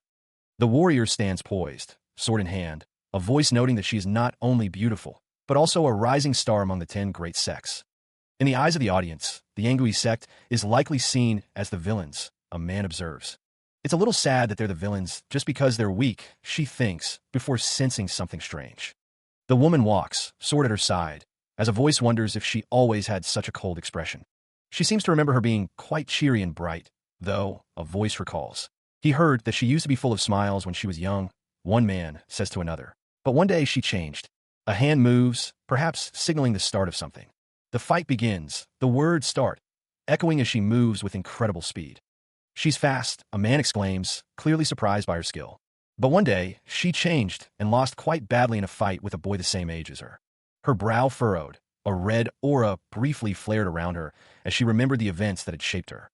Yun Jae-ho mumbled, wondering just how badly she had lost for her personality to change so completely. His cheeks flushed a light pink as the thought crossed his mind. Could he be interested in her? Yun Jae-ho's face contorted in anger. "What are you talking about? You shouldn't joke about that," he exclaimed. Yun Jae-ho chuckled. Judging by how flustered she was, he guessed she really was interested. Yun Jae-ho asked, "Would you like to talk to her?" She thought back. "When I was young, I actually... Wait a minute." A memory surfaced. She had fought a boy of her age when she was young. And lost badly? Her eyes narrowed, a storm brewing within. Could it be? The memory triggered a wave of shock and anger, both directed at the past and at Yun Jae-ho's insinuation. A sword hangs suspended, glinting in the light. Someone cries out, demanding a moment to collect themselves. The figure declares their surrender. The announcement echoes in her mind. The winner is the Mount Hua Ice Flower, Kang Yun-hwa. The crowd murmurs, celebrating the birth of a new phoenix. One wonders if her nickname will change to Mount Hua Ice Phoenix. Someone in the crowd declares that they already know this fact. The thought returns, Ice Flower Phoenix would be a nice nickname. Ice Flower Phoenix. Ice Flower Phoenix. Kang Yun-hwa stands, the weight of the title settling upon her. Another watches, a bead of sweat trickling down his face. The two combatants stood poised on the platform, the air thick with anticipation. Yong Won-ho, The Kunlun Sect's Taishu Sword Dragon drew his blade. He looked forward to a good match, and his opponent echoed the sentiment. The fighter with sunglasses braced himself, ready to engage. He launched forward, a blue aura enveloping his form as he attacked. The attack intensified. Yong Wonho observed that he's definitely stronger than before. Yong Wonho crossed his arms, noting that he's still insistent on standard procedures, though. Yong Wonho mused that in any case, the little Buddha dragon will probably win this. He wondered if he should go and rest then. A close-up revealed a character's face, asking if someone was avoiding him. With a sigh, one of the figures lamented that it's come to this. The two figures stood facing each other, the tension palpable. The words hang in the air, dripping with sarcasm. A single bit. Her expression hardens, a flash of annoyance crossing her features. Ji Seo-hyuk scoffs, her eyes narrowed. That stupid face, and those shameful martial arts of yours. Kim Sang-hyuk chuckles, tilting his head slightly. Ahem, I don't care who says what, but this is my style of martial arts. Ji Seo-hyuk's expression darkens further. But I won despite having such martial arts, didn't I?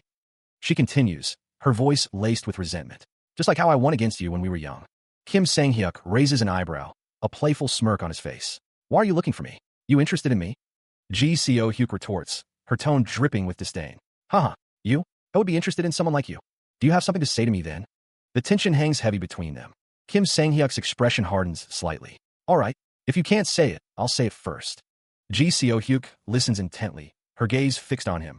Honestly, I have nothing to say if you still hold a grudge from what happened when we were young. Kim Sang-hyuk responds, his tone defensive. But I was just being faithful to my martial arts. The words tumbled out, a mix of sincerity and defensiveness.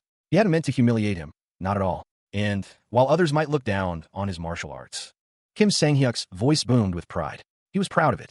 He insisted, actually believing that his martial art was the strongest. The air crackled with an unspoken tension. With a determined stride, Kim Sang-hyuk began to walk away. He paused, turning back slightly, as if steeling himself. What he wanted to say was... Looking down, Kim Sang-hyuk continued, explaining that Ji Seo-hyuk hadn't lost because he was weak. He finally faced Ji Seo-hyuk directly, bringing up the defeat in the past. Internally, Kim Sang-hyuk cursed himself. He was trying to comfort him, but he just spewed a ton of bullshit instead. He felt like he was about to die of embarrassment, the words hanging heavy in the air between them. Yisohyukis bron furovet. He apologized, stating he hadn't come to scold him. A confused what? Escaped his lips. Confusion etched itself onto Ji Seo-hyuk's face. He reflected on the previous match, realizing he hadn't unleashed his full potential. With renewed determination, Kim Sang-hyuk began to walk, resolving to demonstrate his increased strength in the upcoming match. The figure hurried away, a sense of unease washing over him. The intensity of her gaze had startled him. A wave of relief washed over him. At least she didn't hold a grudge. That was good to know. The sound of victory echoed through the arena.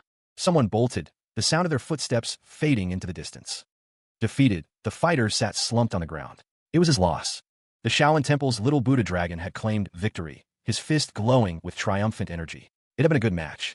Kim Sang-hyuk observed the scene, noting that the match had concluded more swiftly than anticipated. He pondered the upcoming duels, his mind already strategizing. Another wondered if it was his brother-in-law's turn to fight. A flicker of anticipation crossed his face. Yun Jae-ho calls out, addressing someone as brother-in-law. Kim Sang-hyuk looks up, a surprised expression on his face. Then he wonders.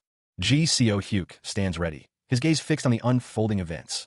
Yun Jae-ho watches with a knowing smirk. A man announces with booming voice that this is the last duel for today. The announcer introduces Nangong Huang, the Nangong clan's hidden dragon, as he descends into the arena.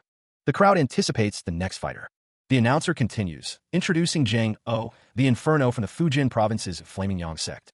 Ji Seo-hyuk observes the arena, thinking to himself that he has never heard of the Inferno before, wondering if he had been in one of the duels he missed. Kim Sang-hyuk furrows his brow, a sense of familiarity washing over him. He is then greeted by Yun Jae-ho. Ji Seo-hyuk expresses his happiness that Kim Sang-hyuk is back and that he knew he would win. Kim Sang-hyuk responds that he is touched that Ji Seo-hyuk stayed behind to watch his match. Kim Sang-hyuk pauses, noticing something is amiss. Ji Seo-hyuk asks what is wrong. He scratches his cheek, musing that the ice flower phoenix must have left. Yun Jae-ho adds that she went into the waiting room not too long ago, prompting Kim Sang-hyuk to respond with a simple, I see. Kim Sang-hyuk, looking slightly concerned, wonders if Yun Jae-ho spoke about him to her. The older man responds with a confused, pardon? Kim Sang-hyuk admits he might be mistaken, but he felt like she kept looking at him just now. Yun Jae-ho wonders if she had something to tell him, then chuckles, dismissing the thought. Yeah, you're mistaken, he assures. Kim Sang-hyuk says he isn't sure if he talked about Yun Jae-ho to her, admitting he can't remember it very well. Yun Jae-ho brings up Won-ho, though the context is unclear. Someone asks if anyone knows anything about that Inferno guy, then admits they aren't sure about the details. A figure with long hair and bandages on their hand stretches. It seems he's joining the Dragon Phoenix meet for the first time, and he looks quite strong too. What Kim Sang-hyuk has found out before this match is that he has really fast footwork and he uses powerful palm techniques. A figure with long hair is shown, with a glowing aura. Purple energy crackled around the outstretched hand, a silent promise of power yet to be unleashed. The observer's eyes widened, tracking the movements. The footwork was undeniably fast, and a flurry of blows erupted between the masked combatants. One of them unleashed a series of powerful palm techniques. Energy crackled and swirled, a testament to the force of their exchange. From a distance, Kim Sang-hyuk watched the masked fighter, a thought forming in his mind. Could he be that masked? The masked figures stood opposite another, their identities still concealed. Kim Sang-hyuk's expression shifted, a flicker of surprise crossing his face. He had forgotten about him for a short while. His eyes widened as the realization struck him. He was right about him being a participant in the Dragon Phoenix meet. Yun Jae-ho heard the protagonist's thoughts and asked, Sir Yun? Yun Jae-ho, standing beside Kim Sang-hyuk, inquired, Are you all right? Kim Sang-hyuk waved it off. Aha, I'm just a little tired, don't? Yun Jae-ho responded, I guess you must be tired after watching so many matches. Would you like to go and rest first? Kim Sang-hyuk replied, I'll update you about the results of this match as soon as it ends. A hand clenched tightly, the grip firm and unwavering. Kim Sang-hyuk declared that he must watch the match himself.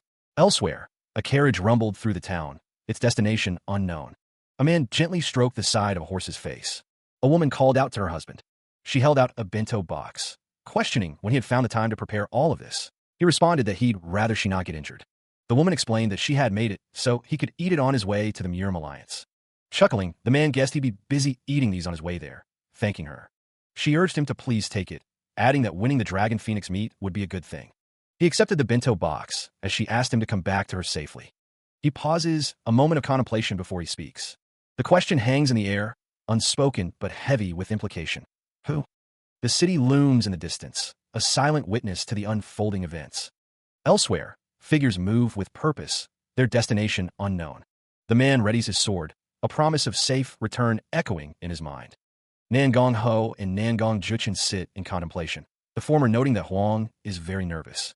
One speculates that Huang's nervousness stems from a lack of information about the Inferno guy and his inability to devise a strategy. Nangong Juchen expresses his worry, sensing that Huang's unease is excessive. The man's sword glows with power, ready for whatever lies ahead. Despite rumors to the contrary, one observer insists that Huang is by no means weak, even if they don't know how strong the Inferno guy is. The speaker suggests that if the Inferno guy were truly strong, rumors of his power would have already spread throughout the Murim Alliance. Nangong Juchen sighs, lamenting that if Huang could be just a little more bold, he'd be able to reach a higher level. Nangong Ho agrees, feeling that Huang has untapped potential. A strange feeling settles over the room. Yun Jae-ho tilts his head, seeking clarification. He admits that he's usually able to gauge someone's strength just by looking at them. But something is different this time. It's as if the person in question is wearing layers of masks, obscuring their true power. Nangong Juchen raises an eyebrow, surprised. Even Yun Jae-ho can't see how strong he is? Yun Jae-ho smirks, retorting that he could probably see it if he really wanted to. In any case, if he's trying so hard to hide his abilities, he must be a powerful martial master. The swordsman is sure that Huang, who's always meticulous, has already noticed that. Yun Jae-ho agrees that Huang is by no means weak. He urges trust in the hidden dragon of the Nangong clan, adding that he's just so optimistic. But he has no choice but to trust in Huang, like he said. He knows what Huang is capable of more than anyone else. It doesn't matter who his opponent is. Meanwhile, if both sides are ready, the match will begin. The man with the sword stood ready, as the other martial artist steeled himself. He declared, "All right then." The announcement rang out, signaling the start of the match. Match start! With blinding speed, the martial artist began to move, his footwork a blur. He gauged the distance between them, calculating his next move. He thought to himself, is he putting distance between us to check what I'm capable of? His hand tensed, ready to strike. Cautious as the rumors said he was, he knew that was useless. Even if he tried to escape, the martial artist was confident he wouldn't get away. The footwork exploded with power, a resounding bang, echoing through the arena. He thought, he's no match for my footwork. Seen from above, the martial artist's movements were precise and deadly. Meanwhile, Yun Jae-ho prepared his own attack, his grip tightening on his sword. His eyes glowed with intense focus, the power building within him. Now's his chance. With a swift step, Yun Jeho launched forward, ready to unleash his technique. The heavenly flying swallow sword technique was about to be unleashed. He stood firm, the infinite heavens building looming behind him as he prepared for the next exchange. A surge of power erupted around the unknown man, the air crackling with blue and white energy. The energy intensified, swirling around his dark red hair like a tempest. The purple energy continued to build, a silent promise of the devastation to come. The swirling mass of energy grew ever more intense, a vortex of raw power. Yun Jeho watched intently. His companion observed. That level of sword energy is enough to end this match. The other man continued, musing that such a fierce attack was unlike his brother-in-law. He wondered if the strong attacks from the start were, because he didn't know how his opponent intended to fight. A disembodied voice declared, well, that's not a bad strategy. The unknown man was now completely enveloped in purple energy, his eyes glowing with an unnatural light. He prepared his sword technique, the energy coalescing around him.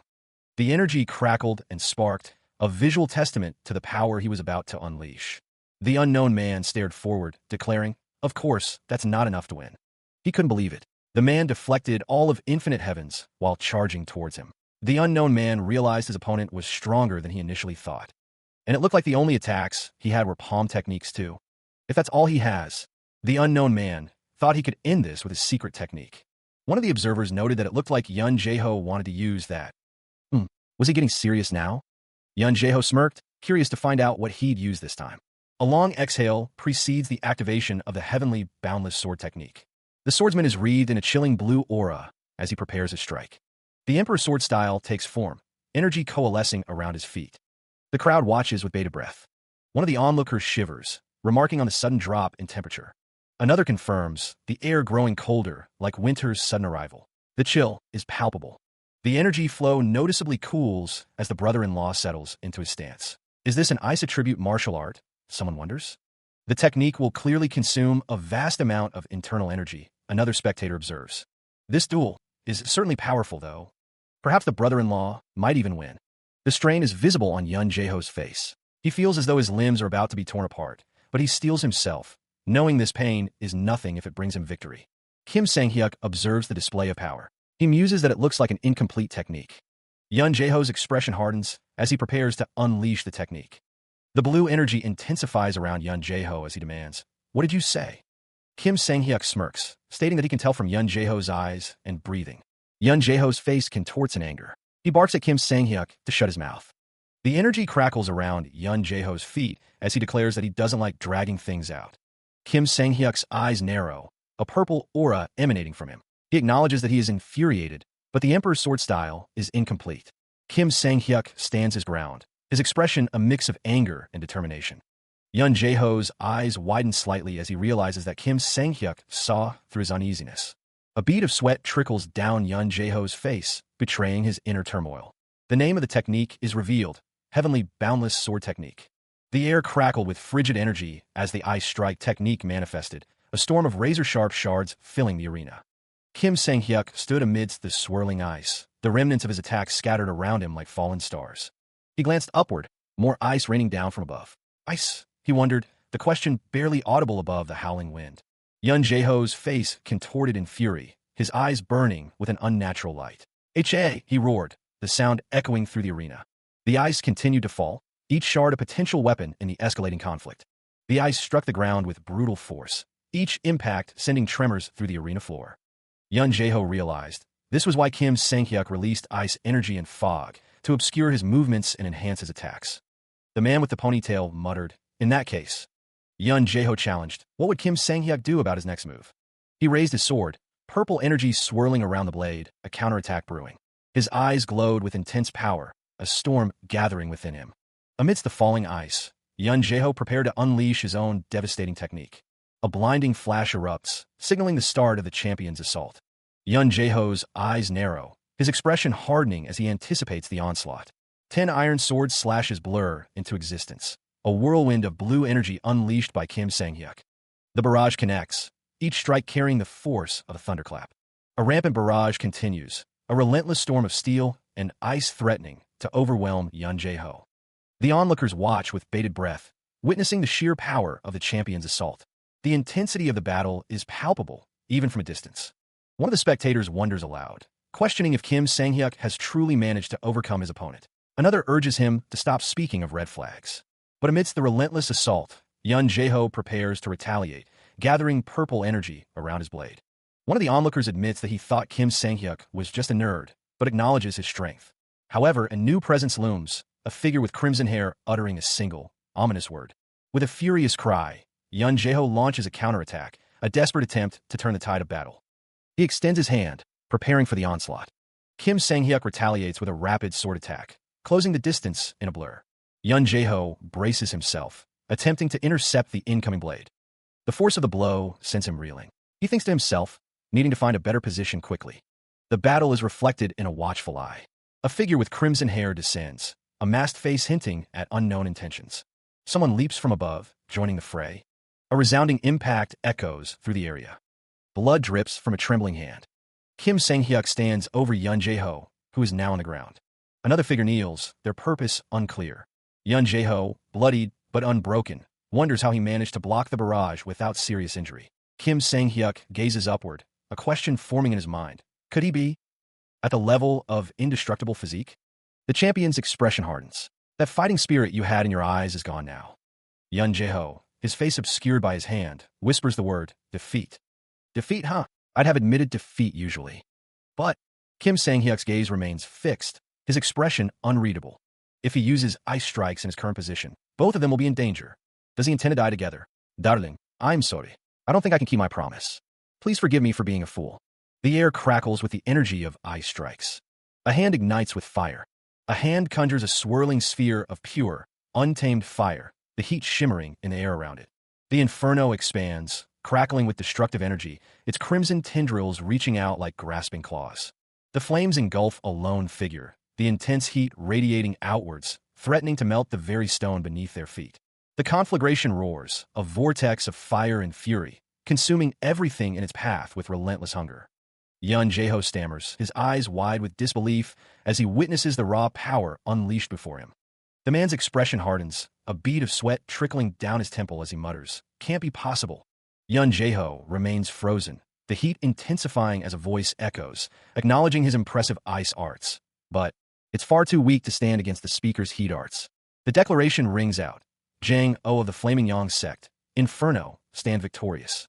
The dust settles over the courtyard, revealing a lone figure sprawled on the ground.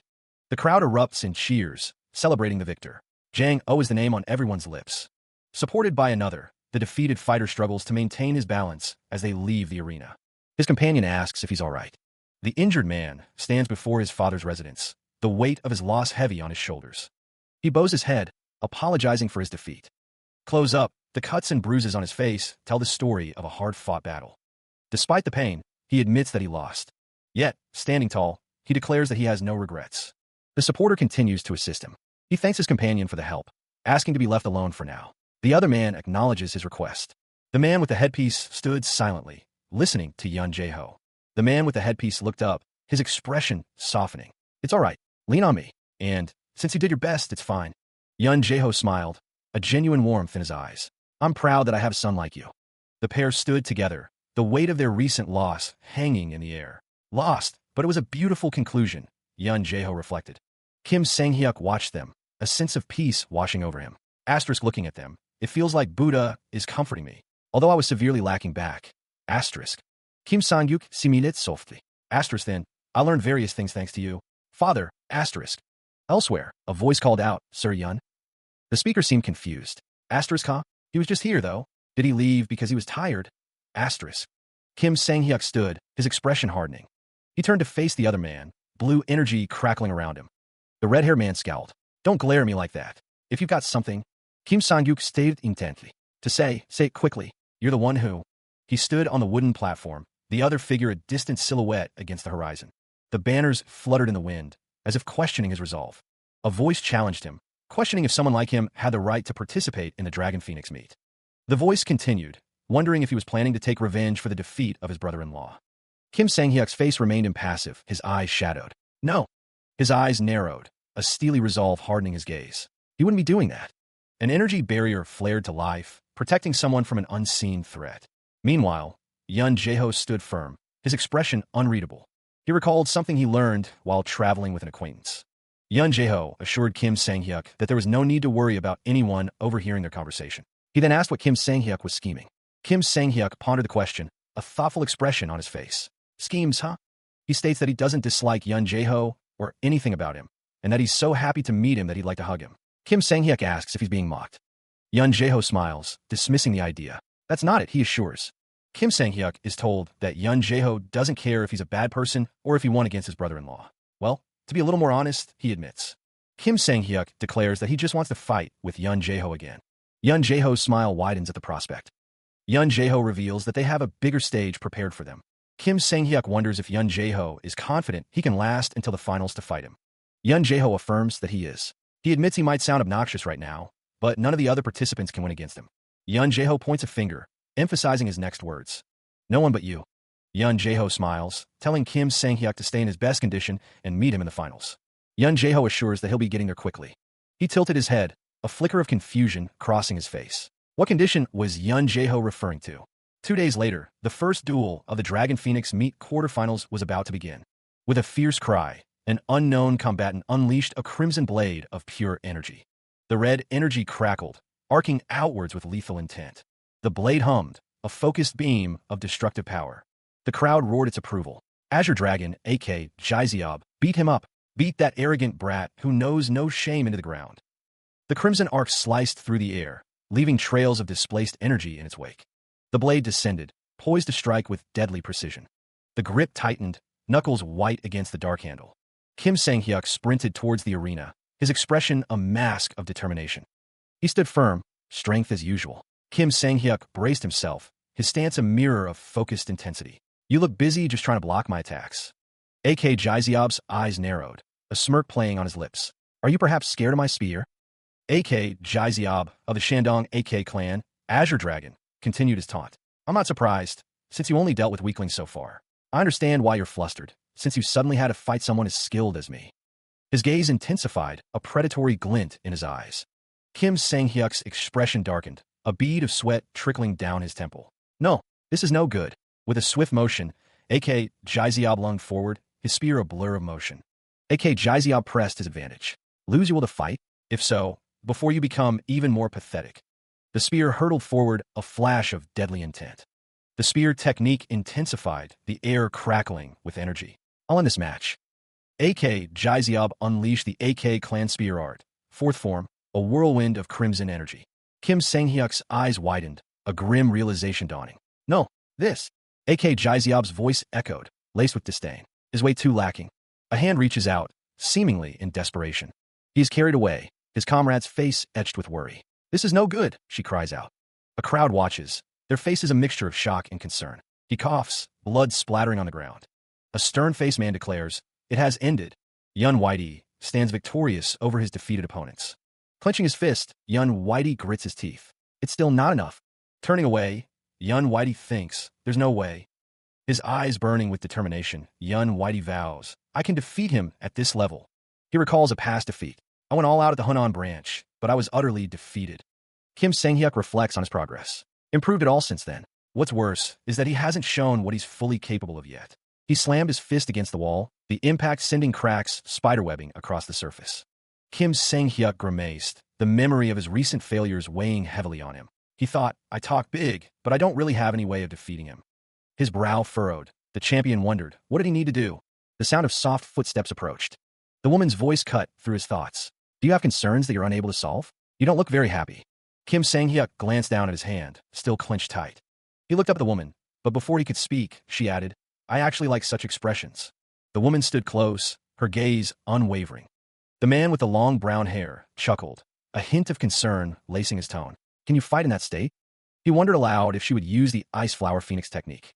The woman in blue stood over the man kneeling on the ground, her heeled boots planted firmly. His face contorted in pain. The woman snarled, demanding he shut his trap. She took another step forward. He cried out as her foot made contact. He stammered an apology, claiming his hand moved unknowingly. The woman stood over him, lecturing him that he should have protected his shoulders instead of his clothes. She pressed her heel into his face. She sneered, asking if it was because she was a woman before she was a martial artist. She continues her assault, her foot grinding into his face. The woman prepares to strike, a blade of pure blue energy forming in her hand. She brings the blade down, the force of the blow sending him sprawling. Her foot comes down again, the force of the impact echoing through the air. The likes of you. The woman swings a massive blade, the wind whistling as it cuts through the air. Wouldn't know anything. His eyes widen, fear etched on his face. The red energy whip lashes out, a symbol of her power. Between the sense of shame as a woman and the pride of a martial artist, the blade gleams, ready to strike. His eyes glow red with fury, a desperate question forming in his mind. Which will a bitch like you choose? He grits his teeth, struggling against the onslaught. He gasps for air, struggling to speak. Yun Jae-ho declares he'll go back first. Another man questions where he's going when the match isn't even over yet, his expression hardening. The duel continues in the distance. One observer scoffs, dismissing it as a crazy woman trying to entertain herself. Kim Sang-hyuk, panting heavily, grips his sword. Someone watching the duel expresses confusion, not understanding why the host isn't stopping it. Another man insists it's no longer a duel and pleads for it to stop immediately. A voice declares that it cannot be done. Another voice suggests that if it can't be stopped, then someone should at least give up. The man looks on, his face etched with worry about the match. A woman argues that if this goes on, Yunhwa will only be humiliated more, and someone should give up the match for her sake. A close-up of a man's eyes reveals his inner turmoil as he contemplates stepping in to give up the match now. The man fears that she'll never be able to hold his sword ever again. Someone reflects that they also know very well how hard she has worked. He clenched his fist, contemplating the situation. To reach her level, a difficult path must be taken. Kim Sang-hyuk stood firm, his gaze unwavering as he prepared for what was to come. The woman steeled her resolve. She thought they could only trust in her. With a fierce cry, the unknown woman lunged forward, her sword arcing through the air. Kim Sang-hyuk met her attack head-on, the clash of their blades echoing through the training ground. The woman pressed her assault, her movements a blur of red hair and flashing steel. She taunted, noting that he wasn't even that badly injured, but his movements had gotten dull.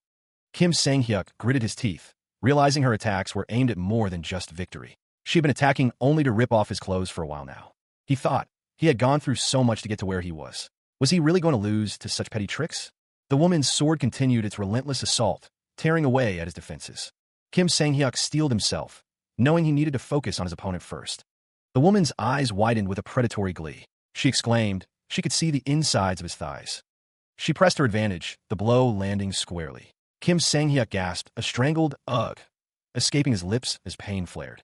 The unknown woman's expression hardened, her eyes narrowed with a predatory focus. She would not relent. The force of the impact reverberated through the air, a visible shockwave erupting from the point of contact. The blow sent Kim Sang-hyuk staggering backward, his feet struggling to maintain purchase on the ground. His body crashed to the ground, a cloud of dust blooming around him as he landed hard. He lay sprawled, chest heaving, each breath a ragged gasp against the cold stone. A cruel smile stretched across the woman's face. Serves you right for acting all noble, she thought, her eyes gleaming with dark satisfaction. Towering over him, the woman's shadow fell across Kim Sang-hyuk's broken form. You should understand by now, she sneered. Her words echoed in the air, a dismissive pronouncement of his worthlessness. He was nothing more than a mere. Kim Sang-hyuk, sprawled on the ground, struggled to rise, his body screaming in protest with each shallow breath. Her thoughts drifted, a justification for her actions. The fact that she was unable to fight well, just because a little flesh was exposed, and she tried to cover it up. She found that really embarrassing as well. His eyes, filled with a desperate resolve, flickered open. Am I, he wondered, a spark of defiance igniting within him. Images of defeat flashed before his eyes, a stark reminder of what had transpired. A voice echoes, questioning if he's truly cut out for this path. Despite the doubts, she declares, even if others look down on or criticize her martial arts, she is proud of them. A memory surfaces, a past victory. She recalls, it wasn't that you lost because you were weak, it was just because I was too strong. Her hand tightens around the hilt of her weapon. Her gaze falls downward, a shadow obscuring her expression as she considers her path. A new resolve hardens within her. She thinks I, too, need to become as strong as that person. Power surges around her, a tangible manifestation of her will. She acknowledges the criticism, the whispers that she's just an immature woman who is acting strong. The sword is drawn, a symbol of her unwavering determination. Her eyes blaze with an intense, unwavering light, a testament to her burning ambition. The woman's rage was palpable. She spat, declaring that those who resort to dirty tricks are no better than her, calling her opponent a little bitch. She apologized for not giving it her all so far. In return, a surge of blue energy began to emanate from her. She vowed to give it her all now. The energy intensified, swirling around her form. With a mighty roar, the energy exploded outward. Elsewhere, the onlookers watched with bated breath, sweat beading on their foreheads. Kim Sang-hyuk could only utter one word. She. The woman focused the energy, channeling it into her blade. She prepared to strike, the blade glowing with power. The figure collapsed to their knees, disbelief etched across their face. How could this be? That woman.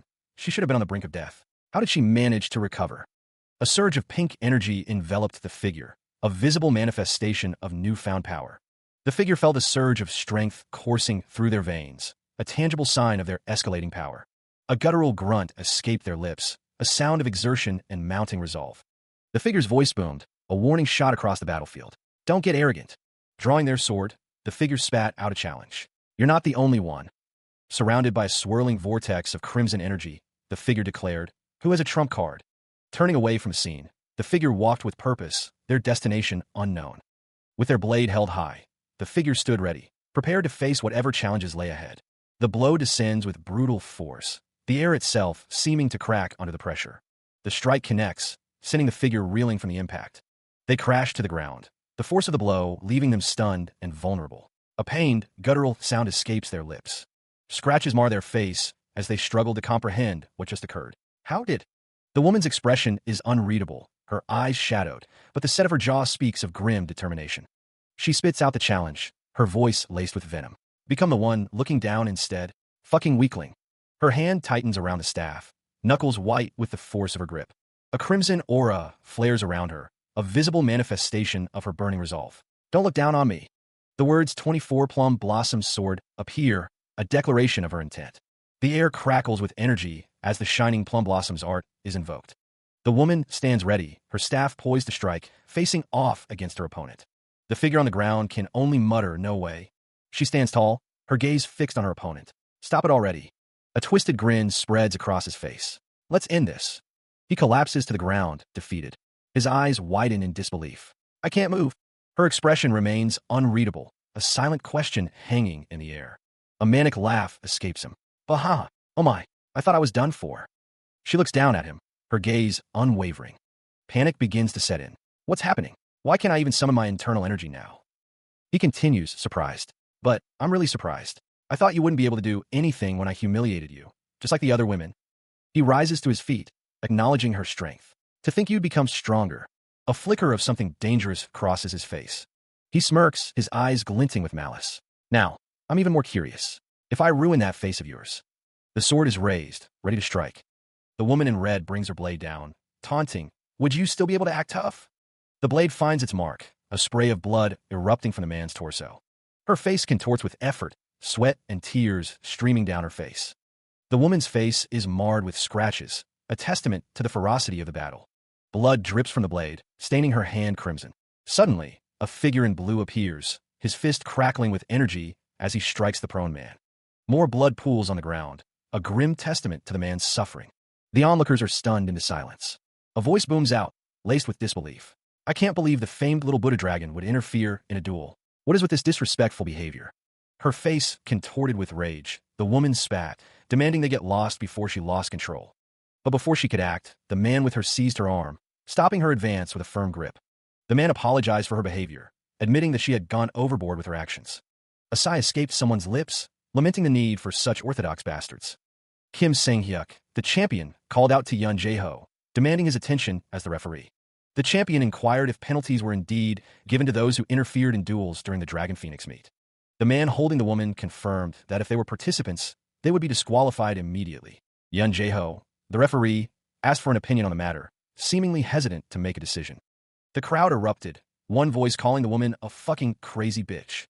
Kim Sang-hyuk expressed his disgust, calling the woman heartless and declaring his hatred for unorthodox bastards. Yun Jae-ho, his face a mask of authority, ordered everyone to quiet down and get lost from the place. Swords were thrown into the ground, marking a boundary. A blinding light fills the training grounds. Yun Jae-ho clears his throat, remarking that many are dissatisfied with the current situation, but urges others to consider the reasons. He slams his fist on the table, declaring that it's tradition and justification. The Orthodox walk with their heads held high because they've always done so, no matter the situation. But if they break the traditions, everything would be meaningless. And so the little Buddha dragon will be disqualified. Kim Sang-hyuk looks on, his expression unreadable. The scene shifts to a courtyard, where Kim Sang-hyuk stands with others. Yoon Jae-ho expresses his gratitude for saving the Ice Flower Phoenix. Kim Sang-hyuk is told that they will be sure to repay his kindness. Kim Sang-hyuk waves his hands, saying it's all right, he was just being a busybody and they don't have to worry about that. He then asks if she is feeling better. Yoon Jae-ho listens intently to Kim Sang-hyuk. She might be disappointed about the match, the woman thought, adding that she wanted to be left alone. Yoon Jae-ho requested that she be told to cheer up on his behalf. The man with the bandaged arm assured him that he would pass that on. The back of the departing man's head looked shiny. But yet, Kim Sang-hyuk was still worried about someone else. Someone thought he was an amazing man, but then asked if something wasn't strange, master. Someone asked what they meant, referring to the fact that Yoonhwa suddenly collapsed. The man with the bandaged arm was sure that unorthodox bitch pulled some kind of trick. It's probably a paralyzing poison or needle, someone thought before stopping, saying it's all over already. And didn't you hear? There were no traces of any tricks, not to mention poison, Kim Sang-hyuk said. But, master, she probably used. The conversation turns to the nature of the poison used, one so specialized it evades detection. But the speaker doubts the Murim alliance would allow them to halt the Dragon Phoenix, meets simply to investigate. The situation feels unfair, especially given they are within the Orthodox faction's territory. Frustration mounts as the speaker questions how Yoonhwa could be subjected to such trickery by that unorthodox woman. A sigh escapes, followed by a quiet apology. The scene shifts to a courtyard, where two figures stand before a traditional building. A close-up reveals a determined gaze. 2 days later, the camera pans over a vast arena, ready for competition. The announcer booms, declaring this the semi-finals of the Dragon Phoenix meet.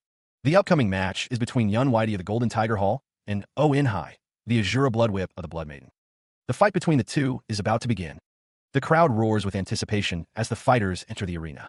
The spectators buzzed with excitement. The man with the bun hairstyle commented that the fight between the Origin Martial Berserker and the treacherous Viper would be a satisfying one. Blue energy crackled around the Origin Martial Berserker, his eyes glowing with power. Across the arena, the woman with red hair stood, radiating an aura of malice. She was a villainess whose heart was filled with evil. The crowd was eager for the fight to begin. They were definitely looking forward to it. One of the spectators admitted he didn't know who to cheer for, but his companion insisted that the Origin Martial Berserker was definitely better than the treacherous Viper. A fierce yell echoed through the arena as the tension mounted. The man with the green headband remarked that the only bad thing about the Origin Martial Berserker was his strange martial arts, but the woman had a really screwed personality to begin with. One of the men wondered if the Origin Martial Berserker felt a little different from usual, prompting his companion to ask what he meant. It was observed that he wasn't wearing gaiters or braces, and his vibe was also a little different. The Origin Martial Berserker stood calmly, green energy swirling around him as he prepared for the fight. A figure plummets downwards, the world around them a blur of motion. From the shadows, a single eye watches, its gaze intense and knowing. The woman's hand gestures theatrically, her voice ringing out. It seems there are many excited people in the audience today. She continues, observing that the fight is between two people who have been the hot topic of this event. Red energy crackles around her feet, a prelude to the coming storm. Her crimson eyes narrow, a silent but hanging in the air. Kim Sang-hyuk stands tall, his gaze fixed on his opponent. He remarks that her body looks a little bare. A smirk plays on his lips as he considers the implications. A sigh escapes him. He finds her incredibly talkative. Kim Sang-hyuk's expression hardens. He declares that it's time to stop with the small talk and begin. The figure continues to fall, the sound of their descent echoing through the air. The woman brandishes her whip, ready to fight with it. Courtesy, pride, and all sorts of things to look good, such as the reasoning Kim Sang-hyuk offers for his surprise attacks. He grips the red sash tightly in his hand, preparing for the next move. The unknown woman concedes that those from the Orthodox factions would find themselves in frustrating situations because of their pride. Her red eyes narrow, a storm brewing behind them. With a surge of energy, Kim Sang-hyuk whips the red sash forward. The sash snakes out, wrapping around the unknown woman. The unknown woman's eyes widen in surprise. What the hell? She wonders. Her voice rings out, declaring that the vile actions committed don't justify his behavior. Kim Sang-hyuk unleashes a spin blow, striking the unknown woman with tremendous force. The unknown woman reels from the impact, her expression a mix of pain and fury. Blue energy crackles around Kim Sang-hyuk as he prepares another attack. The unknown woman prepares to retaliate, her foot raised to deliver a crushing stomp. Figures tumbled through the air, sent sprawling from some unseen force. The impact of bodies hitting the ground was imminent. A brutal collision echoed as two combatants slammed into each other mid-flight, adding to the chaos. Kim Sang-hyuk lay sprawled on the ground, a pained groan escaping his lips. The crowd looked on, their faces etched with disbelief at the sudden turn of events. One spectator, eyes wide with excitement, stammered, "Teach, that was awesome." The shock quickly gave way to elation as the crowd erupted in cheers. "As expected of the origin martial berserker," one voice shouted. "That felt so refreshing," another added. "You're awesome, origin martial berserker." Yun Whitey stood tall, a triumphant figure amidst the fallen. Victory was his.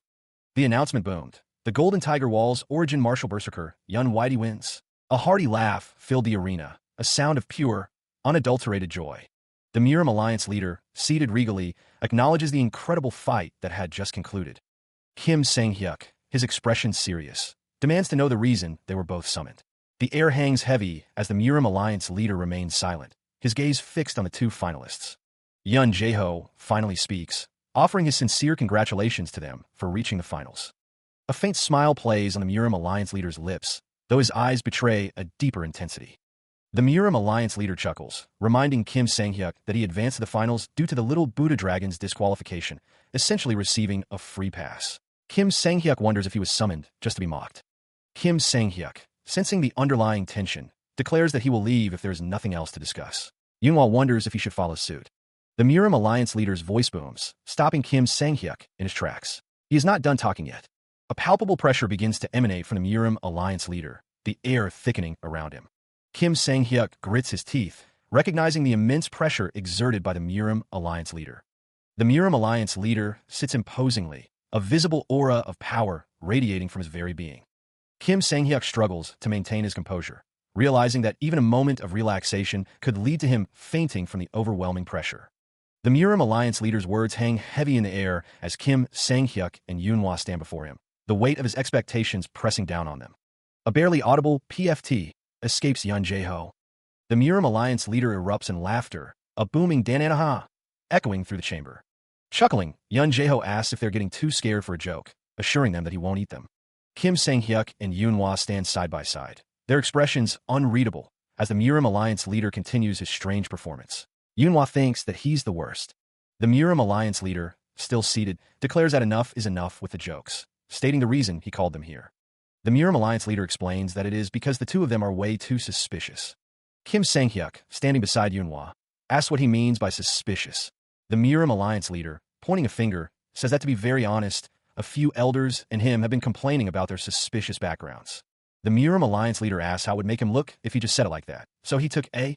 The Murim Alliance leader reveals that both of their backgrounds are indeed suspicious, showing a document. The Murim Alliance leader asks what exactly Kim Sang-hyuk means by that, while thinking to himself. He began, stating that the information on one of them was just way too strange. And the other, he continued, was just way too clean.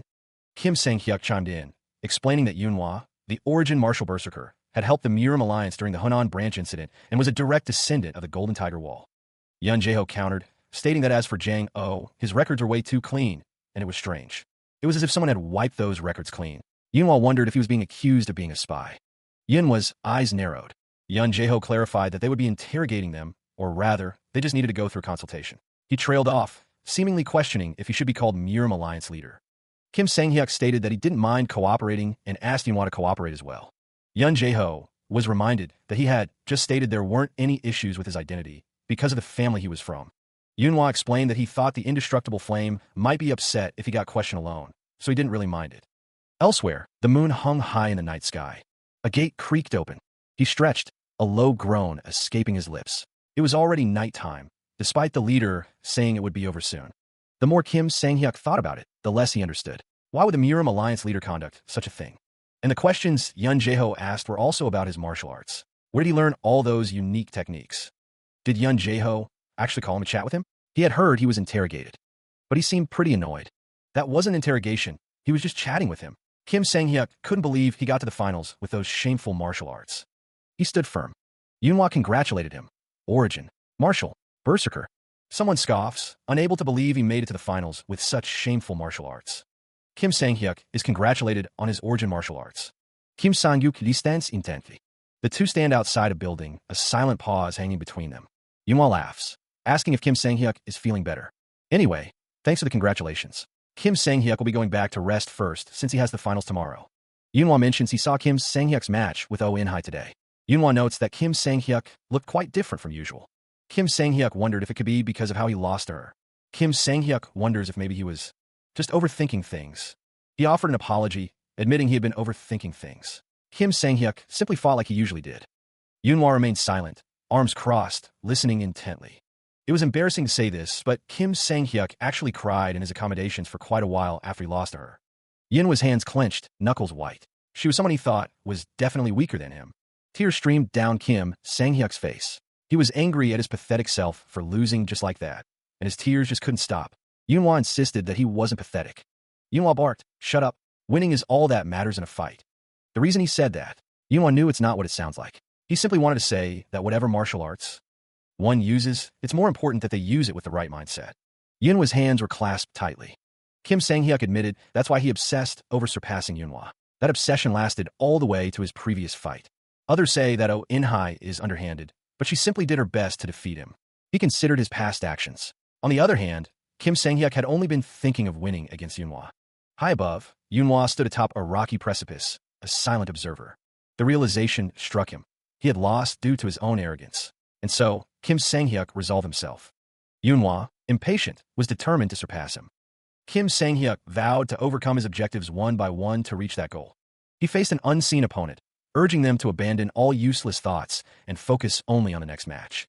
Kim Sang-hyuk acknowledged that his opponent, too, had a goal.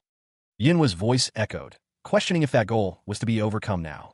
A surge of purple energy emanated from Kim Sang-hyuk, a visible manifestation of his resolve. The unseen opponent responded, finding it difficult. Kim Sang-hyuk smiled, responding to the unseen opponent's statement. The question hangs in the air, a silent demand for answers. What are the results? A towering structure looms in the distance, a silent witness to the unfolding events. The man in the black coat reports that the lie detection ball didn't detect any lies. The man with the mustache emphasizes that the lie detection ball has never been wrong so far. The man with the mustache wonders if their concerns were invalid in that case. The man in the black coat requests that she place her hand on top of the lie detection ball and tell them about her past. The lie detection ball glows softly as the interrogation begins. The woman with red hair is asked to begin from when she was very young. Flashback. At the age of 7, she joined the Flaming Yang sect in the Fujian province, but shortly after, they were ambushed by unknown assailants. Everyone except her was killed. As she wandered the world alone, Oh In-hai was able to gain a great opportunity to learn the Flaming Yang strike from someone she met. A lone figure stands atop a cliff, overlooking a scene of devastation. She continued her tale, the weight of her past evident even in the set of her shoulders. After that, In-hai returned to the Fujian province. There, she picked fights with Ji Chu-myung, a peak martial master who was ruling that area, and killed him at the end of their fight. As she traveled through Fujian, In-hai defeated unorthodox martial masters. She eventually ended up joining the Dragon Phoenix meet in this place. The man with glasses listened intently as Oh In-hai continued her story. The man with glasses noted that since the lie detection ball detected no lies, she didn't make it up. He added that the hostility that she has against unorthodox factions is the same as the orthodox factions. The man with glasses remarked that she has quite a scary side to her. The man with glasses asked if the enemy of an enemy is a friend. Isn't that right? The man with glasses thanked Oh In-hai for working until this late and told her that she may rest now. He added that he'll see her in the morning, then. The man with glasses added that he is curious about one more thing. The man with glasses asked who she thinks will become the victor of the Dragon Phoenix meet. The man with glasses stood, listening intently to Yun Jae-ho. He admitted that he would honestly like to see those bizarre techniques win. His expression was thoughtful. The conversation shifted, the consensus being that Jang Oh would likely win, as the current Yun Whitey was no match for him. Yun Jae-ho sighed, resigned to the fact that everyone looked down upon him to win. He agreed, clarifying that he wanted to see Yun Whitey use those martial arts. A brief flashback showed Yun Whitey in action, his martial arts skills evident. Yun Jae-ho's expression was wistful. The scene faded to white. Elsewhere, a traditional building stood nestled among the mountains. A hand knocked on a wooden door. Yunhwa stood outside, asking if Sir Yun was awake. The man wonders aloud how strange it is that he didn't see someone coming out. He approaches the door, wondering if the person inside could still be sleeping. He raises his hand and knocks. The man inside looks up, a flicker of surprise crossing his face. His eyes widen as he calls out, "Sir Yun?" He is shocked by what has happened overnight. A figure with glowing eyes stares intently, a faint smile playing on their lips. A vendor hawks his wares, calling out, "Buy some sweets." A child tugs at his guardian's sleeve, asking for one of the sweets. The festival atmosphere is in full swing. Yun Jae-ho observes, "Wow, it's a total festival in this place." The crowd has gathered to witness the finals. It seems a bet was made recently. Someone clears their throat, drawing attention. Yun Jae-ho admits to betting on the origin martial berserker, scratching his head. One of his companions questions, I thought you hated him. The other responds that now that he has made his way to the finals, it feels like he'll show something good this time. One of the men smiles slyly, asking if that is the only reason. Yun Jae-ho, flustered, exclaims, Arg. Okay, I'll be honest. He bares his teeth, admitting that when he saw him win against the treacherous Viper, it felt great, asking if that was good enough. He was met with a teasing remark about falling for someone's charms, which clearly struck a nerve. The man's pride stung at the insinuation. Yun Jae-ho interjected, suggesting they stop the teasing and go watch the fight. The question hung in the air. Should they get going? It was time to enjoy the last event. A voice boomed, declaring that they had been kept waiting. The announcement echoed. The finals of the Dragon Phoenix meet were about to begin. The announcer's voice resonated, introducing one side as the expert on footwork and palm strikes from the Flaming Yang sect, who easily defeated numerous martial artists to reach the finals. A spectator, with fiery red hair, exclaimed, urging someone to teach that bastard a good lesson. The announcer continued, introducing the other side as the one who used to be despised by everyone because of his weird martial arts. But he is announced as the origin martial berserker, Yun Whitey, the crowd roaring in anticipation. Yun Whitey smirks, a glint in his eye as he thinks to himself, let's win. The woman with red hair looks at Yun Whitey, a hint of suspicion in her eyes. She asks if he slept well, implying he was interrogated late into the night. Yun Whitey dismisses her concern, stating that even if he didn't sleep, it wouldn't affect her defeat at all. A smirk plays on Yun Whitey's lips as he prepares for the fight. The woman grits her teeth, muttering, this bastard. She wonders how he went up to the next level. Yun Whitey is surrounded by swirling blue energy, ready to battle. The woman questions Yun Whitey, asking what kind of tricks he pulled to improve to the next level overnight. More energy gathers around Yun Whitey's feet. Yun Whitey grins, stating that he's simply powered up a little. He scowled, his eyes narrowed in defiance. Powered up, he thought, a sneer twisting his lips. Don't get full of yourself, brat. Purple energy began to emanate from Yun Whitey, swirling around him like a shroud of dark power. The purple energy clashed against a wave of blue, creating a chaotic explosion of light and force. Yun Jae-ho watched with narrowed eyes, muttering, what a fierce energy from the both of them. The words hung in the air, the final match. Yun Jae-ho raised his hand, preparing to unleash his own power. A torrent of blue energy erupted from his palm, a wave of pure force. Kim Sang-hyuk, poised and ready, began to wind up for a devastating kick. Wheel! His leg blurred as he launched himself forward, blue energy crackling around his advancing foot. Brazilian kick. The force of the blow slammed into Yun Whitey.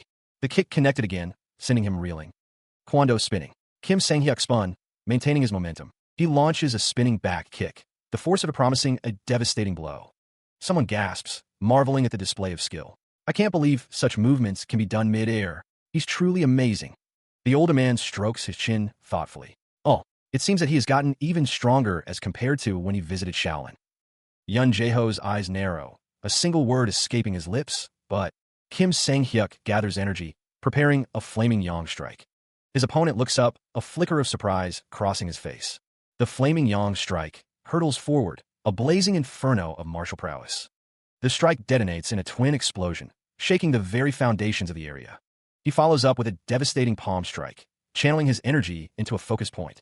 The force of the palm strike obliterates a nearby building, leaving a gaping hole in its structure. Dust and debris rain down, the aftermath of the devastating attack. The observer smirks, a hint of disappointment in his voice. What a pity. Kim Sang-hyuk prepares to strike, his hand glowing with power. He recalls the man's earlier words. If he had been a little faster, he would have made a hole in him. The unknown man kicks off of Sang-hyuk's attack, creating distance between them. He wonders if he lessened the impact by kicking him to put additional distance between them. The man's expression is calm as he thinks to himself that if he's that confident, that means that was no fluke. The unknown man observes, postulating that Sang-hyuk is now at a level where he's able to react to his attacks. He then taunts him, suggesting that if he's curious about that, then he should try attacking him again. Flames erupt around the unknown man, who finds the situation interesting. Kim Sang-hyuk prepares himself, declaring, all right then. The unknown man is now completely engulfed in flames, ready to unleash his next attack. The unknown man challenges Sang-hyuk, saying, let's see if you can react to this as well. The unknown man plummets from the sky, surrounded by streaks of fire. Kim Sang-hyuk counters the attack with a powerful kick. The unknown man reflects that he used fire to increase the speed of his charge, but this guy can't change the direction of his charge. Kim Sang-hyuk prepares another attack, his eyes blazing with determination. He prepares to launch a counter. energy swirling around him, a determined look etched on his face. A sinister grin spreads across the unknown man's face as the counter hurtles toward him. His eyes widen in disbelief. He thinks, how did he change directions? The counter connects, sending the unknown man flying through the air. The force of the blow radiates outward, a shockwave of pure energy.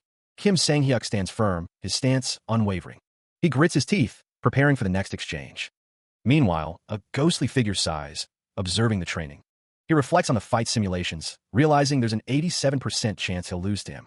It's like a flyweight contestant fighting a heavyweight contestant. He muses, watching the weightlifter. But there's still a way around this, he thinks. In the world he lived in before he got reincarnated into the Murim, it'd be impossible to become stronger in half a day. It's already the 74th time, but in the Murim, one can break apart such a reality. A hand reaches towards the light, a beacon of enlightenment. In the Murim, if one attains enlightenment, growing stronger in just half a day isn't impossible. Of course, there are opponents that one can't surpass, no matter how many hours they meditate for. However, Kim Sang-hyuk thinks that guy's not at that level. Additionally, not only is he similar in age, he's not using any weapons. It feels like he's fighting a stronger self, which is why this final match is very important to him. He needs to attain enlightenment. He'll acknowledge and accept his limits. He needs to climb even higher. Does he think that his martial arts move freely? Kim Sang-hyuk admits that it's totally different from what normal martial arts are like. But does he think that means his martial? Do arts represent freedom? From his point of view, because it's unconventional and novel, it's stuck in some kind of mold. The Sword Emperor said that his martial arts were actually stuck in a mold. Honestly, in his previous life, MMA was proven to be stronger than martial arts. The memory flickered, a stark contrast to the world he now inhabited. A modern MMA fight, the roar of the crowd, the smell of sweat and blood, all a distant echo. Below, a crowd of onlookers watched the fight, their faces contorted with excitement. Those that insisted that martial arts were the best were all scammers, the memory seemed to whisper. A surge of blue energy pulsed, a visual representation of the power now coursing through him. The energy swirled, a question forming in his mind. Have I been trying to match up to the standards of MMA in my previous life up until now? Perhaps his techniques could still evolve. Because this place, a clash of martial prowess, a whirlwind of motion and force. The Murim world allowed for possibilities his past life never could. A face contorted in pain, a testament to the raw power unleashed. Kim Sang-hyuk's eyes gleamed with determination. The real fight starts now. His hair flowed, a symbol of his newfound freedom and strength. Kim Sang-hyuk's fist clenched, a vibrant blue aura erupting around it, crackling with contained power. In response, the unknown man extended his hand, a crimson energy swirling into existence, a mirror image of Sang-hyuk's own power. The two energies collided, a cataclysmic impact of blue and red, sending sparks flying in all directions. The clash intensified, the air thick with the scent of ozone and the raw, untamed force of their powers. Each surge of energy pushed against the other, a desperate struggle for dominance. With a determined step, Kim Sang-hyuk pressed forward, the force of his advance shaking the very ground beneath his feet. The force of the blow sent the unknown man hurtling backward, a visible shockwave rippling through the air. The sound of impact echoed through the chamber, a deafening boom that reverberated off the stone walls. The unknown man was thrown through the air, a ragdoll tossed aside by an overwhelming power. His eyes narrowed, a malevolent red glow burning within them, a sign of the fury that was about to be unleashed. Kim Sang-hyuk's gaze remained fixed, a cold, unwavering blue light emanating from his own eyes, ready for whatever came next. The unknown man was met with a swift retort. Kim Sang-hyuk, with a confident smirk, executed a capoeira, a cartwheel technique infused with potent energy. Did you think I'd fall for the same trick? He taunted. The cartwheel brought him within striking distance. The unknown man's hands glowed with crimson energy as he met the attack head-on, a fierce clash erupting between them. But the champion was ready. A swift counter, executed with precision, turned the tide of the exchange. The force of the counter sent the unknown man reeling backward, a blast of blue energy impacting him squarely. A pained grunt escaped the unknown man's lips. From the sidelines, a voice marveled at Kim Sang-hyuk's agility. Wow, he's really elusive. The crowd of onlookers buzzed with speculation. Is he using some kind of trick? One asked, while another exclaimed, it's incredible how he could change. The shift in posture was almost imperceptible. His posture in the blink of an eye, one observer noted. Another wondered, did he finally realize it? A silent exchange passed between two figures, their hands briefly meeting in a gesture of support or understanding. An older man with a stern gaze observed the fight. While his techniques are unconventional, they are effective in taking his opponent down, he mused. However, it's obvious that there are limitations to such techniques. Those limitations are abundant and deeply rooted. The image of a great tree, its roots reaching deep into the earth, filled the mind's eye, a metaphor for the foundations upon which all skills are built. His actions are actually giving off telltale signs to his opponent, subtle cues betraying his strategy. One of the older men, stroking his long white beard, remarks that the technique would work on most martial artists. The other man counters that those who are much more skilled would figure him out right away. Moreover, the more firmly Kim Sang-hyuk believes in his martial arts, the harder it is to make any changes to it. But, right now, he has gained enlightenment. The growth of those roots, which had stopped all this time, has restarted. Lightning crackles in the air. That's the all-out fight of people who've reached the supreme peak level. Meanwhile, blue and orange energy flares around Kim Sang-hyuk and his opponent. The two warriors trade blows, the air shimmering with their power. How long has it been since he last fought with everything he had? The moment one of them lets their guard down, the match will be over. The fighters clash, the force of their blows creating a visible shockwave. This is a fight with just their bare hands. The tension felt similar to what Kim Sang-hyuk experienced when fighting a title match in his previous life. Two figures stood poised, ready to clash in the snowy arena. One of the figures lunged forward, a burst of speed accompanying their advance. To think someone would launch those techniques like a spiderweb without taking any positions to get ready. Those strange techniques just got even stranger. It's impossible to know what's coming. The figure smirked. I can definitely feel freedom within those techniques of yours. Why? Are you jealous? The figure warned, don't get cheeky. A sinister grin spread across the figure's face. The other figure declared, I'll show you the power of the indestructible physique. Power surged through the figure, energy crackling around them as they prepared to unleash their full strength. The figure's smug expression remained unchanged. The figure chuckled. Huh, you still had a hidden card up your sleeve? What a true pain in the ass.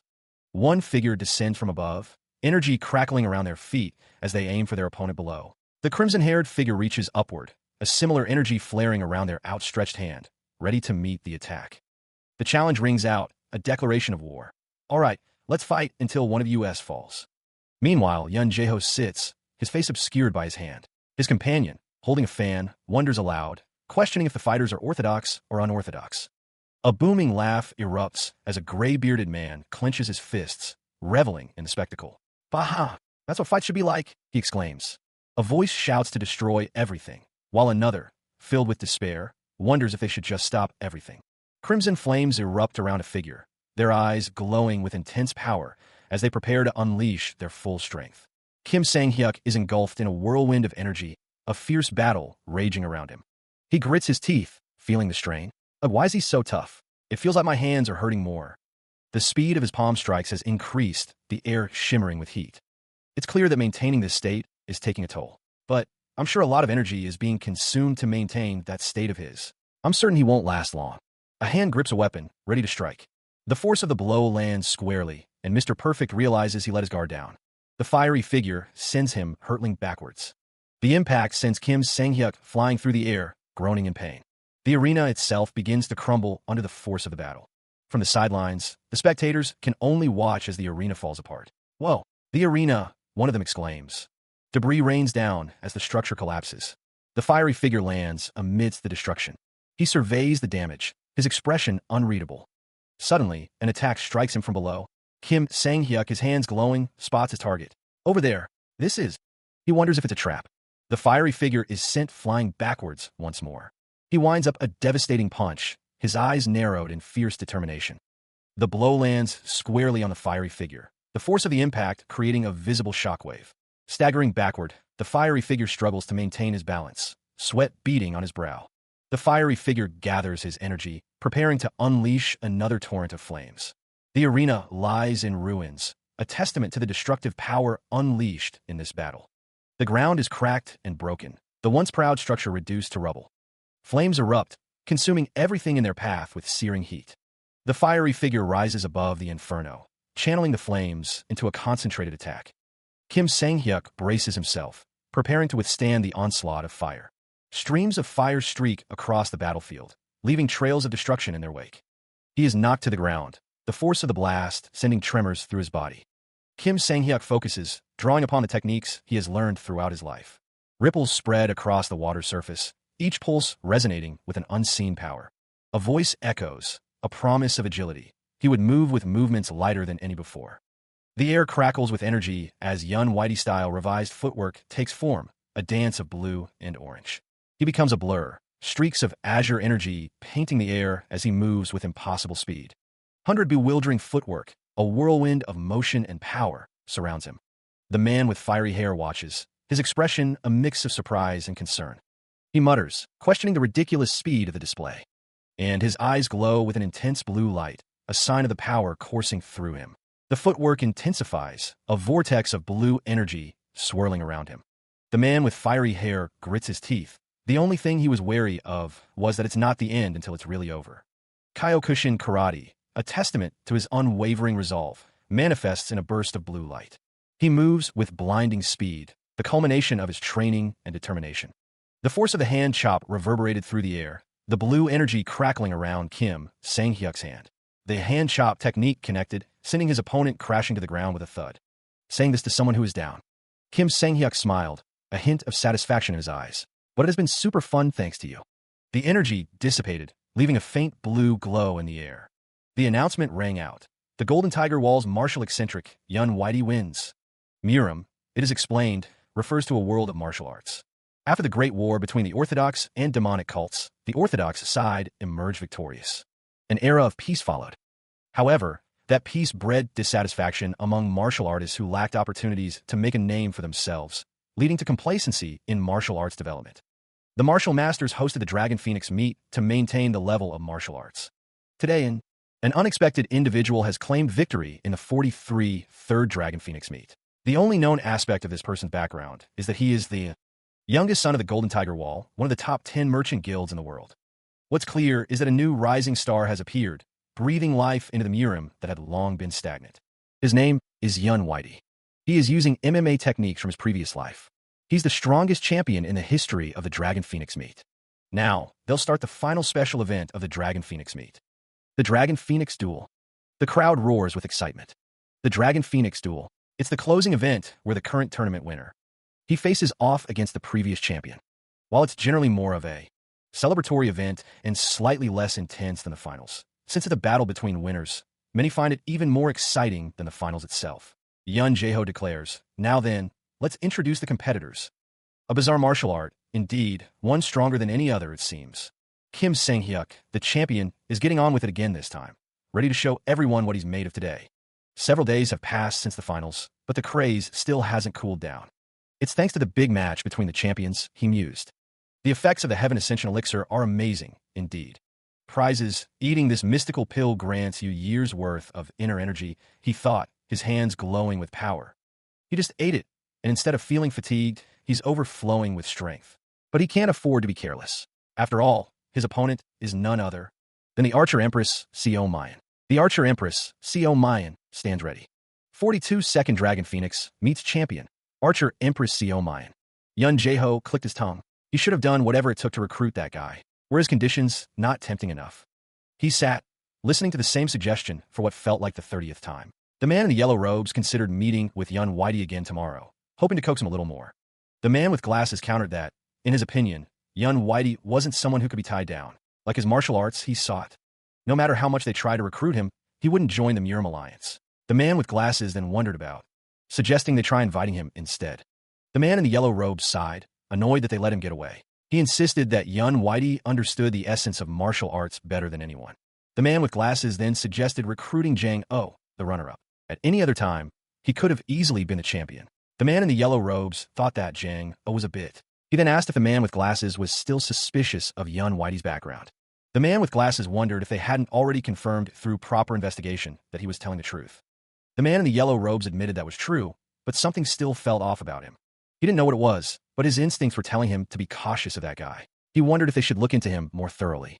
The man with glasses scoffed, telling him to forget it and talk about that later. He then asked who he... Someone wondered who would win between those two. One was a renowned martial master who had reached the pinnacle for some time. He stood ready, the Murim Alliance champion Kim Sang-hyuk, preparing himself for the upcoming duel. Though his opponent had only recently ascended to this level, he was still quite a peculiar fellow. Sang-hyuk hoped his opponent wasn't acting like he didn't know what was coming. Yun Jae-ho observed the two combatants. Those two are complete opposites, right? The outcome is already somewhat obvious, he mused. Yun Jae-ho, the Murim Alliance leader, thought to himself, there's no way that you don't know what I know. Yun Jae-ho admitted to himself, of course I know, but I can't help being curious. Kim Sang-hyuk wanted to see how they'll handle a matchup of total opposites. He called out, it's been a while, Mayan. Are you ready? Seo Mayan responded, of course. I've fully prepared myself to face you, my dear martial eccentric. Seo Myeon chuckled, haha, I'm honored. Still, a duel is a duel. I won't go easy on you. Seo Mayan warned, you'd better be prepared. Kim Sang-hyuk grinned, that's exactly what I was hoping for. Yun Jae-ho raised his hand, announcing, if both participants are ready. Yun Jae-ho declared, let the Dragon Phoenix duel dash. Kim Sang-hyuk prepared for the duel. A foot plummets from above, the force of its descent promising a devastating blow. The attacker's foot continues its rapid descent, closing in on its target with alarming speed. The kick connects, sending the opponent flying through the air, a testament to the sheer power behind the blow. The force of the impact continues to propel the victim backward, leaving a trail of displaced air in their wake. A pained cry escapes Kim Sang-hyuk as he reels from the unexpected assault. His eyes widen in disbelief, the shock of the attack etched across his face. Surrounded by a surge of raw energy, Kim Sang-hyuk struggles to regain his footing. The energy intensifies, threatening to overwhelm him as he braces for another attack. Gathering his strength, Kim Sang-hyuk prepares a taekwondo kick, his body coiled like a spring. With a burst of speed, he unleashes a spinning back kick, aiming to turn the tables on his attacker. The spinning back kick connects, sending his opponent hurtling away with tremendous force. Seo Mayan observes the fight, noting that the opponent is bound to have openings.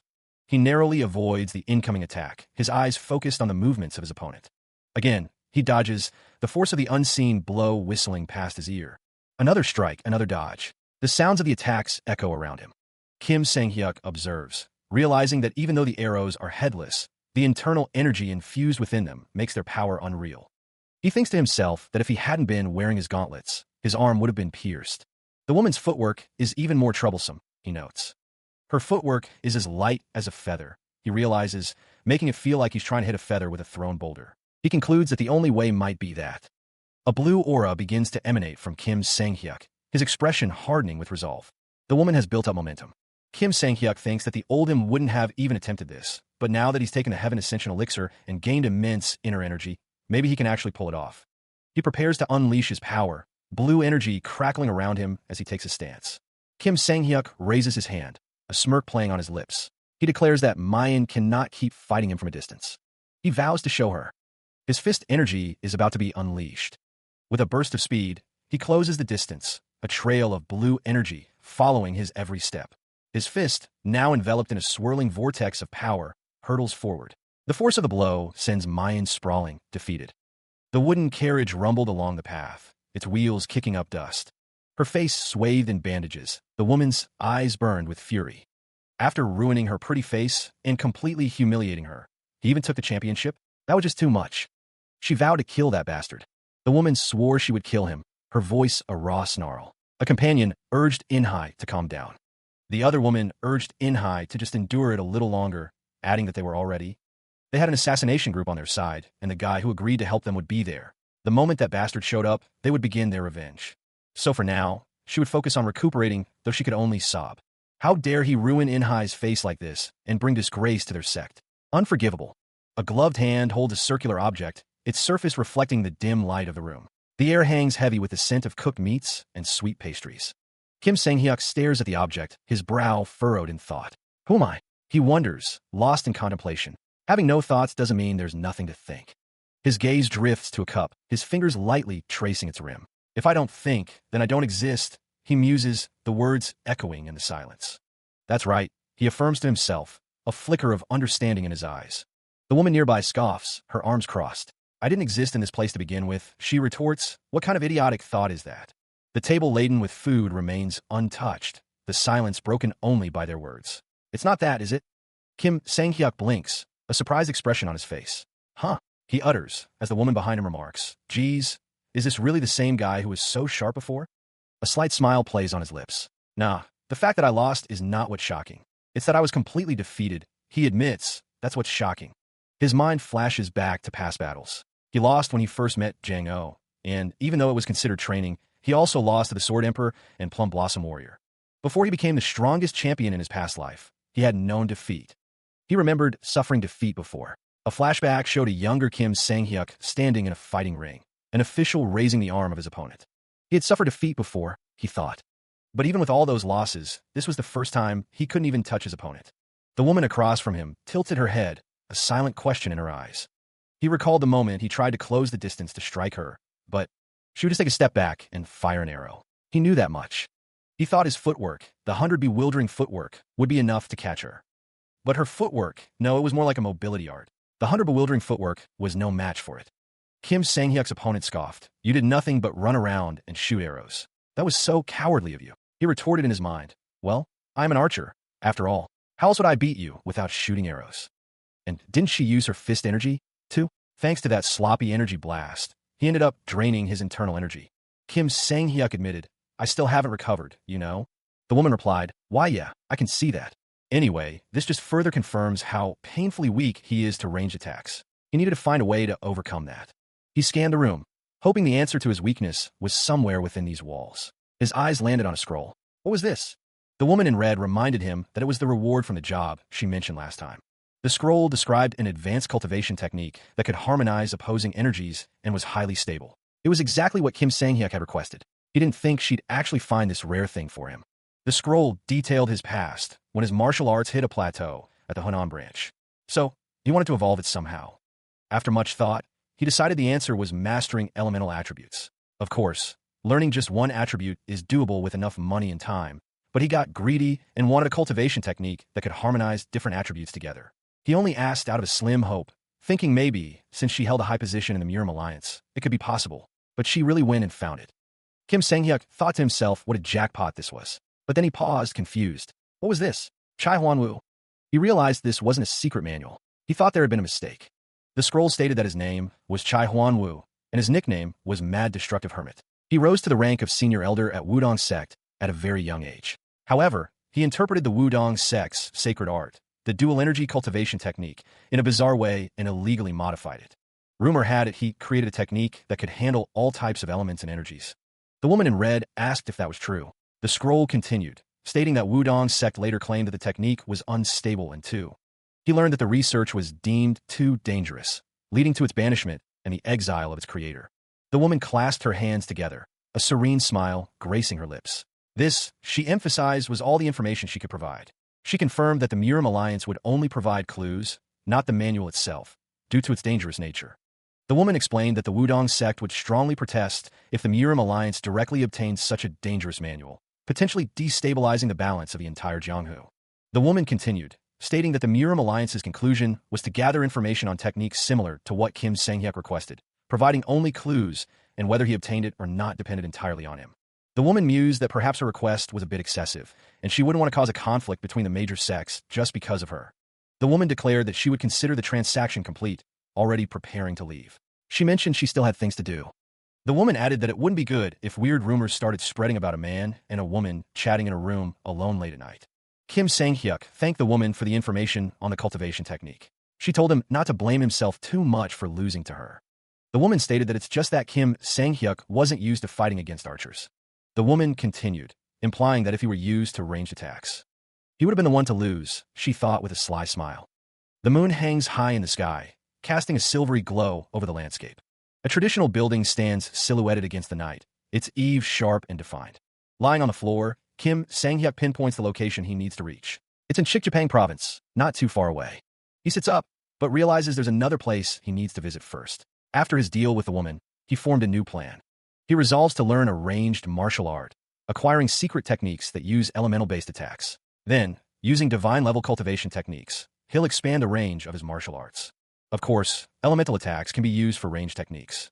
However, they usually feel like devastating finishers, powerful but heavy on internal energy. He leaps over a fiery dragon, his determination burning bright.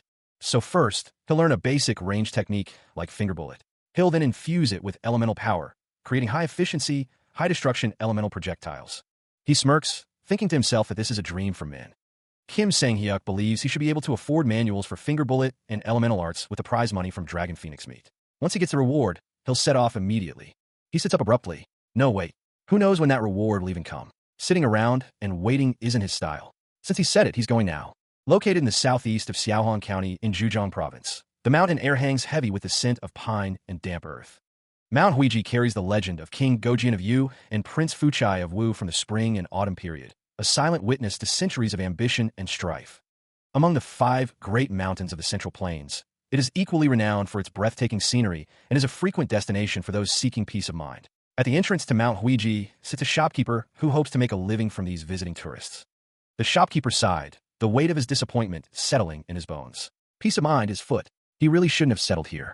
Having aged and seen his health deteriorate, he had hoped for a quiet retirement. He wanted to live out his twilight years peacefully in a scenic place, away from the bustle of Beijing. It has already been a year since he opened his shop here on the mountain, but he never expected it to be this deserted. The shopkeeper sat up with a start. Forget health. He was about to starve to death. Is this the Shinbo shop that sells rare items at cheap prices? A person. Wait a minute. That speech pattern? There's no doubt about it. He's a customer. The man approaches the Shinbo shop, and Yun Jeho bows deeply, welcoming him with open arms. He booms, practically shouting his greeting. The shopkeeper boasts that the Shinbo shop is famed for having anything and everything one could think of, and at prices far cheaper than other shops. Yun Jeho straightens up, inquiring what the young sir is looking for. The customer replies that he's looking for a couple of martial art manuals, not too concerned about how powerful they are, and open to any type. Yun Jeho assures him not to worry. They carry a vast array of manuals here. The customer then clarifies that he'd like to start with the ones focused on specific attributes. The man continues, listing poison arts, heat arts, ice arts, stealth arts, lightning arts, and if possible, demon-suppressing arts as well. Yun Jeho, taken aback by the extensive list, asks if he wants that many. He wonders if he asked for too much. The shopkeeper quickly recovers, assuring him that they do carry all the basic techniques he's mentioned. However, the customer thinks to himself that purchasing them all might be a little expensive. Smiling broadly, the man declares he doesn't worry about money. Yun Jeho's expression shifts, a bead of sweat forming on his brow as he processes the customer's words. The shopkeeper's eyes widen in shock, his mouth agape. The champion presents the box, revealing its contents, a collection of gleaming gold bars, each one reflecting the light with an almost blinding intensity. It seems he has everything he needs. Yun Jeho's eyes widened in disbelief at the sight of the gold. He stammered, questioning the shabby-looking box's true contents. The box was indeed full of money. Kim Sang-hyuk then inquired if there was one more thing he could ask. He had heard someone with the nickname Eccentric Immortal lived on Mount Huiji and wondered if Yun Jeho knew of him. Yun Jeho picked up one of the gold bars, examining it closely. He admitted that he had only been there for a year and wasn't too familiar with everyone. Kim Sang-hyuk then asked if he planned to go up the mountain. Yun Jeho, from a distance, advised against climbing the mountain, though he admitted it might not be his place to say so, being a merchant. Kim Sang-hyuk pressed, asking why he advised against it and if he could tell him the reason. Yun Jeho admitted he hadn't seen himself, but there were rumors. A demonic beast roams the mountain. The demonic beast's presence was palpable. Yun Jeho explained that he had heard it wasn't particularly large, but moved unpredictably and had attacked those who climbed the mountain. Thanks to that, people stopped visiting Mount Huiji entirely. Frankly, Yun Jeho was planning to leave this place too. Kim Sang-hyuk considered the information, realizing it was a demonic beast. Despite the warnings, he found his desire to ascend Mount Huiji only intensifying. Yun Jeho cautioned him, but his words seemed to fuel the young champion's resolve. Yun Jeho expressed his concern, but his words were met with a firm resolve. Kim Sang-hyuk, undeterred, stood ready to begin his ascent.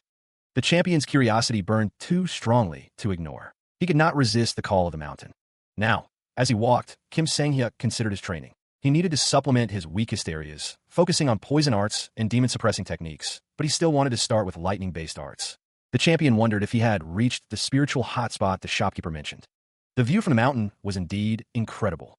He stood perched on the edge of the cliff, the wind whipping around him as he surveyed the landscape below. But still, it was clearly written that someone resided on this mountain. Kim Sang-hyuk had searched all day, but he hadn't found anyone. He came here because of the information that CO Mine gave him, but he was still skeptical. They say there's a martial art that can accommodate all elemental techniques. It sounds absurd, and if such an incredible martial art really existed, every martial arts faction would be fighting over it. It's strange that they've left it untouched all this time. Sigh, if what's written here turns out to be nonsense, he'll be really disappointed with Mayan. A faint energy washes over him. Who's there? Kim Sang-hyuk dashed through the forest, his senses on high alert. That was definitely a faint energy, just now. Judging by the aura alone, they must be at least a peak martial master. Could it be the beast the shopkeeper mentioned?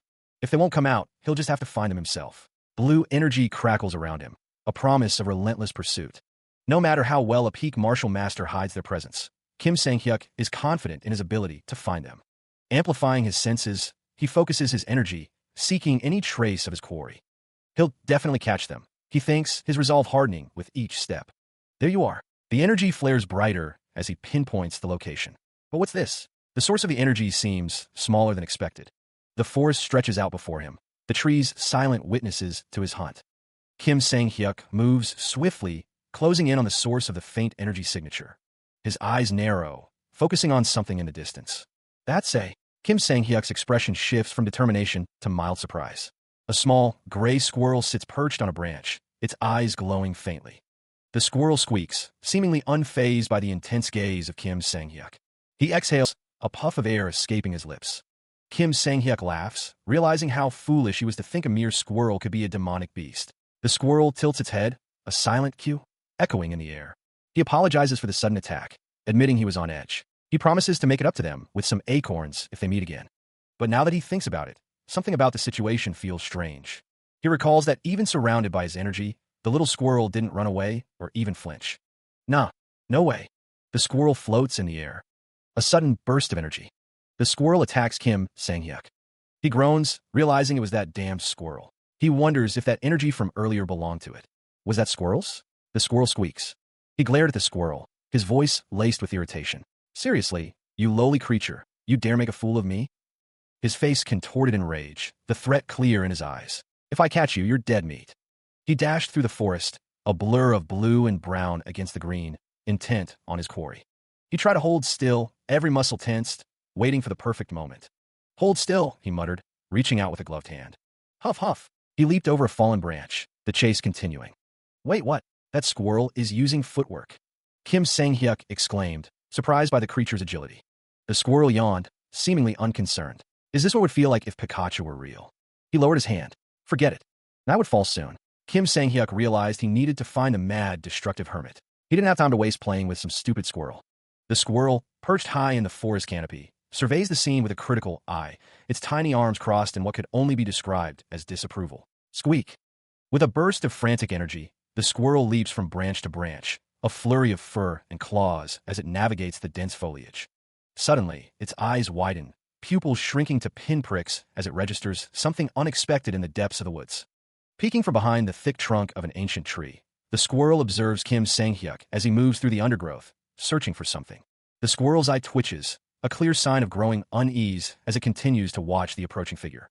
Unaware of the watchful eyes above, Kim Sang-hyuk presses onward, his gaze fixed on the horizon as he continues his search. Perched precariously on a slender branch, the squirrel peers down at Kim Sang-hyuk, its expression a mixture of curiosity and apprehension. A sinister glint enters the squirrel's eyes, its posture shifting from wary observation to something far more calculating. Squeak, squeak, squeak, squeak. A sudden, sharp sound pierces the quiet of the forest, startling the squirrel and sending a shiver down its spine. Its gaze drawn downward, the squirrel stares in disbelief at a strange, glowing object nestled amongst the roots of a nearby tree. Squeak!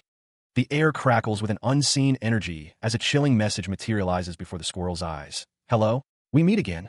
A looming figure, its face twisted into a grotesque parody of a smile, towers over the terrified squirrel, its presence radiating an aura of pure malice. The squirrel is suddenly seized by a powerful hand.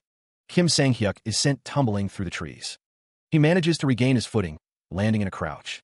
Kim Sang-hyuk scoffs at the squirrel, calling him arrogant. He reminds the squirrel that even if he has reached the peak realm, he is still just an animal, and that he fell for a simple trap. The squirrel, now held firmly in Kim Sang-hyuk's grasp, thinks to himself that Kim Sang-hyuk's mistake was underestimating him, or rather, underestimating humans. He wonders if he can roast the claw of a squirrel who has reached the peak realm, and if it would be more effective than that heaven ascension elixir he had last time. A voice booms out, commanding someone to let it go, and to go right now. Kim Sang-hyuk glances back, noticing a man standing behind him. Kim Sang-hyuk wonders who the man could be. It's Chai Hwan-woo, the mad, destructive hermit. Kim Sang-hyuk's eyes widen as he wonders why that rat is riding on Chai Hwan-woo's shoulder. The man thinks, don't tell me. Chai Hwan-woo realizes he is screwed and apologizes. He groveled, begging for generosity and forgiveness, admitting he almost harmed the squirrel. Tears welled in Kim Sang-hyuk's eyes as he awaited Chai Hwan-woo's response. Chai Hwan-woo questioned if the Murim Alliance's old geezers had revealed his location. Kim Sang-hyuk confirmed that they had. The man with the squirrel simply told him to follow. Meanwhile, the moon hung high over a traditional building. The squirrel slept soundly, unaware of attention. Kim Sang-hyuk was relieved he wasn't being scolded about the squirrel. Still, Kim Sang-hyuk remained on his knees. He had heard that Chai Huan-woo was the top elder of the Wudong sect, so he thought he'd be an old man with white hair, but he was surprisingly youthful. Chai Huan-woo remarked that Kim Sang-hyuk was definitely the talented type, and the 16th person the Murim Alliance had sent. Confused, Kim Sang-hyuk asked what he meant by that, only to be called an idiot. Chai Huan-woo explained that Kim Sang-hyuk was the 16th one who came looking for him, hoping to gain something. Chai Huan-woo knew that what Kim Sang-hyuk was after was that legendary technique with the unique trait of harmonizing any conflicting martial arts. Kim Sang-hyuk admitted that he knew it was shameless of him to come here like this, but he must learn it. Chai Huan-woo said he would teach him. Kim Sang-hyuk asked for clarification. Chai Huan-woo, looking slightly annoyed, questions why he keeps asking if he doesn't understand. He reminds him that he already offered to teach him. Kim Sang-hyuk expresses his disbelief that Chai Huan-woo would teach him so easily. The man with the gray hair responds that he's only giving him a chance, and whether he seizes it depends entirely on his resolve. Kim Sang-hyuk wonders about his own resolve. Chai Huan-woo explains that before Kim Sang-hyuk, 15 others had come to him, each looking just as desperate.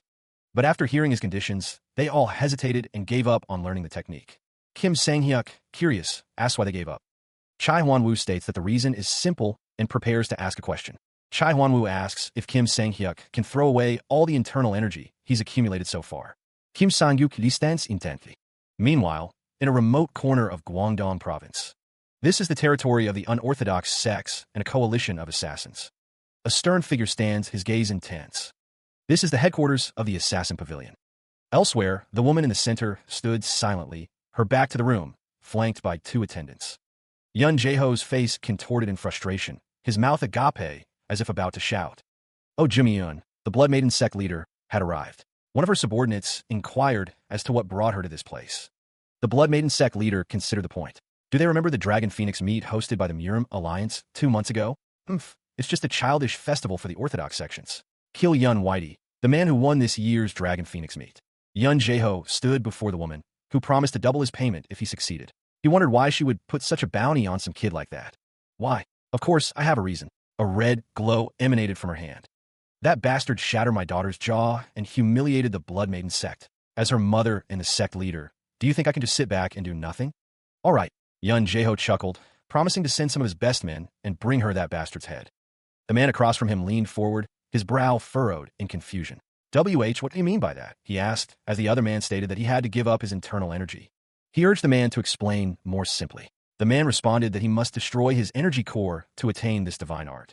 He knelt, his expression hardening with resolve. He pressed the man for the reason, pleading to know what difference it would make if he knew. He was adamant. He must know why. The man paused, considering his words. Finally, the man spoke, stating that if he really wanted to know, he would explain.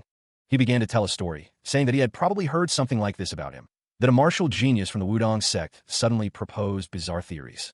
A group of figures stood, all wearing sunglasses, their expressions unreadable. The story continued, explaining that he was rejected by the elders, and in his rage, destroyed his own energy core and left the sect. The figure stood, his face obscured, surrounded by shattered glass, the sound of destruction echoing. The younger man listened intently, his expression thoughtful. Yes, that's what I heard. The elder man, holding a brush, countered with a measured tone. That is only half true. First of all, it is true that my theory was so unconventional that it was rejected by the Wudong sect and stirred much opposition.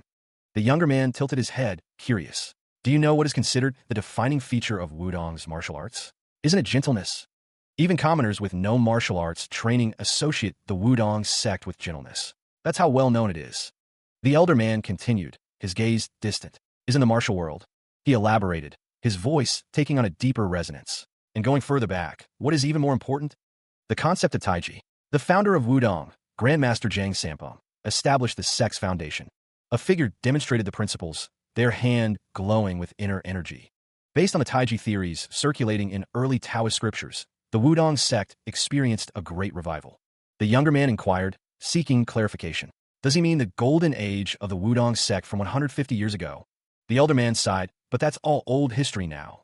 The problem was that people began to sanctify Taiji and other existing theories too much. The elder man's expression hardened, a hint of frustration in his voice. I couldn't stand it any longer. Sickened by the situation, Kim Sang-hyuk had entered a year-long wall of meditational training, contemplation and meditation. And then, a question began to form.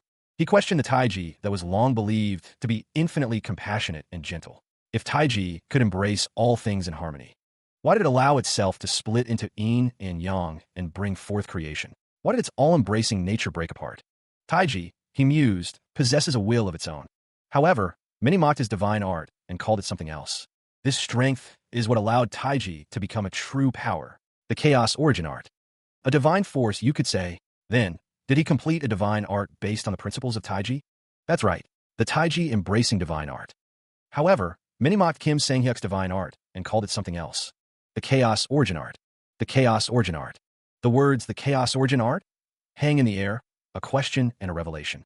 Kim Sang-hyuk's eyes widen. He wonders if it's the rare demonic martial art that recently began to draw attention, the very martial art he wanted to learn. Yun Jae-ho slams his hand on the table, his voice laced with fury. How dare you? Kim Sang-hyuk, face contorted in annoyance, shouts, shout like that? The air crackles with tension as Kim Sang-hyuk faces Yun Jae-ho, the older man's anger palpable. Kim Sang-hyuk's eyes narrow, a thought crossing his mind. Wait, that attack just now. Yun Jae-ho stands before Kim Sang-hyuk, his expression unreadable. He scoffs, wondering when he ever said he'd had no internal energy. Kim Sang-hyuk recalls asking if Yun Jae-ho was willing to give it all up, remembering that the older man said his energy core had been destroyed. He thinks to himself, follow me. The two figures stand apart, the tension between them thick enough to cut with a knife. Yun Jae-ho's stance shifts, a subtle change in posture that speaks volumes. From now on dash. Yun Jae-ho's expression hardens, his eyes filled with a sudden intensity. What? The situation felt precarious to Kim Sang-hyuk. It was far too dangerous, and carelessness could lead to energy deviation. Still, he steeled himself, knowing what needed to be done. Yun Jae-ho's expression remained unreadable, a single bead of sweat tracing a path down his temple. His hand began to glow with an eerie blue light, energy coalescing around his fingertips. The energy intensified, crackling with power as it formed intricate patterns around his hand. Kim Sang-hyuk's eyes narrowed, a sense of unease washing over him. This was strange. There should be some sort of reaction. Yun Jae-ho stood in what appeared to be a starry void, his expression distant. But he felt nothing. Kim Sang-hyuk struggled to comprehend what he was seeing. This couldn't be right. How could Yun Jae-ho be using internal energy when he didn't even have an energy core? Yun Jae-ho's voice echoed, explaining that just as Taiji possesses a will, internal energy also has its own will. Yet, martial artists have only tried to control it. Their energy, they never considered the internal energy's original will. No, they never even imagined that energy could have a will. This is... A voice urged him to take a good look. What did he see in Yun Jae-ho's internal energy? Yun Jae-ho stood atop a mountain peak, the Taiji embracing divine art, a divine art. He speaks, revealing that this is another part of his will. The voice questions how one could borrow strength from something suppressed within their energy core, explaining that the Taiji embracing divine art is simply a path to liberate this second self. The explanation continues, stating that his internal energy flows freely throughout his body, not within an energy core. The energy is described as being like a living being, and this is identified as the Taiji embracing divine art. It's stated that enlightenment cannot be gained artificially. The path requires endless effort, luck, experience, and finally, talent. Looking at Yun Jae-ho, it said that he not only trained but also found joy in the path. He carried memories from a previous life and learned through countless fights, but now, images flash of Yun Jae-ho in combat. He was also born with innate talent. If he lacked anything, it was just one thing: luck. A vision of the cosmos appears. That final missing piece for Yun Jae-ho has fallen into place. A surge of power emanates from Kim Sang-hyuk, the air crackling with energy as he stands in the courtyard. The energy intensifies, swirling around him like a visible aura, a testament to his newfound enlightenment. Yun Jae-ho watches with a knowing look, a slight smile playing on his lips as he observes the champion's progress. His hands rest calmly at his side, betraying none of the power he surely possesses. Kim Sang-hyuk kneels, expressing his gratitude. He says he will never forget this moment. Yun Jae-ho waves off the gratitude. He scoffs, stating that Kim Sang-hyuk only attained enlightenment because it was his to begin with. Yun Jae-ho tempers his dismissal, adding that there is still much for Kim Sang-hyuk to learn. He urges him to come inside quickly, as there is much to explain about the Taiji embracing divine art. The two figures stand in the courtyard, the night air still carrying the echoes of Kim Sang-hyuk's breakthrough. Elsewhere, two masked figures observe from the shadows. One notes that Kim Sang-hyuk really did attain enlightenment, and seems far stronger than they were told.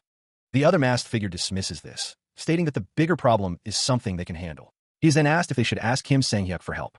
The second figure refuses, stating that it is their last resort. The first figure agrees, adding that Kim Sang-hyuk isn't strong enough to take them all on alone, so they'll strike when he's by himself. At an old house nestled halfway up Mount Huiji, a sense of tranquility settled over the landscape. Yun Whitey was preparing to reach a higher state of enlightenment, having accepted the eccentric immortal Chai Huan-Wu as his master.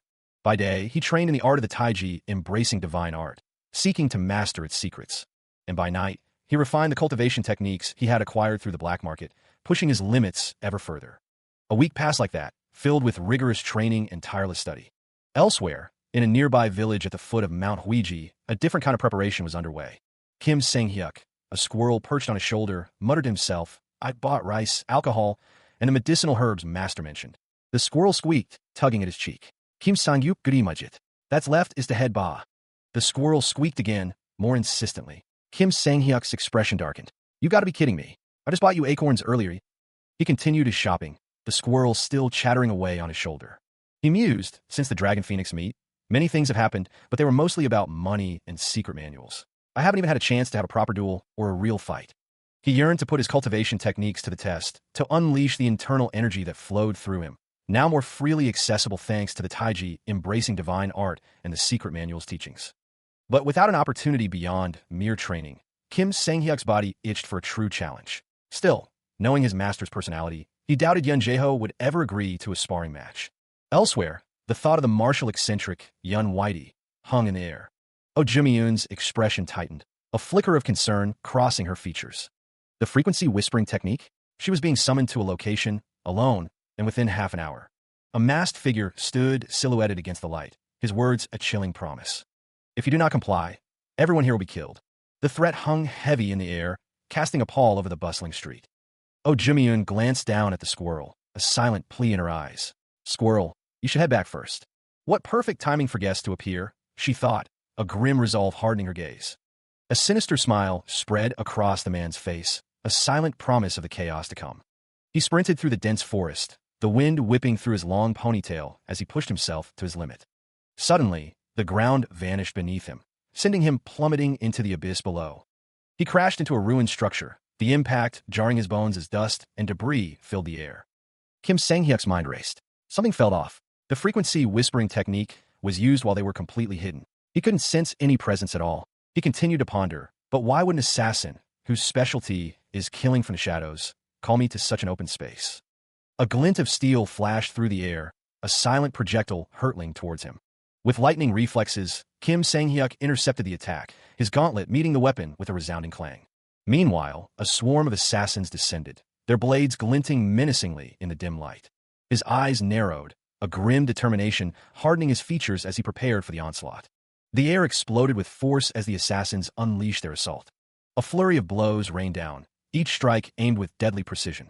One of the assassins muttered, their sneak attack having failed. The assassin mused that he never expected things to end so easily. The target was, after all, a supreme peak martial artist. The leader of the higher assassination sect, Unit 3, a vicious stealth killer, reminded his men not to let their guard down. Kim Sang-hyuk thought to himself that they were better than he expected. To think, he neutralized a downward strike from above by creating a shockwave through the ground. One of the assassins noted that Kim Sang-hyuk's reaction speed and adaptability were impressive and that he shouldn't take him lightly. Kim Sang-hyuk demanded to know where the bastards were from and what their purpose was in targeting him. One of the assassins responded that he was a dead man and shouldn't ask so many questions. They were just doing their job. Kim Sang-hyuk told them not to hold a grudge against him because he held no grudge at all. With a powerful strike, Kim Sang-hyuk sent one of the assassins flying. He grabbed another assassin, his speed overwhelming. Honestly, he didn't care what their goal was or who sent them. Kim Sang-hyuk prepared his next attack. Kim Sang-hyuk was just excited that some target dummies showed up. He channeled his inner strength, a surge of blue energy crackling around him. The air vibrated with the promise of unleashed power, a declaration of intent to test his limits. But before he could fully unleash his attack, thick chains erupted from the ground, snaking around his limbs with surprising speed. The cold steel bit into his flesh, the chains binding his foot, preventing any swift movements. One of the masked figures, confident in their trap, let out a triumphant ha. A flicker of surprise crossed Kim Sang-hyuk's face. Whoa! But the moment of shock was fleeting. He gathered his energy once more, preparing to unleash a counterattack. Seeing their chance, one of the ninjas whispered, "Now's the chance." The ninjas believed his footwork was sealed, his movements crippled. They thought they had him cornered. Kim Sang-hyuk smirked, a dangerous glint in his eyes. Sealing my foot to prevent my footwork techniques? That's a good strategy. A visual representation of the Yun Whitey style filled the air, a flurry of fists and furious energy. The power of the Yun Whitey style surged forth, a whirlwind of strikes aimed at overwhelming his opponents. The ninjas, caught completely off guard by the sudden shift in momentum, were left bewildered. What's with those strange movements? I can't find an opening at all. He declared that it was time, a blue light emanating from his eyes. With a burst of speed, he launched himself toward one of the masked figures. The force of Kim Sang-hyuk's attack sent multiple opponents flying through the air, a surge of blue energy erupting around him. One of the masked figures grimaced, his face contorted in agony as the blow landed. The impact reverberated through his arm. Another masked figure was struck with brutal force, blood splattering from the impact. Two masked figures watched in stunned silence. Kim Sang-hyuk stood over one of his fallen opponents, declaring that one was down for now. More bodies fell to the ground, defeated. He steeled himself, realizing there were still two more to face. Four masked figures remained, poised to strike. One of the masked figures commented that he had taken down three of them in the blink of an eye. One of the masked figures reports that, according to their information, he had just barely entered the realm of Supreme Peak. But the reaction speed, the offensive maneuvers, and the internal energy he shows that Kim Sang-hyuk is at the very peak of the Supreme level, perhaps even beyond it. Another masked figure requests their leader's orders. The leader tells him not to get impatient, stating that they've assessed his strength now. From this point forward, they will deploy the Hell Incursion killing formation. The champion found himself surrounded. Several figures in black encircled him, their swords glinting in the dim light. Kim Sang-hyuk's eyes narrowed, a sense of unease settling over him. He thought to himself that he'd better finish this before they tried something dangerous, sensing the shift in the atmosphere. With a surge of power, he launched himself into the air, a vibrant blue aura enveloping his form. Energy erupted from him in a blinding flash, scattering the surrounding figures. A flicker of frustration crossed Kim Sang-hyuk's face. His movement had been too big, he realized. One of the figures, nimble and quick, hurled a hidden weapon towards him. Kim Sang-hyuk glanced down, his expression hardening. He thought, just a moment ago, you were rushing at me like you were ready to kill me. He snapped his head back, his eyes blazing with anger. Fool, he spat. Did you think we were just fleeing? Gathering his energy, Kim Sang-hyuk prepared to strike back, a blue aura once again flaring around him. With blinding speed, he closed the distance. Kim Sang-hyuk stood over one of the fallen figures, the battle's outcome already decided. He found himself surrounded, the figures closing in with a practiced coordination. The tag team moved as one, their intent clear. Dust billowed as the fighting formation took shape. The cloud expanded, obscuring the battlefield. Kim Sang-hyuk realized their strategy. They had lured him into this wide space to deploy this formation. He smirked, a blue aura gathering around his fist. That was clever, but for a formation like this? A strange, purple haze began to permeate the air. The champion's expression hardened, a bead of sweat trickling down his temple. He coughed, the dust heavy in the air. The dust swirled around Kim Sang-hyuk, trapping him within its confines. From within the formation, the assassins confirmed their success. He acted so arrogantly, but now, he has fallen right into their formation. Once the enemy is trapped within the tag team fighting formation's vortex, they fill the area with poison. If they have any resistance to poison, they may survive instant death, but the formation will bombard them repeatedly until their weakened form can be hunted down with ease. This is the secret technique of the higher assassination sect. The Hell Incursion killing formation. Even if you're a monstrous freak, there's no way you can break through this unless you've reached completely. Heaving, Kim Sang-hyuk struggles to catch his breath within the deadly realm. They got me good. He thinks, I wasn't expecting the poison at all. If I had known, I would have learned poison arts first. No, it's not over yet. Kim Sang-hyuk thinks, I need to escape before I lose my consciousness. Above him, a massive axe descends. The axe falls. Coop. Meticulous bastards. He thinks, they're seriously trying to make sure I can't escape. He looks up to see a rain of blades falling towards him. The blades descend. A strangled cry tore from his throat as the blades intensified their assault. The poison formation continued to tear at Kim Sang-hyuk, each strike a searing brand against his flesh. A relentless barrage of steel and shimmering energy rained down, each impact echoing with a sharp, metallic clang. The blades slammed into the ground around him, each strike carving deeper into the already scarred earth. Kim Sang-hyuk grimaced, the pain etched deeply into his features as the relentless assault continued to batter his defenses. The air crackled with malevolent energy, the blades a constant, whirling threat. Yun Jae-ho watched with cold satisfaction, a cruel smirk playing on his lips. He mused, wondering if the champion had finally reached his limit. Enough was enough. With a surge of dark energy, Yun Jae-ho unleashed his ultimate technique, Viper Slash. The world exploded in a haze of purple as the Viper Slash connected, sending Kim Sang-hyuk reeling from the force of the blow. A searing beam of energy shot forth, cutting through the darkness with blinding intensity. The impact detonated in a violent explosion, throwing Kim Sang-hyuk back with devastating force. Yun Jae-ho's eyes widened, a flicker of surprise crossing his face as he realized something was amiss. Battered and bruised, Kim Sang-hyuk lay prone, the poison taking its toll. He was weakened, but not broken. The force of the Viper slash sends Kim Sang-hyuk staggering backward. His face contorted in pain, Kim Sang-hyuk struggles to regain his footing. He demands, his voice strained, how Yun Jae-ho managed to get inside. A small, masked squirrel, carrying a large pack, scurries past, emitting a series of high-pitched squeaks. A cloud of smoke erupts around Kim Sang-hyuk. The squirrel, he realizes, was the one on the target's shoulder earlier. He now understands it can use martial arts.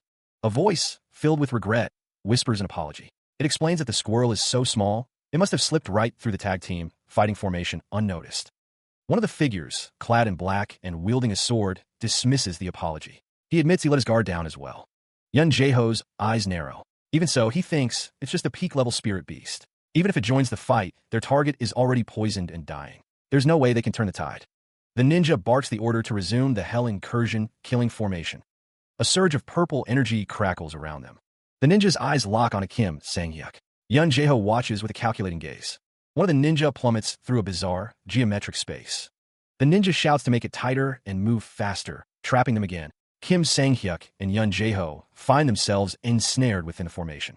He gasped, his breath catching in his throat as he pushed onward. His squirrel companion, perched on his shoulder, mirrored his determination.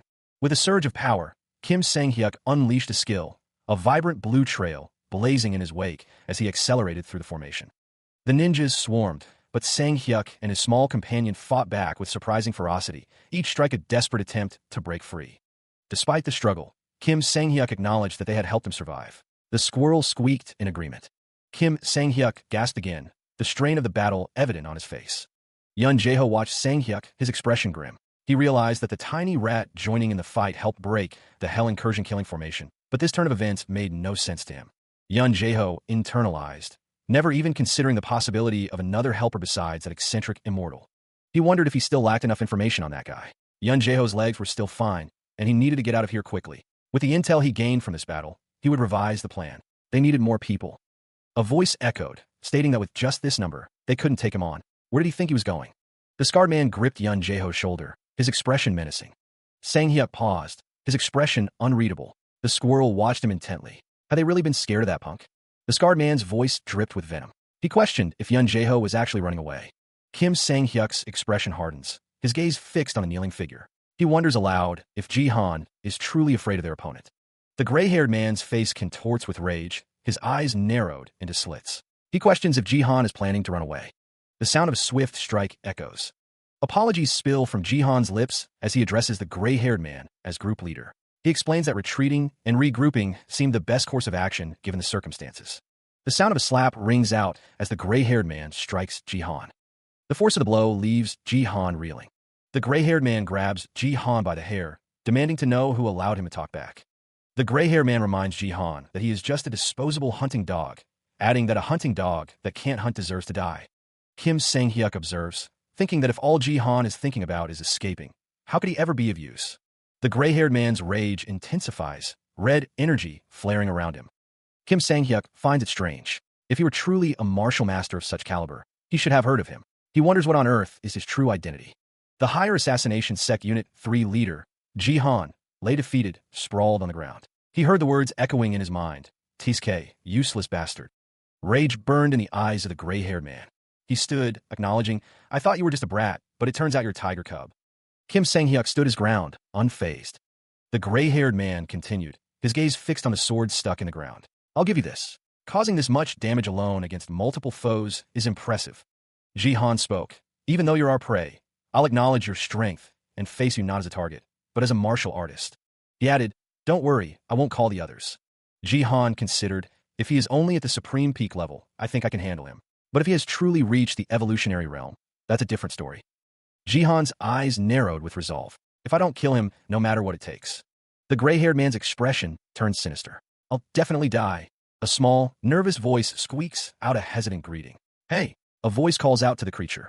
Hey, squirrel!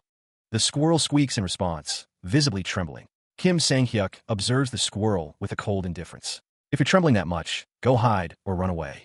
The squirrel, despite its fear, squeaks back, its small fists clenched. Squeak. Seriously, you're so prideful. Kim Sang-hyuk regards the squirrel, his expression unchanged. Well, fight or flee, do what you want. A voice cuts through the air, impatient. Are you done chatting now? Kim Sang-hyuk moves with blinding speed, preparing to unleash a devastating strike. The air crackles with energy as Kim Sang-hyuk accelerates. He's fast.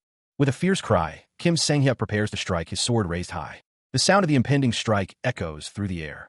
Kim Sang-hyuk's sword cuts through the air, leaving a trail of energy in its wake. He swings that massive sword as if it's a dagger, each strike carrying immense power. Kim Sang-hyuk's enhanced sword energy is compressed to an extreme degree, ready to be unleashed. The text explains that this is the difference in class when you reach the evolutionary realm. He faced a squirrel, a warning echoing in his mind. Don't even try to block or get hit by that attack, for if it so much as grazes you, you'll die instantly. Jihan, sword in hand, sneered, observing that the target scurried around like a rat, perhaps even being one. The blade descended, promising a painless death. The attack continued, a flurry of deadly strikes. Kim Sang-hyuk dodged, narrowly avoiding the lethal blow. Jihan stood ready, his expression a mix of anticipation and malice. Again, Kim Sang-hyuk evaded, realizing he needed to avoid big attacks as much as possible. With a burst of speed, he launched his own counterattack. Muay Thai, Ao Bao. Jihan grimaced, feeling the impact of the blow. He scoffed, declaring that, as expected, it didn't even leave a scratch. He and Kim Sang-hyuk stood poised, the tension palpable as they sized each other up, ready to unleash another flurry of blows. His attacks might be fast, Jihan used, but they were also straightforward, almost predictable. The champion moved with a calculated grace, each step measured, each breath controlled. Should he take a gamble? Jihan wondered, his eyes narrowing in thought. A small squirrel watched the fight with wide, curious eyes. Remembering what happened to them earlier, the squirrel squeaked as Kim Sang-hyuk launched another attack. The clash of their skills echoed through the forest as Jihan questioned how long the champion planned to run around like that. A strange energy began to emanate from Jihan, swirling around him like a protective aura. This is the Hell Incursion Killing Formation, the man with the red eyes declared. Jihan stood firm, a barrier of swirling energy surrounding him, ready to unleash the Hell Incursion Killing Formation. Kukuku, unbelievable. The man with red eyes sneered, questioning if they dared to imitate the tag team fighting formation of the Higher Assassination sect right in front of him.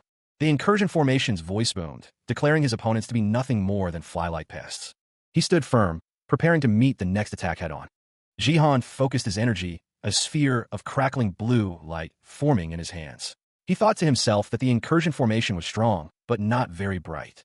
The Incursion Formation considered that if he spread his sword energy too wide, even someone at the evolutionary realm level would find openings. With a surge of power, Jihan unleashed the Hell Incursion Killing Formation. The Incursion Formation roared, bracing for the impact. The blue energy slammed into the Incursion Formation, the force of the blow reverberating through the air. A wave of shock washed over the Incursion Formation. He was stunned. His internal monologue screamed in disbelief. Jihan had pierced through his sword strike. The Hell Incursion Killing Formation continued to batter the Incursion Formation, the blue energy crackling with destructive power. Suddenly, the Incursion Formation lunged forward, grabbing Honorable. He demanded to know what the hell he was doing. Gripping him tightly, the Incursion Formation questioned if Jihan had ever fought at close range before, despite being at the evolutionary realm. Or perhaps he wasn't. The Incursion Formation scoffs, internally questioning how someone at the evolutionary realm could be so foolish. He then shouts, calling Jihan an arrogant brat. Bolts of lightning crackle around the Incursion Formation as he unleashes his attack on Jihan. The Incursion Formation believes that brute force and flashy lightning will be enough to defeat Jihan, and shouts, now. Jihan stands firm, his foot planted on the ground. With a burst of speed, Jihan sends a squirrel flying towards the Incursion Formation. The squirrel connects, and the Incursion Formation coughs, staggered by the unexpected attack. The Incursion Formation realizes that Jihan is trying to trip him by pushing from opposite sides. The Incursion Formation sneers, calling Jihan and his allies weaklings who resort to dirty tricks. Jihan's hands grip the ground, preparing for the final move. The Incursion Formation's eyes widen in surprise as he is tripped.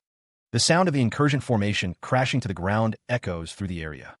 To surpass a certain level in martial arts, one's mind, energy, and body must advance in unison. Introducing Earth Soul Jihan, the leader of the Higher Assassination Sect's Unit 3. He had reached the evolutionary realm, but was still far from the true martial masters like the Ten Supremes by forcibly extracting the pure blood of 50 boys and 50 girls and refining it. He used the cruel Azura's blood-absorbing demonic art to unnaturally reach the evolutionary realm. He reached the evolutionary realm forcefully via abnormal means. As a result, he, who relied solely on his massive internal energy without any proper martial art forms. The figure stands amidst swirling dust, his blade ready. He spat. "Kook, you bastard!" Kim Sang-hyuk exclaimed. "What have you done to my arm?" Jihan, wielding a crimson blade, sneered at Kim Sang-hyuk. He taunted, questioning if the champion had ever experienced the crushing of his joints. The man roared, demanding silence. With a burst of speed, Kim Sang-hyuk closed the distance, a blur of motion against the stark landscape. The red sword arced through the air, but Jihan's already sloppy swordplay was only getting worse. Blue energy flared as Kim Sang-hyuk met the crimson blade head-on, blocking the attack with a resounding crash. The force of the block reverberated through Jihan, a grunt escaping his lips as he struggled to maintain his stance. A surge of pain coursed through him, and Jihan roared in frustration. Kim Sang-hyuk stepped back, panting slightly. He acknowledged his opponent's tenacity. "Oh, you're persistent." Jihan lay defeated, his sword cast aside. The narrator mused that, as expected of someone at the evolutionary realm, that toughness is insane. Kim Sang-hyuk, a squirrel perched atop his head, reflected on the battle. He thought he had to beat Jihan for at least 15 minutes after breaking his arm before he finally went down. The champion continued his retreat. He knew they needed to leave before more of Jihan's underlings showed up. If they kept fighting, it could really get dangerous. A silent determination hardened Kim Sang-hyuk's gaze. He moved with renewed purpose, a surge of energy propelling him forward. A chilling realization washes over him. This is poison? Jihan sighs, lamenting the necessity. He didn't want to use this ability, since it could harm even his own body. But it can't be helped now, he thinks, the purple miasma intensifying around him. His true power begins to manifest, a venom technique so potent that even the masters of the Sichuan's Tang clan would take a step back. The moment it touches you, your body will melt like candle wax.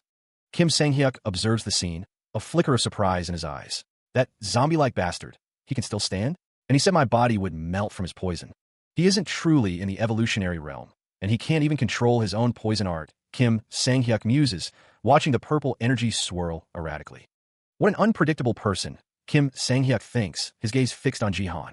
Kukuku, Jihan thinks, his face contorted in a grimace. I can't maintain this for long. We should finish this quickly, brat. I'll melt you down, Jihan roars, unleashing the full force of his venomous power. The purple energy crackles around his outstretched hands, ready to strike. He grips a simple stick, channeling his power through it. With a surge of green energy, Jihan prepares to unleash his attack. The air crackled with residual energy. He coughed, the lingering effects of the poison still plaguing him. Jihan's eyes darted up, calling out to his master. Kim Sang-hyuk chided him, telling him to be quiet somewhere else and that he was causing a ruckus across the whole village. He then asked if Jihan was hurt. Jihan explained that he was just barely okay, having been in real danger because of the poison earlier.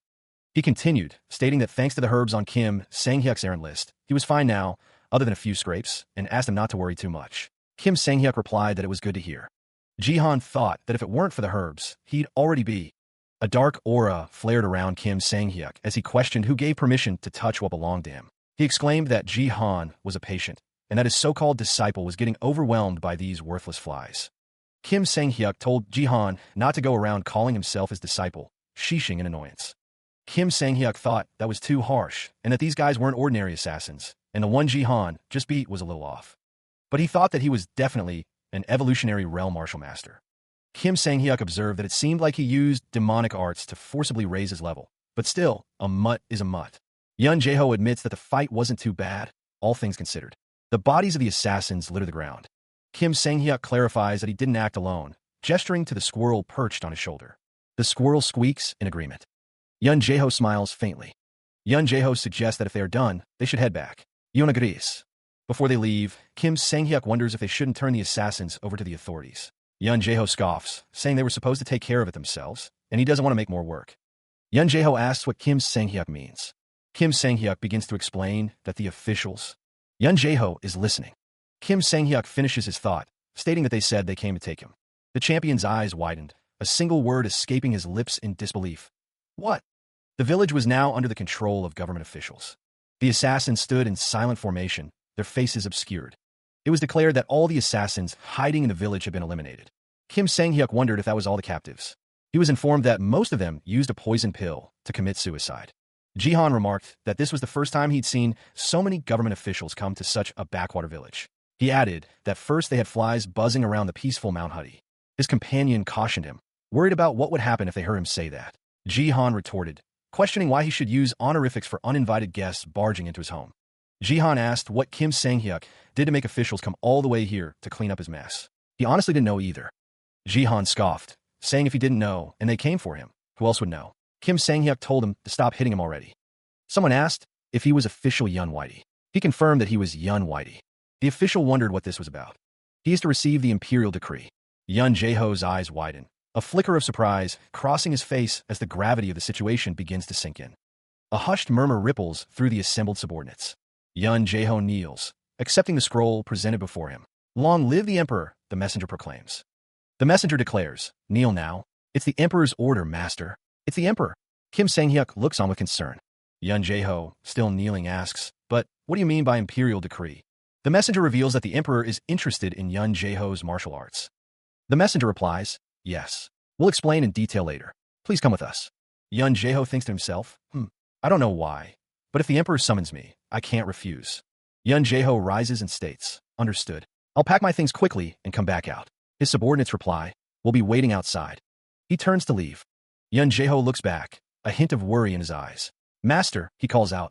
He apologizes, explaining that he must leave now. Yun Jae-ho scoffs, questioning who's upset. The master stands with his back turned. Kim Sang-hyuk is told that if he ever needs more training, he can always return, and he calls out to his master. Kim Sang-hyuk thanks Yun Jae-ho for everything, stating he will descend the mountain now. Yun Jae-ho declares that he has already taught Kim Sang-hyuk everything he can. If he's ready, they can go. The champion walks away, leaving his master behind. Kim Sang-hyuk wonders why the imperial palace would summon someone like him. No matter how much he thinks about it, he doesn't get it. The man muses that he wouldn't mind if the emperor was a martial artist. They were curious about what kind of strong people they might have there. Kim Sang-hyuk thinks he might get even stronger there too. He paused, his boots planted firmly on the ground. All right then. Kim Sang-hyuk's gaze hardened with resolve. His hands clasped together, a silent promise etched on his face.